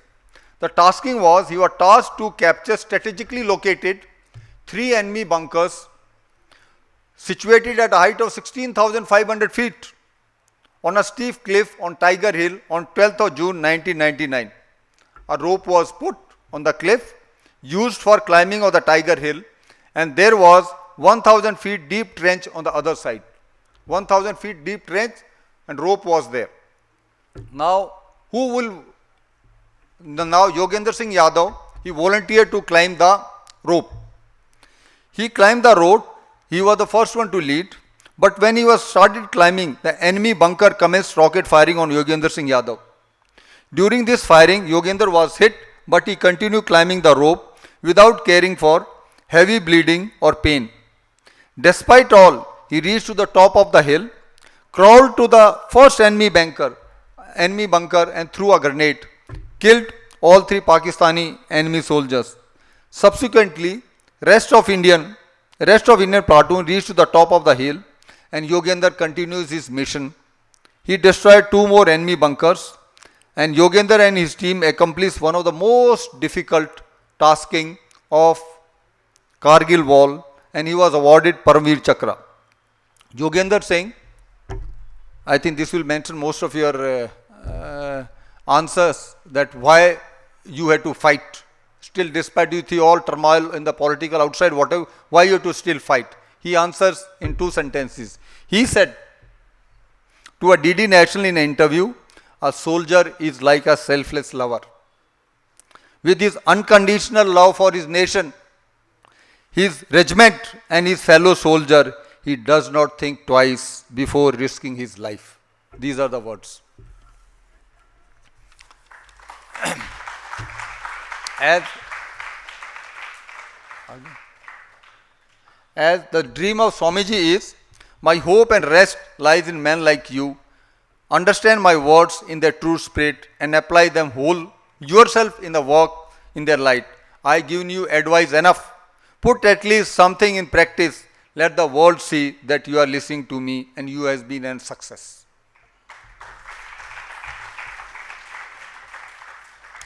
Now, there has to be a fees for anything, na? Because we have come all the way and you have given a time to us. So, you have to give something to us, isn't it? Pakka? Chalo, let's see. So, because in life there are no free lunches.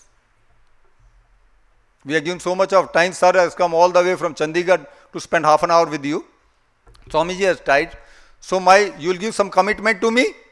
Pakka? Yes, chalo, let's see. The first thing is, I will ask for 11 things from you. There are many more things. First thing is, value your time. Throw away laziness. Save time by getting up early in the morning. This is the way to develop your habits. Because if you develop this habit, getting up early in the morning, 80% of a problem has been solved. Grewal sir and ma'am, they get up at 3:30 like a monk in Ramakrishna mission. And then he makes his day because he's got all the time for reading and everything. First thing is getting up in the morning, 3:30, 4 o'clock. If you want to do something, you will become. Abdul Kalam used to get up 3 o'clock in the morning. That's the first and foremost thing. Now these qualities, they will develop a fire in your belly. You can work for the country. These are time-tested habits which can even be developed now. One gentleman came, he had some personal question. You are not late. You can develop these qualities right now. Just strong willpower is required, which all you have. I am telling you that whichever field you go, not armed forces, you will be the best. Laziness. Next. General knowledge, general awareness. Read good books. Good books, very, very important. I heard the people want to join Indian Armed Forces. Very good. बहुत अच्छा. I asked him what is the capital of Tripura. पता नहीं. I asked what is the capital of Nepal. पता नहीं. मतलब you had to have a good general knowledge, your awareness. You had to have it. Because this is very important. Read CSR, Competition Success Review. You should have a world map which widen your horizon. Then you have to by heart all capitals, all lakes, everything. That has to be in your mind.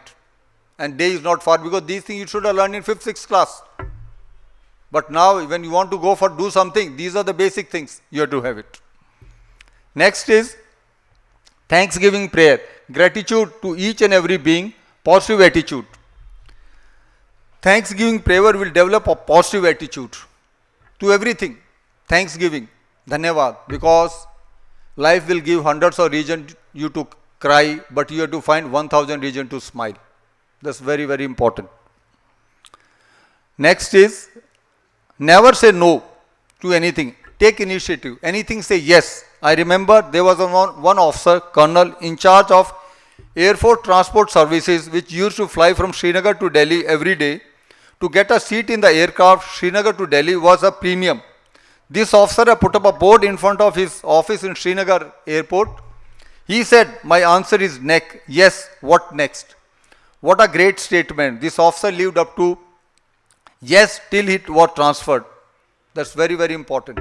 Take initiative. What sir has told, that initiative you can, in 5 minutes you can come to know what all these qualities are there. Next, remain cheerful and energetic in whatever situation it may be. This is the most quality for effective leadership. I'll share it. One of our senior is the board president for one of the SSB, Naval SSB. He says, if any candidate comes to me and he keeps smiling it, then I give full marks to him. So better if you want to give selected to remain cheerful. जैसे sir बोले ना, दुखी राम नहीं होना चाहिए. Keep smiling. Next, respect your elders, teachers, parents. Seek their blessing. Do not hide anything from them. Be truthful. Have value for money. Never, do not cheat your parents. Be proud of your parents. Just I told the story. Humbleness. Humbleness and prayerful life. Very important. Prayerful life, blessed life. That is very, very important. If you have, you will accept the situation cheerfully and adapt in a new situation, because situation keep changing. What sense of responsibility and social adaptability, what sir was talking, they keep changing, group will keep changing. The first quality you can imbibe is through physical service, and this thing, humbleness, how do you get it? Through physical services. Like Gurdwara, people go over there, do the work over there, they develop so much of humbleness. Next, one thing at a time. Do not unnecessarily burden your mind, one thing at a time. Live in present. Be fearless in the present. There was one leading company, they called a motivator from Japan, paying for his executive airfare and stayed in a 5-star hotel for 1-day workshop. You know what was the topic? Imagine, he came all the way from Japan, executive fare, 5-star accommodation. What was the topic? How to drink tea and eat food. This was the topic. I'm telling you, this is a thing. So, always one thing at a time. While eating a food, express your gratitude to a farmer, to many people who had made that food. The farmer has waited for months together for that crop. The water, how many people have stored it. All those things. So, you enjoy food and be, because if you know how to eat properly food, 80% of your stomach problem will be over, because saliva will be made and you will be very, very healthy. Next, be physically fit. At least 1 hour a day, do a physical exercise. That is very, very important. And one of the thing is service to jiva, tan man dhan. If you are doing a service to other fellow being, we are not benefiting him, we are getting benefited. Nobody can help others, we have to help others. We have to help ourselves. Though it will lead a compassion, and it is very, very important in life. This will help in saving you from many problems in life. Because right company, right thought, right action, right direction. Swamiji has said, any selfless work done for others will awaken a courage of a lion in you. That's all. Thank you very much.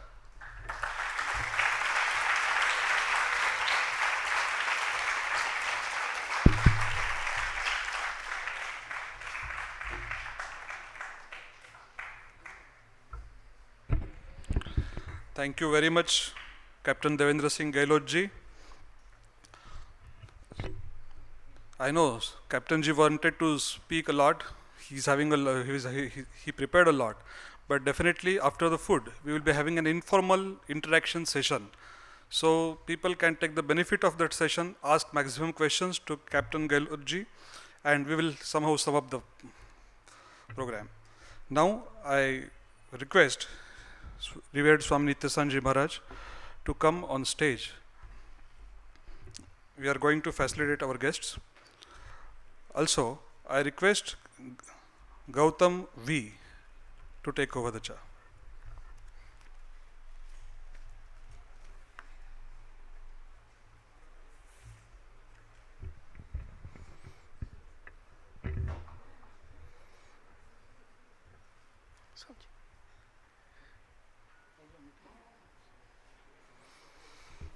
Okay, I would finish the vote of thanks in 2 minutes. I know that all of you are very hungry. So, friends, Love India, Serve India is a unique personality development workshop organized today on the occasion of the 75th year of Indian independence. Over the last 3.5 hours, we have got various insights for how our personality can be shaped and how our lives can be made fruitful by offering and sacrificing it for our motherland, India. I do consider it as a privilege to deliver the vote of thanks on this august occasion. First, on behalf of all of you, I thank and offer my Sashtanga Pranams to revered Swami Nityastanand Maharaj, President Ramakrishna Math, Bangalore, for having organized a special workshop and also delivering the benedictory address. Thanks, Swamiji, for giving us all this opportunity to be part of this program.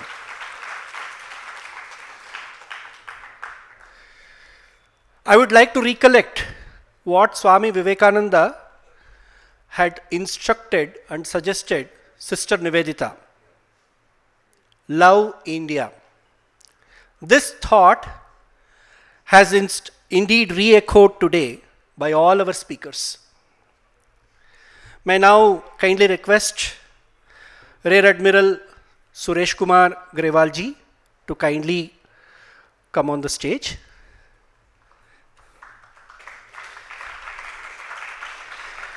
Rear.Admiral Grewal ji, while speaking on the subject Love India, touched base upon various facets of our Indian history and interacted with all of us.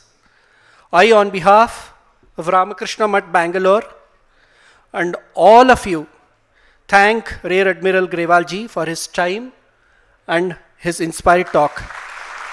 I kindly request Swami Nityastanand ji Maharaj to facilitate Grewal ji.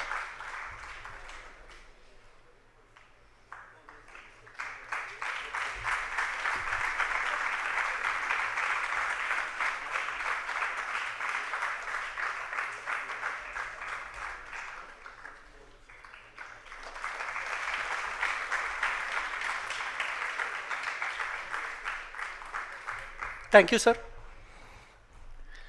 May I now kindly invite Captain Yogesha to kindly come on the stage.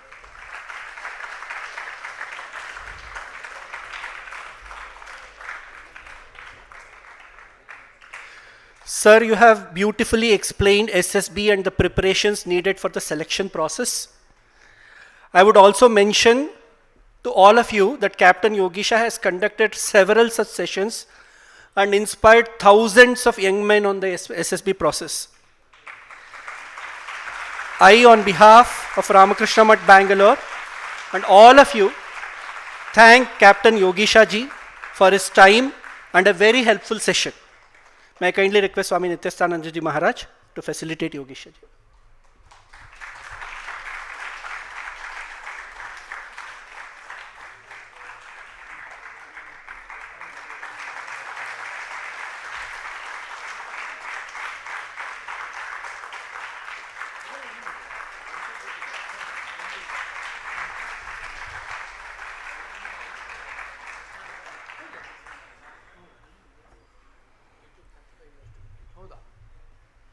Thank you, sir. May I now kindly invite Captain Devendra Singh Gehlot ji on the stage, please.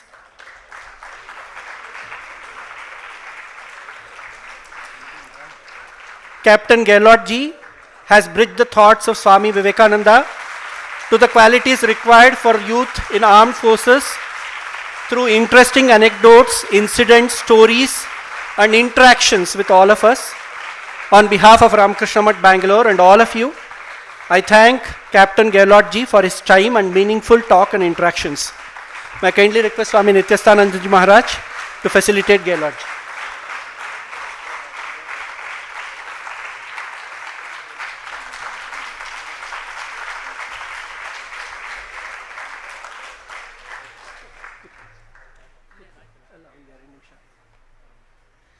Thank you, Swamiji, for facilitating the vote of thanks. I also take this opportunity to thank all the principals, wardens, teaching staff, and management of various colleges and hostels for sharing the information about this workshop and enabling students to attend the same. My thanks also to the monastic members of this ashrama, students and alumni of Sri Ramakrishna Vidyarthi Mandiram, volunteers and members of Vivekananda Balaka Sangha and Vivekananda Yuvaka Sangha for supporting and helping to arrange this workshop. Last but most important, thanks to all of you for taking time in participating in this workshop on a Sunday morning. Thank you. ಬಹಳಷ್ಟು ಜನ ಇದೇ ಮೊದಲ ಬಾರಿ ಆಶ್ರಮಕ್ಕೆ ಬರ್ತಾ ಇದ್ದೀರಾ. ತುಂಬ ಜನ ಮೊದಲನೇ ಬಾರಿ ಆಶ್ರಮಕ್ಕೆ ಬರ್ತಾ ಇದ್ದೀರಾ. ನಮ್ಮ ಆಶ್ರಮ ಸುಮಾರು 116 ವರ್ಷ ಹಳೆಯ ಆಶ್ರಮ. ಮೈಸೂರು ಮಹಾರಾಜರು ಆಗಿನ ಕಾಲದಲ್ಲಿ ಆಶ್ರಮಕ್ಕೆ ಜಾಗ ಕೊಟ್ಟು ಇಲ್ಲಿ ಒಂದು ಆಶ್ರಮ ಸ್ಥಾಪನೆಗೆ ಅವಕಾಶ ಮಾಡಿಕೊಟ್ಟವರು. ಸೊ ಆದ್ದರಿಂದ ನೀವು ಆದಷ್ಟು ನಮ್ಮ ಆಶ್ರಮದ ಜೊತೆಗೆ ಕಾಂಟ್ಯಾಕ್ಟ್ ಇಟ್ಕೊಳ್ಬೇಕು. ಇದು ನಾನು ಕೇಳ್ಕೊತಾ ಇದ್ದೀನಿ. ನಮ್ಮ ಶ್ರೀಮಾತೆ ಶಾರದಾದೇವಿಯವರು ಈ ಆಶ್ರಮಕ್ಕೆ ಬಂದಿದ್ದರು. ಅದಲ್ಲದೆ ಅನೇಕ ಜನ ರಾಮಕೃಷ್ಣರ ನೇರ ಶಿಷ್ಯರು ಕೂಡ ಈ ಆಶ್ರಮಕ್ಕೆ ಭೇಟಿ ಕೊಟ್ಟಿದ್ದಾರೆ. ತುಂಬ ಸುಂದರವಾದ ಒಂದು ಪ್ರಾರ್ಥನಾ ಮಂದಿರ ಉಂಟು. ನ್ಯಾಚುರಲ್ ರಾಕ್, ಶ್ರೀಮಾತೆಯವರು ಅಲ್ಲಿ ಸ್ಯಾಂಕ್ಟಿಫೈ ಮಾಡಿರ್ತಕ್ಕಂತಹ ಒಂದು ರಾಕ್ ಉಂಟು. ಬಹುಶಃ ನೀವು ಆ ಕಡೆ ಹೋಗಿರಲಿಕ್ಕಿಲ್ಲ, ಸೊ ನೀವು ಹೊರಗಡೆಯಿಂದನೇ ನೋಡ್ಬೋದು ಈಗ. ಆಮೇಲೆ ಇದು ಮೊನಾಸ್ಟ್ರಿ ಅಲ್ಲದೆ, ಈ ಆಡಿಟೋರಿಯಂ ಅಲ್ಲದೆ ನಮ್ಮ ಆಶ್ರಮದಲ್ಲಿ ಒಂದು ತುಂಬ ಸುಂದರವಾದ ಒಂದು ಬುಕ್ ಸ್ಟಾಲ್ ಇದೆ. ರಾಮಕೃಷ್ಣ ವಿವೇಕಾನಂದ ಸಾಹಿತ್ಯದ ಎಲ್ಲ ಪುಸ್ತಕಗಳು ಅಲ್ಲಿ ಲಭ್ಯ. ಸೊ ನೀವು ಇವತ್ತೇನು ಕೇಳಿದ್ರೋ ವಿವೇಕಾನಂದರ ಥಾಟ್ಸ್ ಏನೇನು ಬೇಕೋ ಅದು ದಯವಿಟ್ಟು ಪುಸ್ತಕದ ಮಳಿಗೆಯನ್ನು ಒಂದು ಸತಿ, ಇವಾಗ ಕ್ಲೋಸ್ ಆಗಿದೆ, ಬಟ್ ನೀವು ಯಾವಾಗಾದರೂ ಆಶ್ರಮಕ್ಕೆ ಬರೋಕ್ಕೆ ಶುರು ಮಾಡಿದಾಗ ಪುಸ್ತಕದ ಮಳಿಗೆಯನ್ನು ದಯವಿಟ್ಟು ವಿಸಿಟ್ ಮಾಡಿ. ಕೊನೆಯದಾಗಿ ಒಂದು ಹೇಳ್ತೀನಿ, ವಿದ್ಯಾರ್ಥಿ ಮಂದಿರಂ ಬಹಳ ಸುಂದರವಾದ ಸೊಫಿಸ್ಟಿಕೇಟೆಡ್ ಒಂದು ವಿದ್ಯಾರ್ಥಿ ಮಂದಿರ ಇದೆ. Residential hostel for boys. ಸುತ್ತಮುತ್ತ ಕಾಲೇಜಿಗೆ ಹೋಗುವಂತಹ ವಿದ್ಯಾರ್ಥಿಗಳಿಗೆ ಅನುವು ಮಾಡಿಕೊಳ್ಳುವ ವಿದ್ಯಾರ್ಥಿ ಮಂದಿರಂ ಇದೆ. ಅದಲ್ಲದೆ ಸುಮಾರು ದಶಕಗಳಿಂದ ವಿವೇಕಾನಂದ ಯುವಕ ಸಂಘ, ಯುವಕರಿಗಾಗಿಯೇ ಇರತಕ್ಕಂಥ ಒಂದು ಸಂಘ, ಅದು ಇಲ್ಲಿ ಸಕ್ರಿಯವಾಗಿ ನಡೀತಾ ಇದೆ ನಮ್ಮ ಆಶ್ರಮದಲ್ಲಿ. ಇದರ ಪರಿಚಯವನ್ನು ಕೂಡ ನೀವು ಮಾಡ್ಕೋಬೇಕು. I encourage all of you to start coming to the ashram so that you can keep in contact with our monastic brothers, monastic members, and get inspired. Okay, so ಈಗ ಕಾರ್ಯಕ್ರಮ ಆದ ತಕ್ಷಣ ರಾಮಕೃಷ್ಣ ಸಭಾಂಗಣದಲ್ಲಿ ಪ್ರಸಾದದ ವ್ಯವಸ್ಥೆ ಉಂಟು. ದಯವಿಟ್ಟು ಪ್ರಸಾದವನ್ನು ಸ್ವೀಕರಿಸಬೇಕು. ಆಮೇಲೆ ಪ್ರಸಾದ ಆದ ಬಳಿಕ ಪೂಜ್ಯ ಸ್ವಾಮೀಜಿಯವರು ಹೇಳಿದ ಹಾಗೆ ಇದೇ ಸಭಾಂಗಣದಲ್ಲಿ ಒಂದು ಇನ್ಫಾರ್ಮಲ್ ಇಂಟ್ರಾಕ್ಷನ್, ಇವತ್ತು ಯಾರು ಭಾಷಣಕಾರರಿದ್ದಾರೋ ಅವ್ರ ಜೊತೆ ಒಂದು ಇನ್ಫಾರ್ಮಲ್ ಇಂಟ್ರಾಕ್ಷನ್ ಕೂಡ ಇದೆ. ದಯವಿಟ್ಟು ಅದರ ಉಪಯೋಗವನ್ನು ಪಡ್ಕೊಳ್ಬೇಕು. ಎಲ್ಲರಿಗೂ ಮತ್ತೊಮ್ಮೆ ಧನ್ಯವಾದ. ಈಗ ಮಂಗಳ ಹೇಳೋಣ. ಓಂ ಪ್ರಿಯತಾಂ ಪುಂಡರೀಕಾಕ್ಷಃ ಸರ್ವಯಜ್ಞೇಶ್ವರೋ ಹರಿಃ ತಸ್ಮಿನ್ ಸ್ತುಷ್ಟೇ ಜಗತ್ತುಷ್ಟಂ ಪ್ರೀಣಿತೆ ಪ್ರೀಣಿತಂ ಜಗತ್ ಹರಿಃ ಓಂ ತತ್ಸತ್. ಶ್ರೀರಾಮಕೃಷ್ಣಾರ್ಪಣಮಸ್ತು. ಜೈ ಶ್ರೀ ಭಗವಾನ್ ರಾಮಕೃಷ್ಣ ದೇವ್ ಕಿ ಜೈ. ಜೈ ಶ್ರೀ ಶಾರದಾ ಮಾಯಿ ಕಿ ಜೈ. ಜೈ ಶ್ರೀಮತ್ ಸ್ವಾಮಿ ವಿವೇಕಾನಂದ ಮಹಾರಾಜ್ ಜಿ ಕಿ ಜೈ.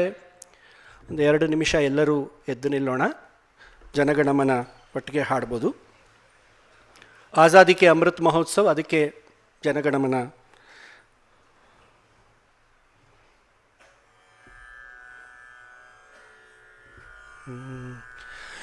जनगण मन अधिनायक जय हे भारत भाग्य विधाता.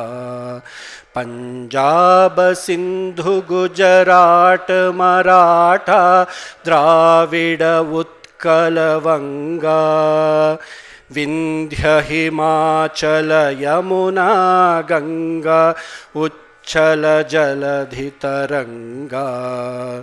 तव शुभ नामे जागे तव शुभ आशीष मागे. गाहे तव जय गाता. जनगण मंगलदायक जय हे भारत भाग्य विधाता. जय हे जय हे जय हे जय जय जय जय हे. बोलो जय हिंद, जय हिंद, जय हिंद. धन्यवाद.